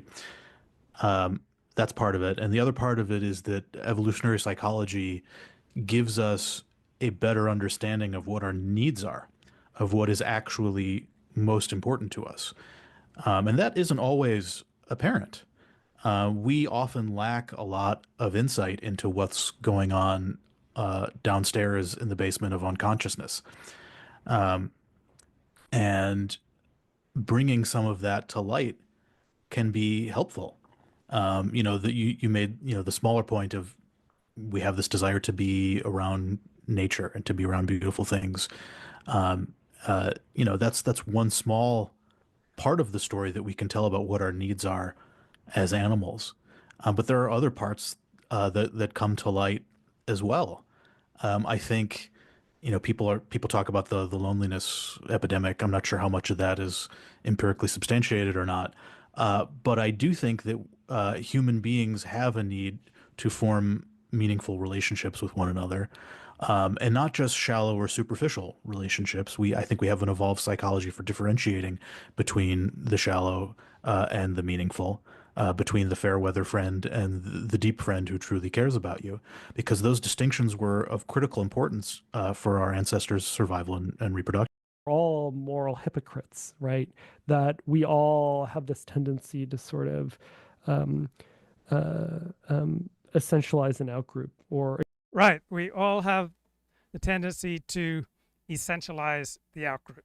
You could describe my academic paper, Strange Bedfellows, The Alliance Theory of Political Belief Systems, as a way of calling bullshit on that prevailing view of political ideology. So I really take aim at the idea that liberalism or conservatism, as they manifest in contemporary American society or other Western nations, represent coherent belief systems, reflect moral principles, reflect well thought out philosophies. I think they are much more strategic, chaotic, random than that. And I'd be happy to get into the details of how I'm grounding out that view.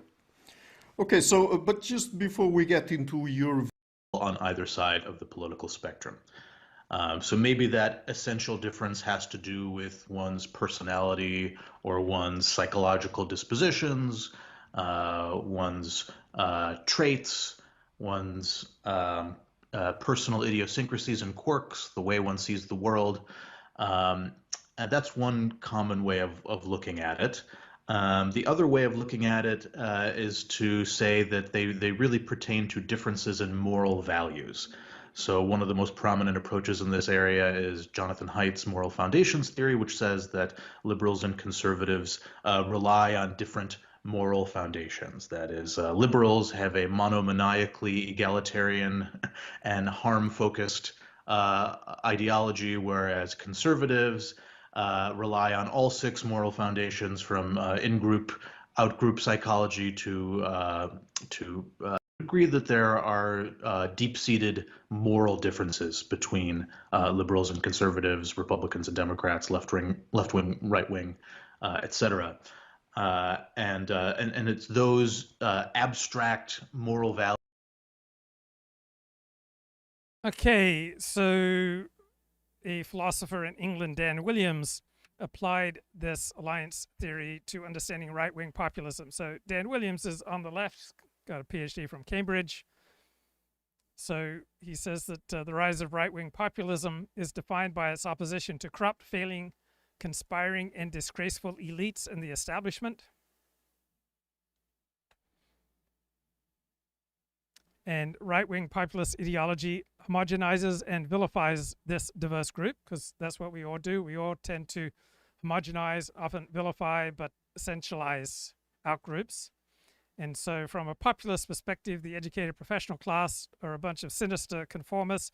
They are NPCs, non-player characters. They're a unified class deliberately conspiring to undermine the patriotic American, the working class traditional way of life and its economic prospects.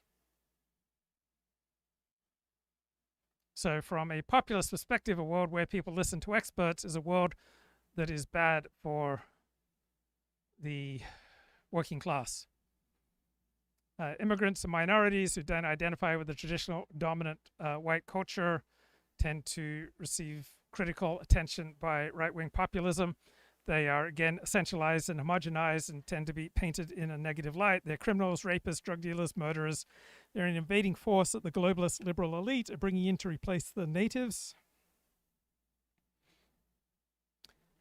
And then the flip side of demonizing your rivals is painting those in your alliance in the most positive light possible, right? Who stands up against the liberal elites and the immigrants? It's the real Americans, the true Britons, the ordinary people, the silent majority, the forgotten men and women who want their country back, the hardworking, patriotic, common sense citizens, the authentic heart of the nation.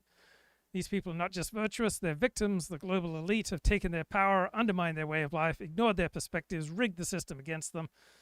Ordinary Americans, patriotic Brits, all are besieged by political correctness, wokeness, immigrant and minority crime, economic and social problems caused by this corrupt establishment.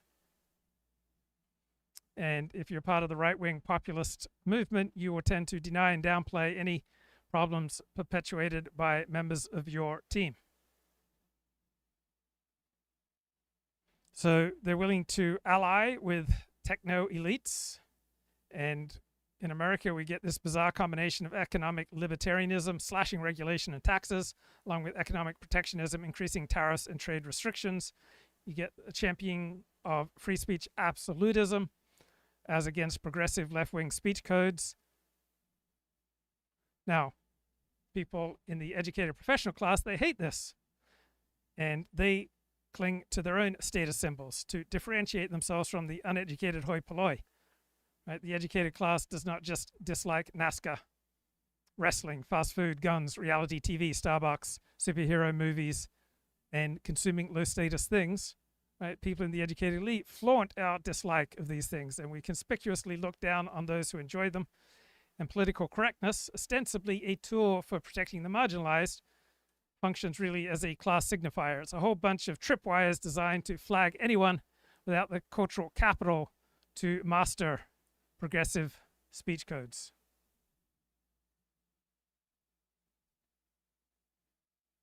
Or then we would strategically endorse whatever values support our political allies and reject them or flout them when they serve the interests of our political rivals. And when we have a wide variety of heterogeneous political allies, as we do in modern democracies with complex political coalitions, then we're going to see the strategic endorsement of moral values in one case to support one's allies, and the rejection of that moral value when it happens to support our rivals.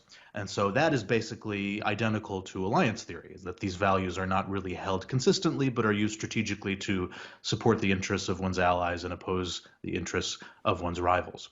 But the problem is, if these abstract values are not in our self-interest, and they're not in our political allies' interests or our group's interests, then that really rules out the only possible mechanisms by which these values could have evolved. Darwin once famously said that something along the lines of things don't exist merely for the sake of beauty or for the sake of mere variety. They don't exist to delight man or the creator, right? And if you could show that the properties of an animal exhibited these benevolent properties, then that would be absolutely fatal to the theory of evolution. One of the great things about Charles Darwin's book, Origin of Species, is he repeatedly offers examples that would invalidate his theses. So I think that's a powerful way of arguing. So what do we find interesting? David Pinsof. We find interesting that which helps us fit in. We find things interesting because others find things interesting. People become famous for being famous. Things become interesting for being interesting. That's why we're interested in sports, celebrities, and the news, even though these things are useless. Everyone talks about these things because nobody wants to be left out of the conversation. We all want attention. We want people to listen to us because that shows that we are high status. We're interested in whatever grabs people's attention. We're interested thus in the titillating and the gory, the gossipy and the paradoxical. We want to form cliques. We want to display our superiority. The hotter the take, the fewer people believe it. So if we can convince people that our hot take is correct, then we get to look smarter than everyone else. Same goes for moral claims. If we can convince people that some widespread behavior is morally wrong, or that some weird behavior is morally right, then we get to look holier than thou. We want to display our own group's superiority.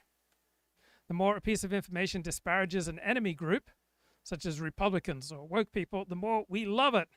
Spreading disparaging information rallies our group and boosts solidarity. We're much more interested in simple, simplistic partisan rants than any nuanced policy analysis that optimizes for truth.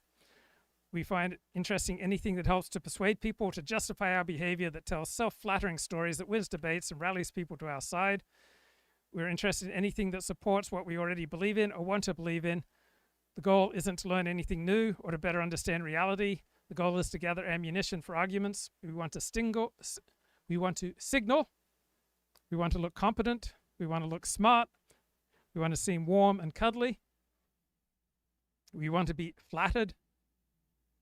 Right? When you read self-help, it's popular because it's always praising the reader and telling them what wonderful people they are. Any information that flatters our group, that inspires us, tells us how brave and virtuous we are, that is interesting. We want to one-up everyone else. We want to dunk on other people. We want to show that everyone else is a hypocrite and everything is BS. We want to show that we're on the same page, that we're working together, we're coordinating. This is why dancing and chanting feels good. It makes us feel like we're part of a single unit, and it strikes fear into the heart of our enemies. We like sweeping generalizations. It's easier to mentally coordinate on false simplicity than on real complexity. The ultimate mental dance is to converge on the same banal interpretation of a deepity, a paradox, a jargon-laden word salad. We want to be associated with high-status people. That's why eloquence is interesting. Signals that we have all sorts of cool characteristics. We have wits and creativity and social skills. And why do we argue? We argue to punish people for questioning what's precious to us, our dogmas and our alliances. When we argue about politics, we play the opinion game. That is the secret war over social norms. And the norm that we want to establish and protect is respect our group, respect our tribe.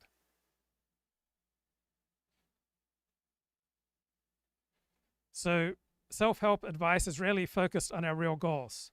So if self-help books focused on our real goals, they'd have titles and topics like these: Zen and the Art of Social Climbing, Eco-Friendly, 10 Steps to Ensconcing Yourself in a Cocoon of Ideological Conformity and Motivated Reasoning, The 7 Habits of Highly Effective Virtue Signalers, The Lips to Butt Method, Take Control of Your Life by sycophantically ingratiating yourself with high-status people.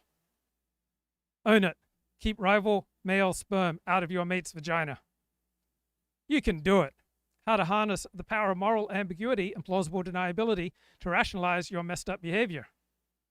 Eat, Pray, Confabulate. And I think a lot of people in political psychology are taking that kind of evolutionarily implausible view that we have these high-minded values that are nobly designed to make the world a better place.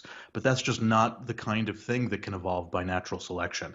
And so I think we actually need to get a bit more cynical about our supposed moral values in the same way that we're cynical about the mission statements and PR campaigns of big corporations. I don't think anyone thinks that Starbucks' actual goal is to nourish and inspire the human spirit, as it says on their website. I think most people, when trying to predict what Starbucks is going to do next, are going to ask themselves what will make Starbucks the most money. And I think we need to view humans in a similar way. I think we need to view the quote-unquote mission statements of political design to mobilize supporters. And we really have no reason to think that they represent nobly designed, impartially altruistic worldviews. I think that's fundamentally, evolutionarily and functionally implausible. And a very interesting question here is if people's political beliefs are even consistent. That is, and of course, fundamentalist morality, anti-abortion, anti-recreational drugs, anti-gay rights, and you also endorse free market libertarianism, that is a consistent moral philosophy. And if you, insofar as you deviate from that, then you're inconsistent. And I think that is just a very wrong-headed way of thinking about what it means to be consistent. I think we should define consistency in the straightforward way of having beliefs that fit together coherently. And if you actually look at the combination of Christian fundamentalism and free market libertarianism, there's actually nothing consistent about it at all. The only reason these philosophies go together in the United States is because of a historically contingent political alliance that arose starting in the 1970s between wealthy business people and pro-life evangelicals. And that alliance does not exist in many other countries. In fact, in other countries, you see free market libertarianism being combined with more secular ideology, with being pro-choice. And so this peculiar alliance that exists in the United States is not a reflection of some deep, feature of human nature that these issues have to go together. I think they are much more historically contingent and arbitrary than we like to think. And so I don't think that political belief systems are consistent in the sense of reflecting coherent philosophies or consistently held moral principles. So what sort of information do we find interesting? What type of podcast do we find interesting? Stuff that is mostly BS, right? What we find naturally interesting is not truth, wisdom, but gossip, flattery, nonsense, propaganda. And we shop around for this stuff and for our beliefs in the same way that we shop for clothes. We search for whatever makes us look sharp and fashionable. We love ideas that are special. We love the hottest take and the boldest pronouncement. We want to stake out unique positions that no one else has taken. We want to discover secrets no one else knows about, so that when we convince people that we are right and we are in the know, we get to look cooler than everyone else. On the other hand, we want ideas that are plausible. We want rigor and credibility, at least the appearance of it, if not the real thing. We want to convince people that our information is true or worth taking seriously. So if we fail to convince anyone that we're right, then we won't look superior to anyone. We might end up looking stupid, gullible, or crazy. So we are faced with a trade-off between information that's special and information that boosts our plausibility. So the more intense you feel the need to feel special, the more you will be pulled towards weirder and more outlandish beliefs, such as the earth is flat, we never landed on the moon, that Israel killed Charlie Kirk. The need for plausibility pulls us towards more obvious and commonsensical beliefs. So the more contrarian you are, the more you will want to feel special. Normies prefer the plausible. So how do we say stuff that is both special and plausible at the same time? That's when we use the deepity, right? Deepity is a statement with two interpretations, one that is bold, provocative, and earth-shattering, and another interpretation that is boring, obvious, and banal. That way, we get to have it both ways. We get to show that we're special, and we get to share a bold interpretation, and when we're trying to convince people that we're right, we pivot to the boring interpretation. So the Buddha said, what we think we become. Right? And you want the interesting interpretation. If you think you're Abraham Lincoln, you'll become Abraham Lincoln. Boring interpretation, thoughts cause behavior. If a thing loves, it is infinite. William Blake. Right? If you love someone, you will achieve immortality. Boring interpretation, if you love someone, that's great. The future influences the present as much as the past. Nietzsche. Interesting. Something that happens at time 2 can retroactively cause something to happen at time 1. Boring interpretation. People sometimes think about the future. Everything happens for a reason. Interesting interpretation. Things happen because God or a cosmic spirit wants them to happen. Boring interpretation. Things have causes. We're all connected. Interesting interpretation. We're bound together by a spirit of universal love. We're warmly embraced by Mother Earth. We are all suffused with cosmic significance. Boring interpretation. We're all humans. We're all made of chemicals. The chemicals are made of atoms. We're part of the universe. Wayne Dyer. The power of intention is the power to manifest and to create. Interesting interpretation. Intentions can magically get you what you want. Boring interpretation. Intentions often cause you to do the thing that you intended to do. Your pain is the breaking of the shell that encloses your understanding. Interesting interpretation. Pain is the only way to understand reality. Boring interpretation. Pain teaches you something. What it teaches you is don't do that stupid thing. Knowledge is power. Interesting interpretation. Reading lots of books will give you power. Boring interpretation. Knowledge is sometimes helpful. The future is inside of us. Interesting interpretation. We can magically control the future. Boring interpretation. Our goals are inside of us and not anywhere else. That is the deepity. Principles. And I go through a lot of examples in the paper of ideological inconsistencies that are really hard to explain from that perspective, but easy to explain from my perspective. Okay, but wait a minute, because at this point, someone might come in and say, okay, but perhaps the elites, and that would include, of course, the more, let's say, educated people, political elites. Attachments, group prejudices, group allegiances, and their policy preferences really depend on, whether the policy is benefiting groups they like or groups they don't like. And if it's benefiting a group they like, then they like the policy. And if it's benefiting a group they don't like, then they don't like it. And that's really the dominant approach to explaining the political beliefs of the mass public. And what's interesting is that the group attitudes of the mass public do not necessarily align with the group attitudes of political elites. That is, they're much more chaotic and unpredictable. What I want to argue is that the political beliefs of elites are in fact just as group-centric as the political beliefs of the mass public. It is just that the groups around which they center are a different set of groups. And chat says, Luke, what's your opinion on Adelaide comic James Donald McCann? I don't know him, don't have any opinion as yet. So just read an academic paper from 2014. Strikes me as fair dinkum. Status is a four-letter word. Self versus other differences and concealment of status striving. Striving for status is a fundamental human motivation. It's a taken for granted assumption across a number of literatures such as anthropology, economics, evolutionary and social psychology, management, marketing, and sociology. But despite the ubiquity of status striving in everyday life, people are reluctant to admit to it. People consistently report that they strive for status less than other people. So high status is clearly valuable. Pursuing greater status is a basic human drive, but people try to conceal it.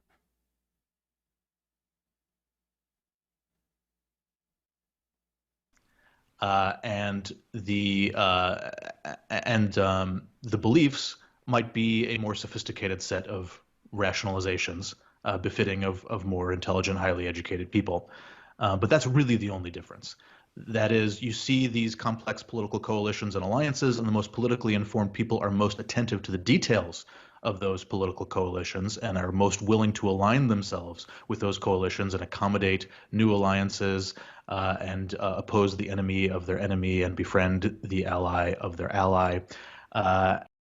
So this is UCLA psychologist David Pinsof. He writes, the status game. We all want status, but we can't admit it because it's low status to admit you want status. Wanting status makes us look selfish, insecure, and low status. We're not supposed to care about petty things like money or fame. We're only supposed to care about noble things like integrity, authenticity.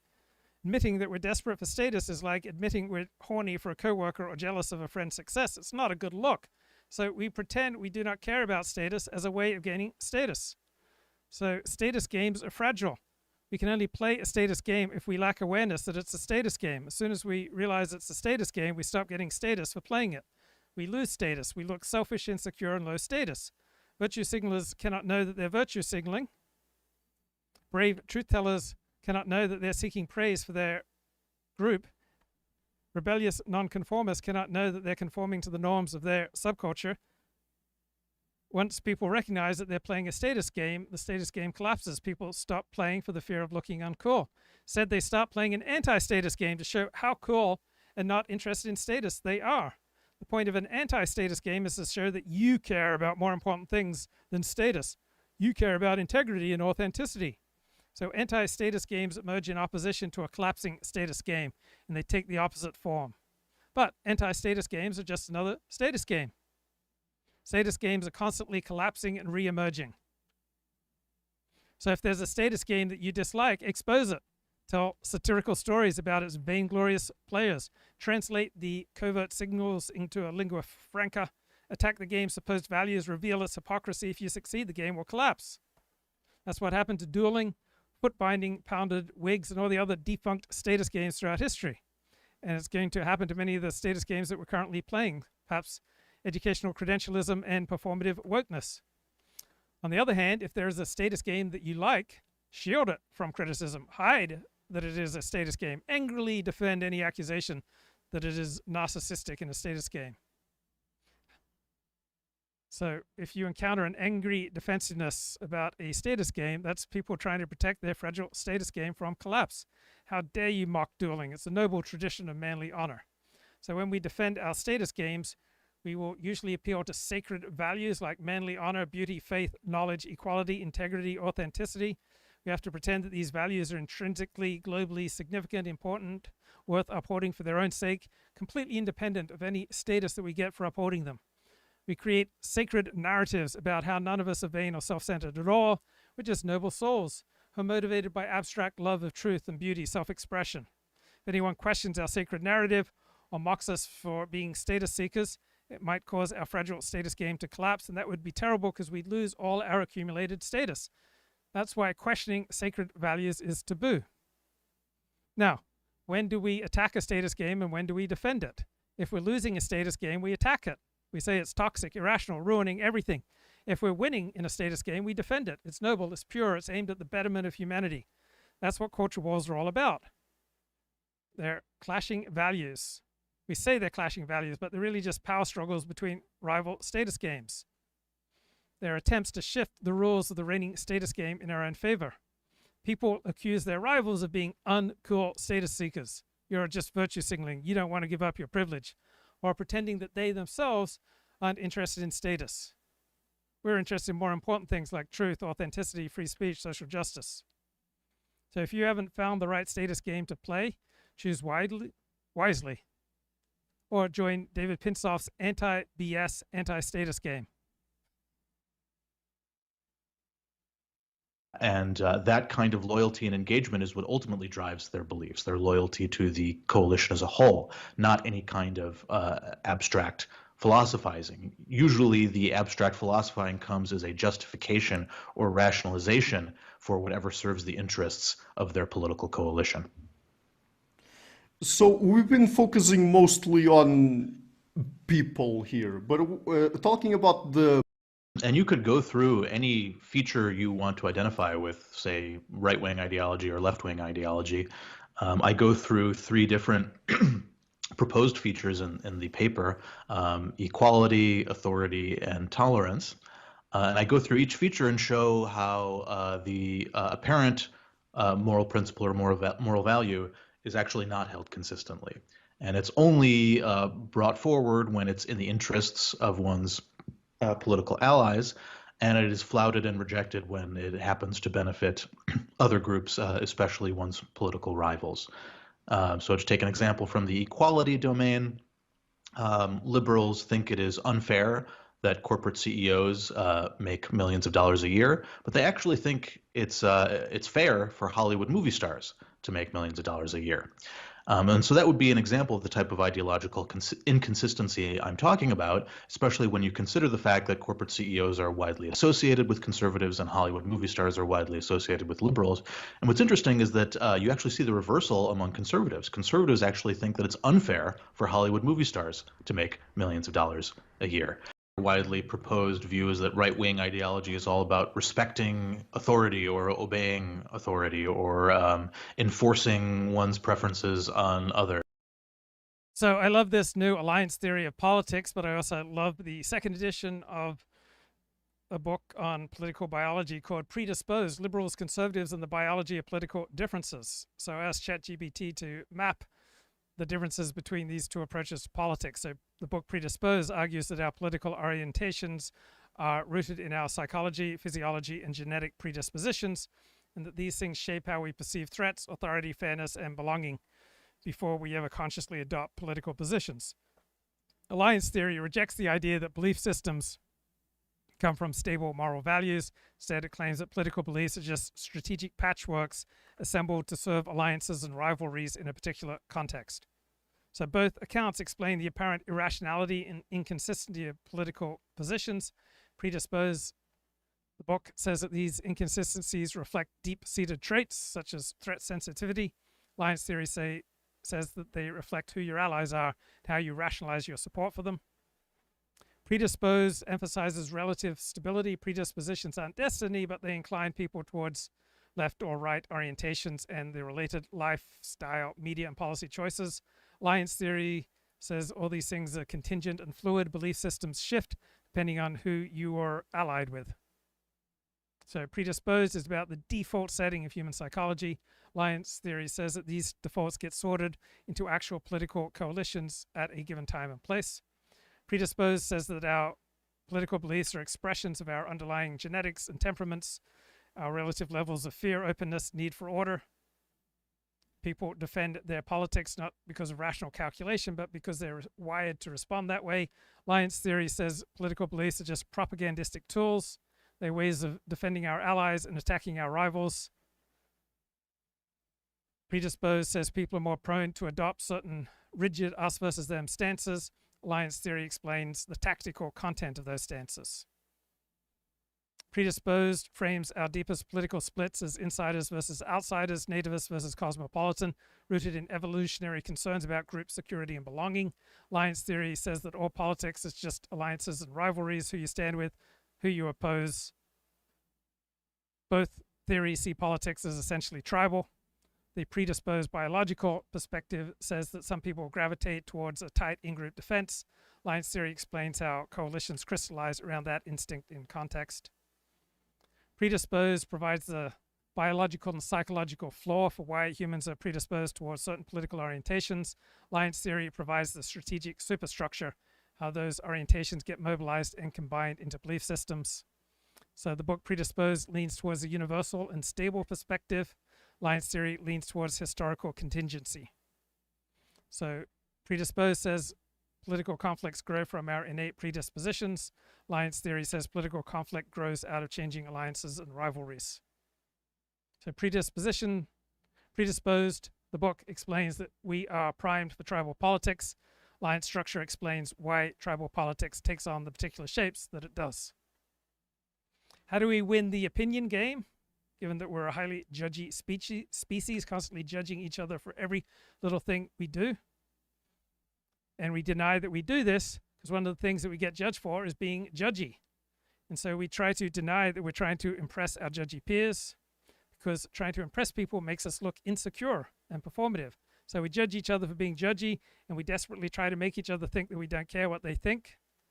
So how do we judge people? What do we judge them on? We judge people on their preferences. We know deep down that when people give us their opinion, they're trying to be better than us.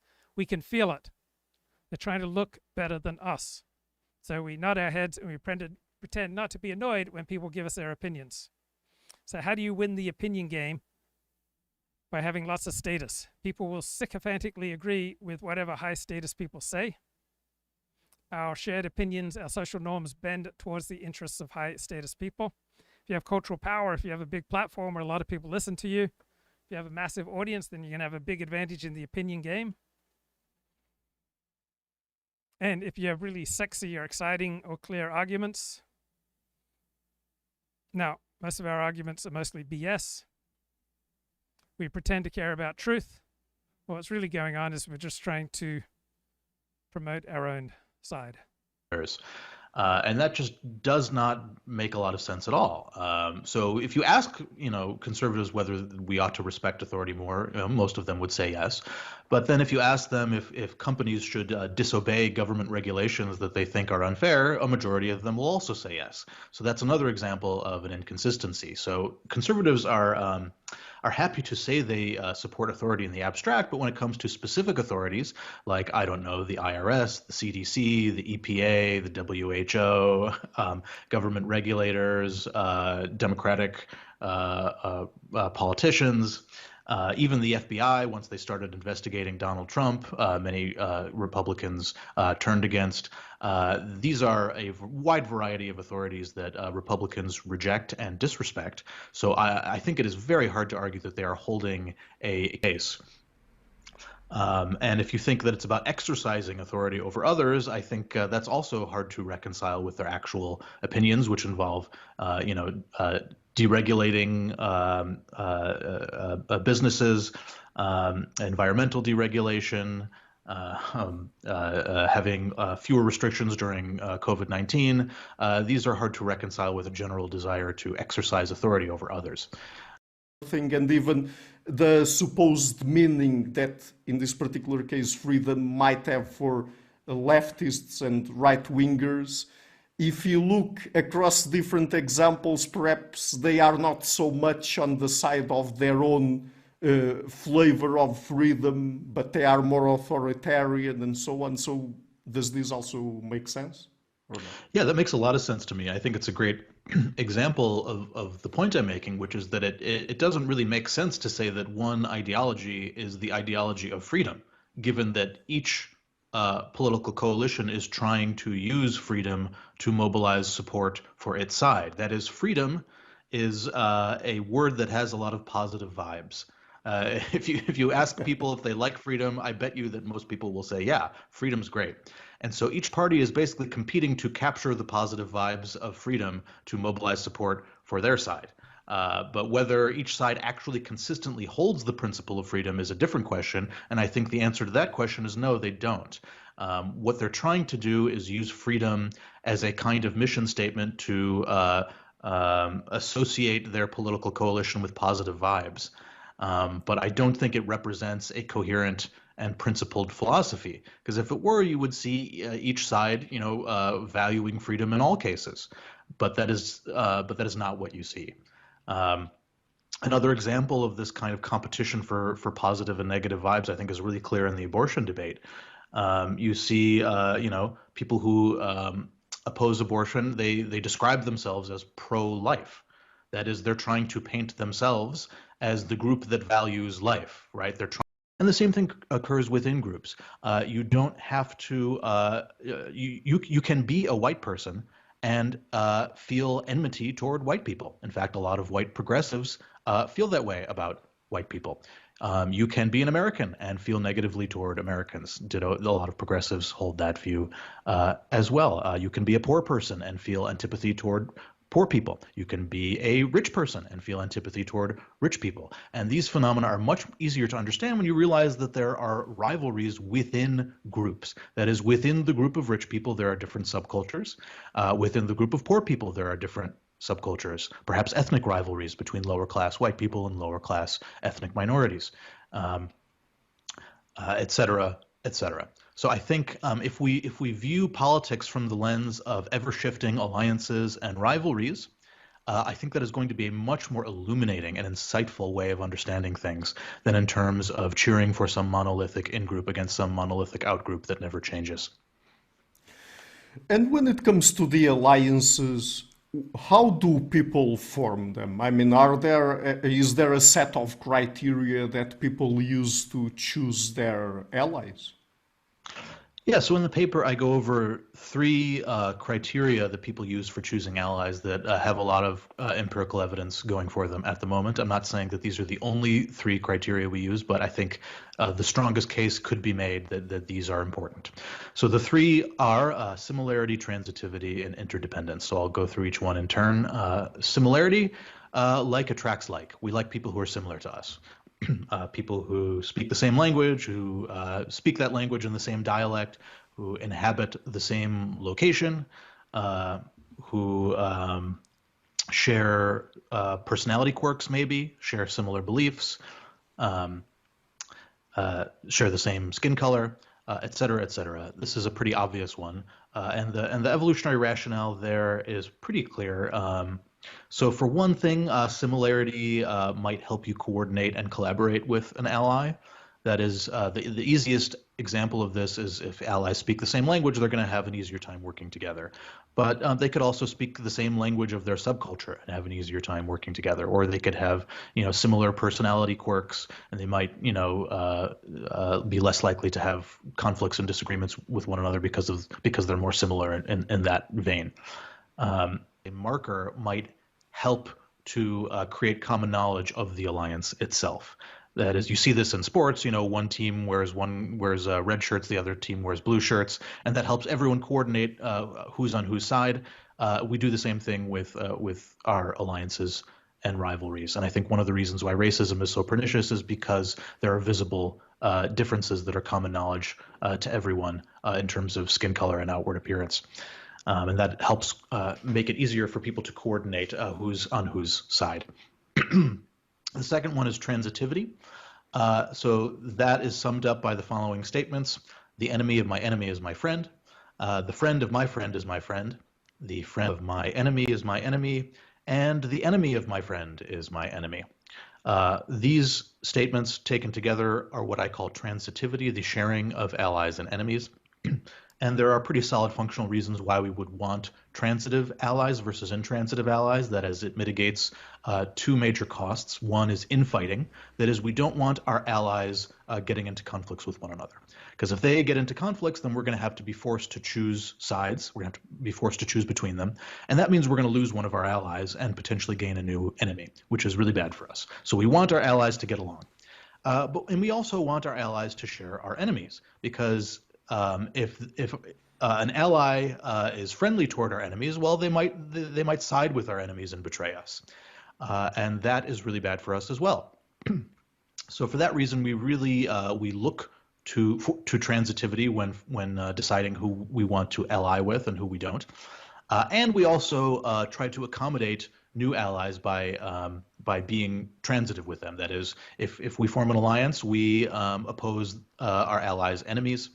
And we support our allies' friends. That's transitivity. Interdependence. This is probably the broadest and most underexplored one, but I think it's perhaps one of the most important ones. This is just generally whether a person or individual benefits you or not, whether they are acting in your self-interest or not. You could think of this in terms of someone acting against your self-interest. Say if you're competing with someone for status or resources, then you would be negatively interdependent with them and you would not want to form an alliance with them because it is in your interests to lower their status or to lower their access to resources so that you can get more of those resources for yourself. So that would be a kind of negative interdependence. A positive interdependence would be these people are inclined to help you, to share information with you, to trade with you, et cetera, et cetera.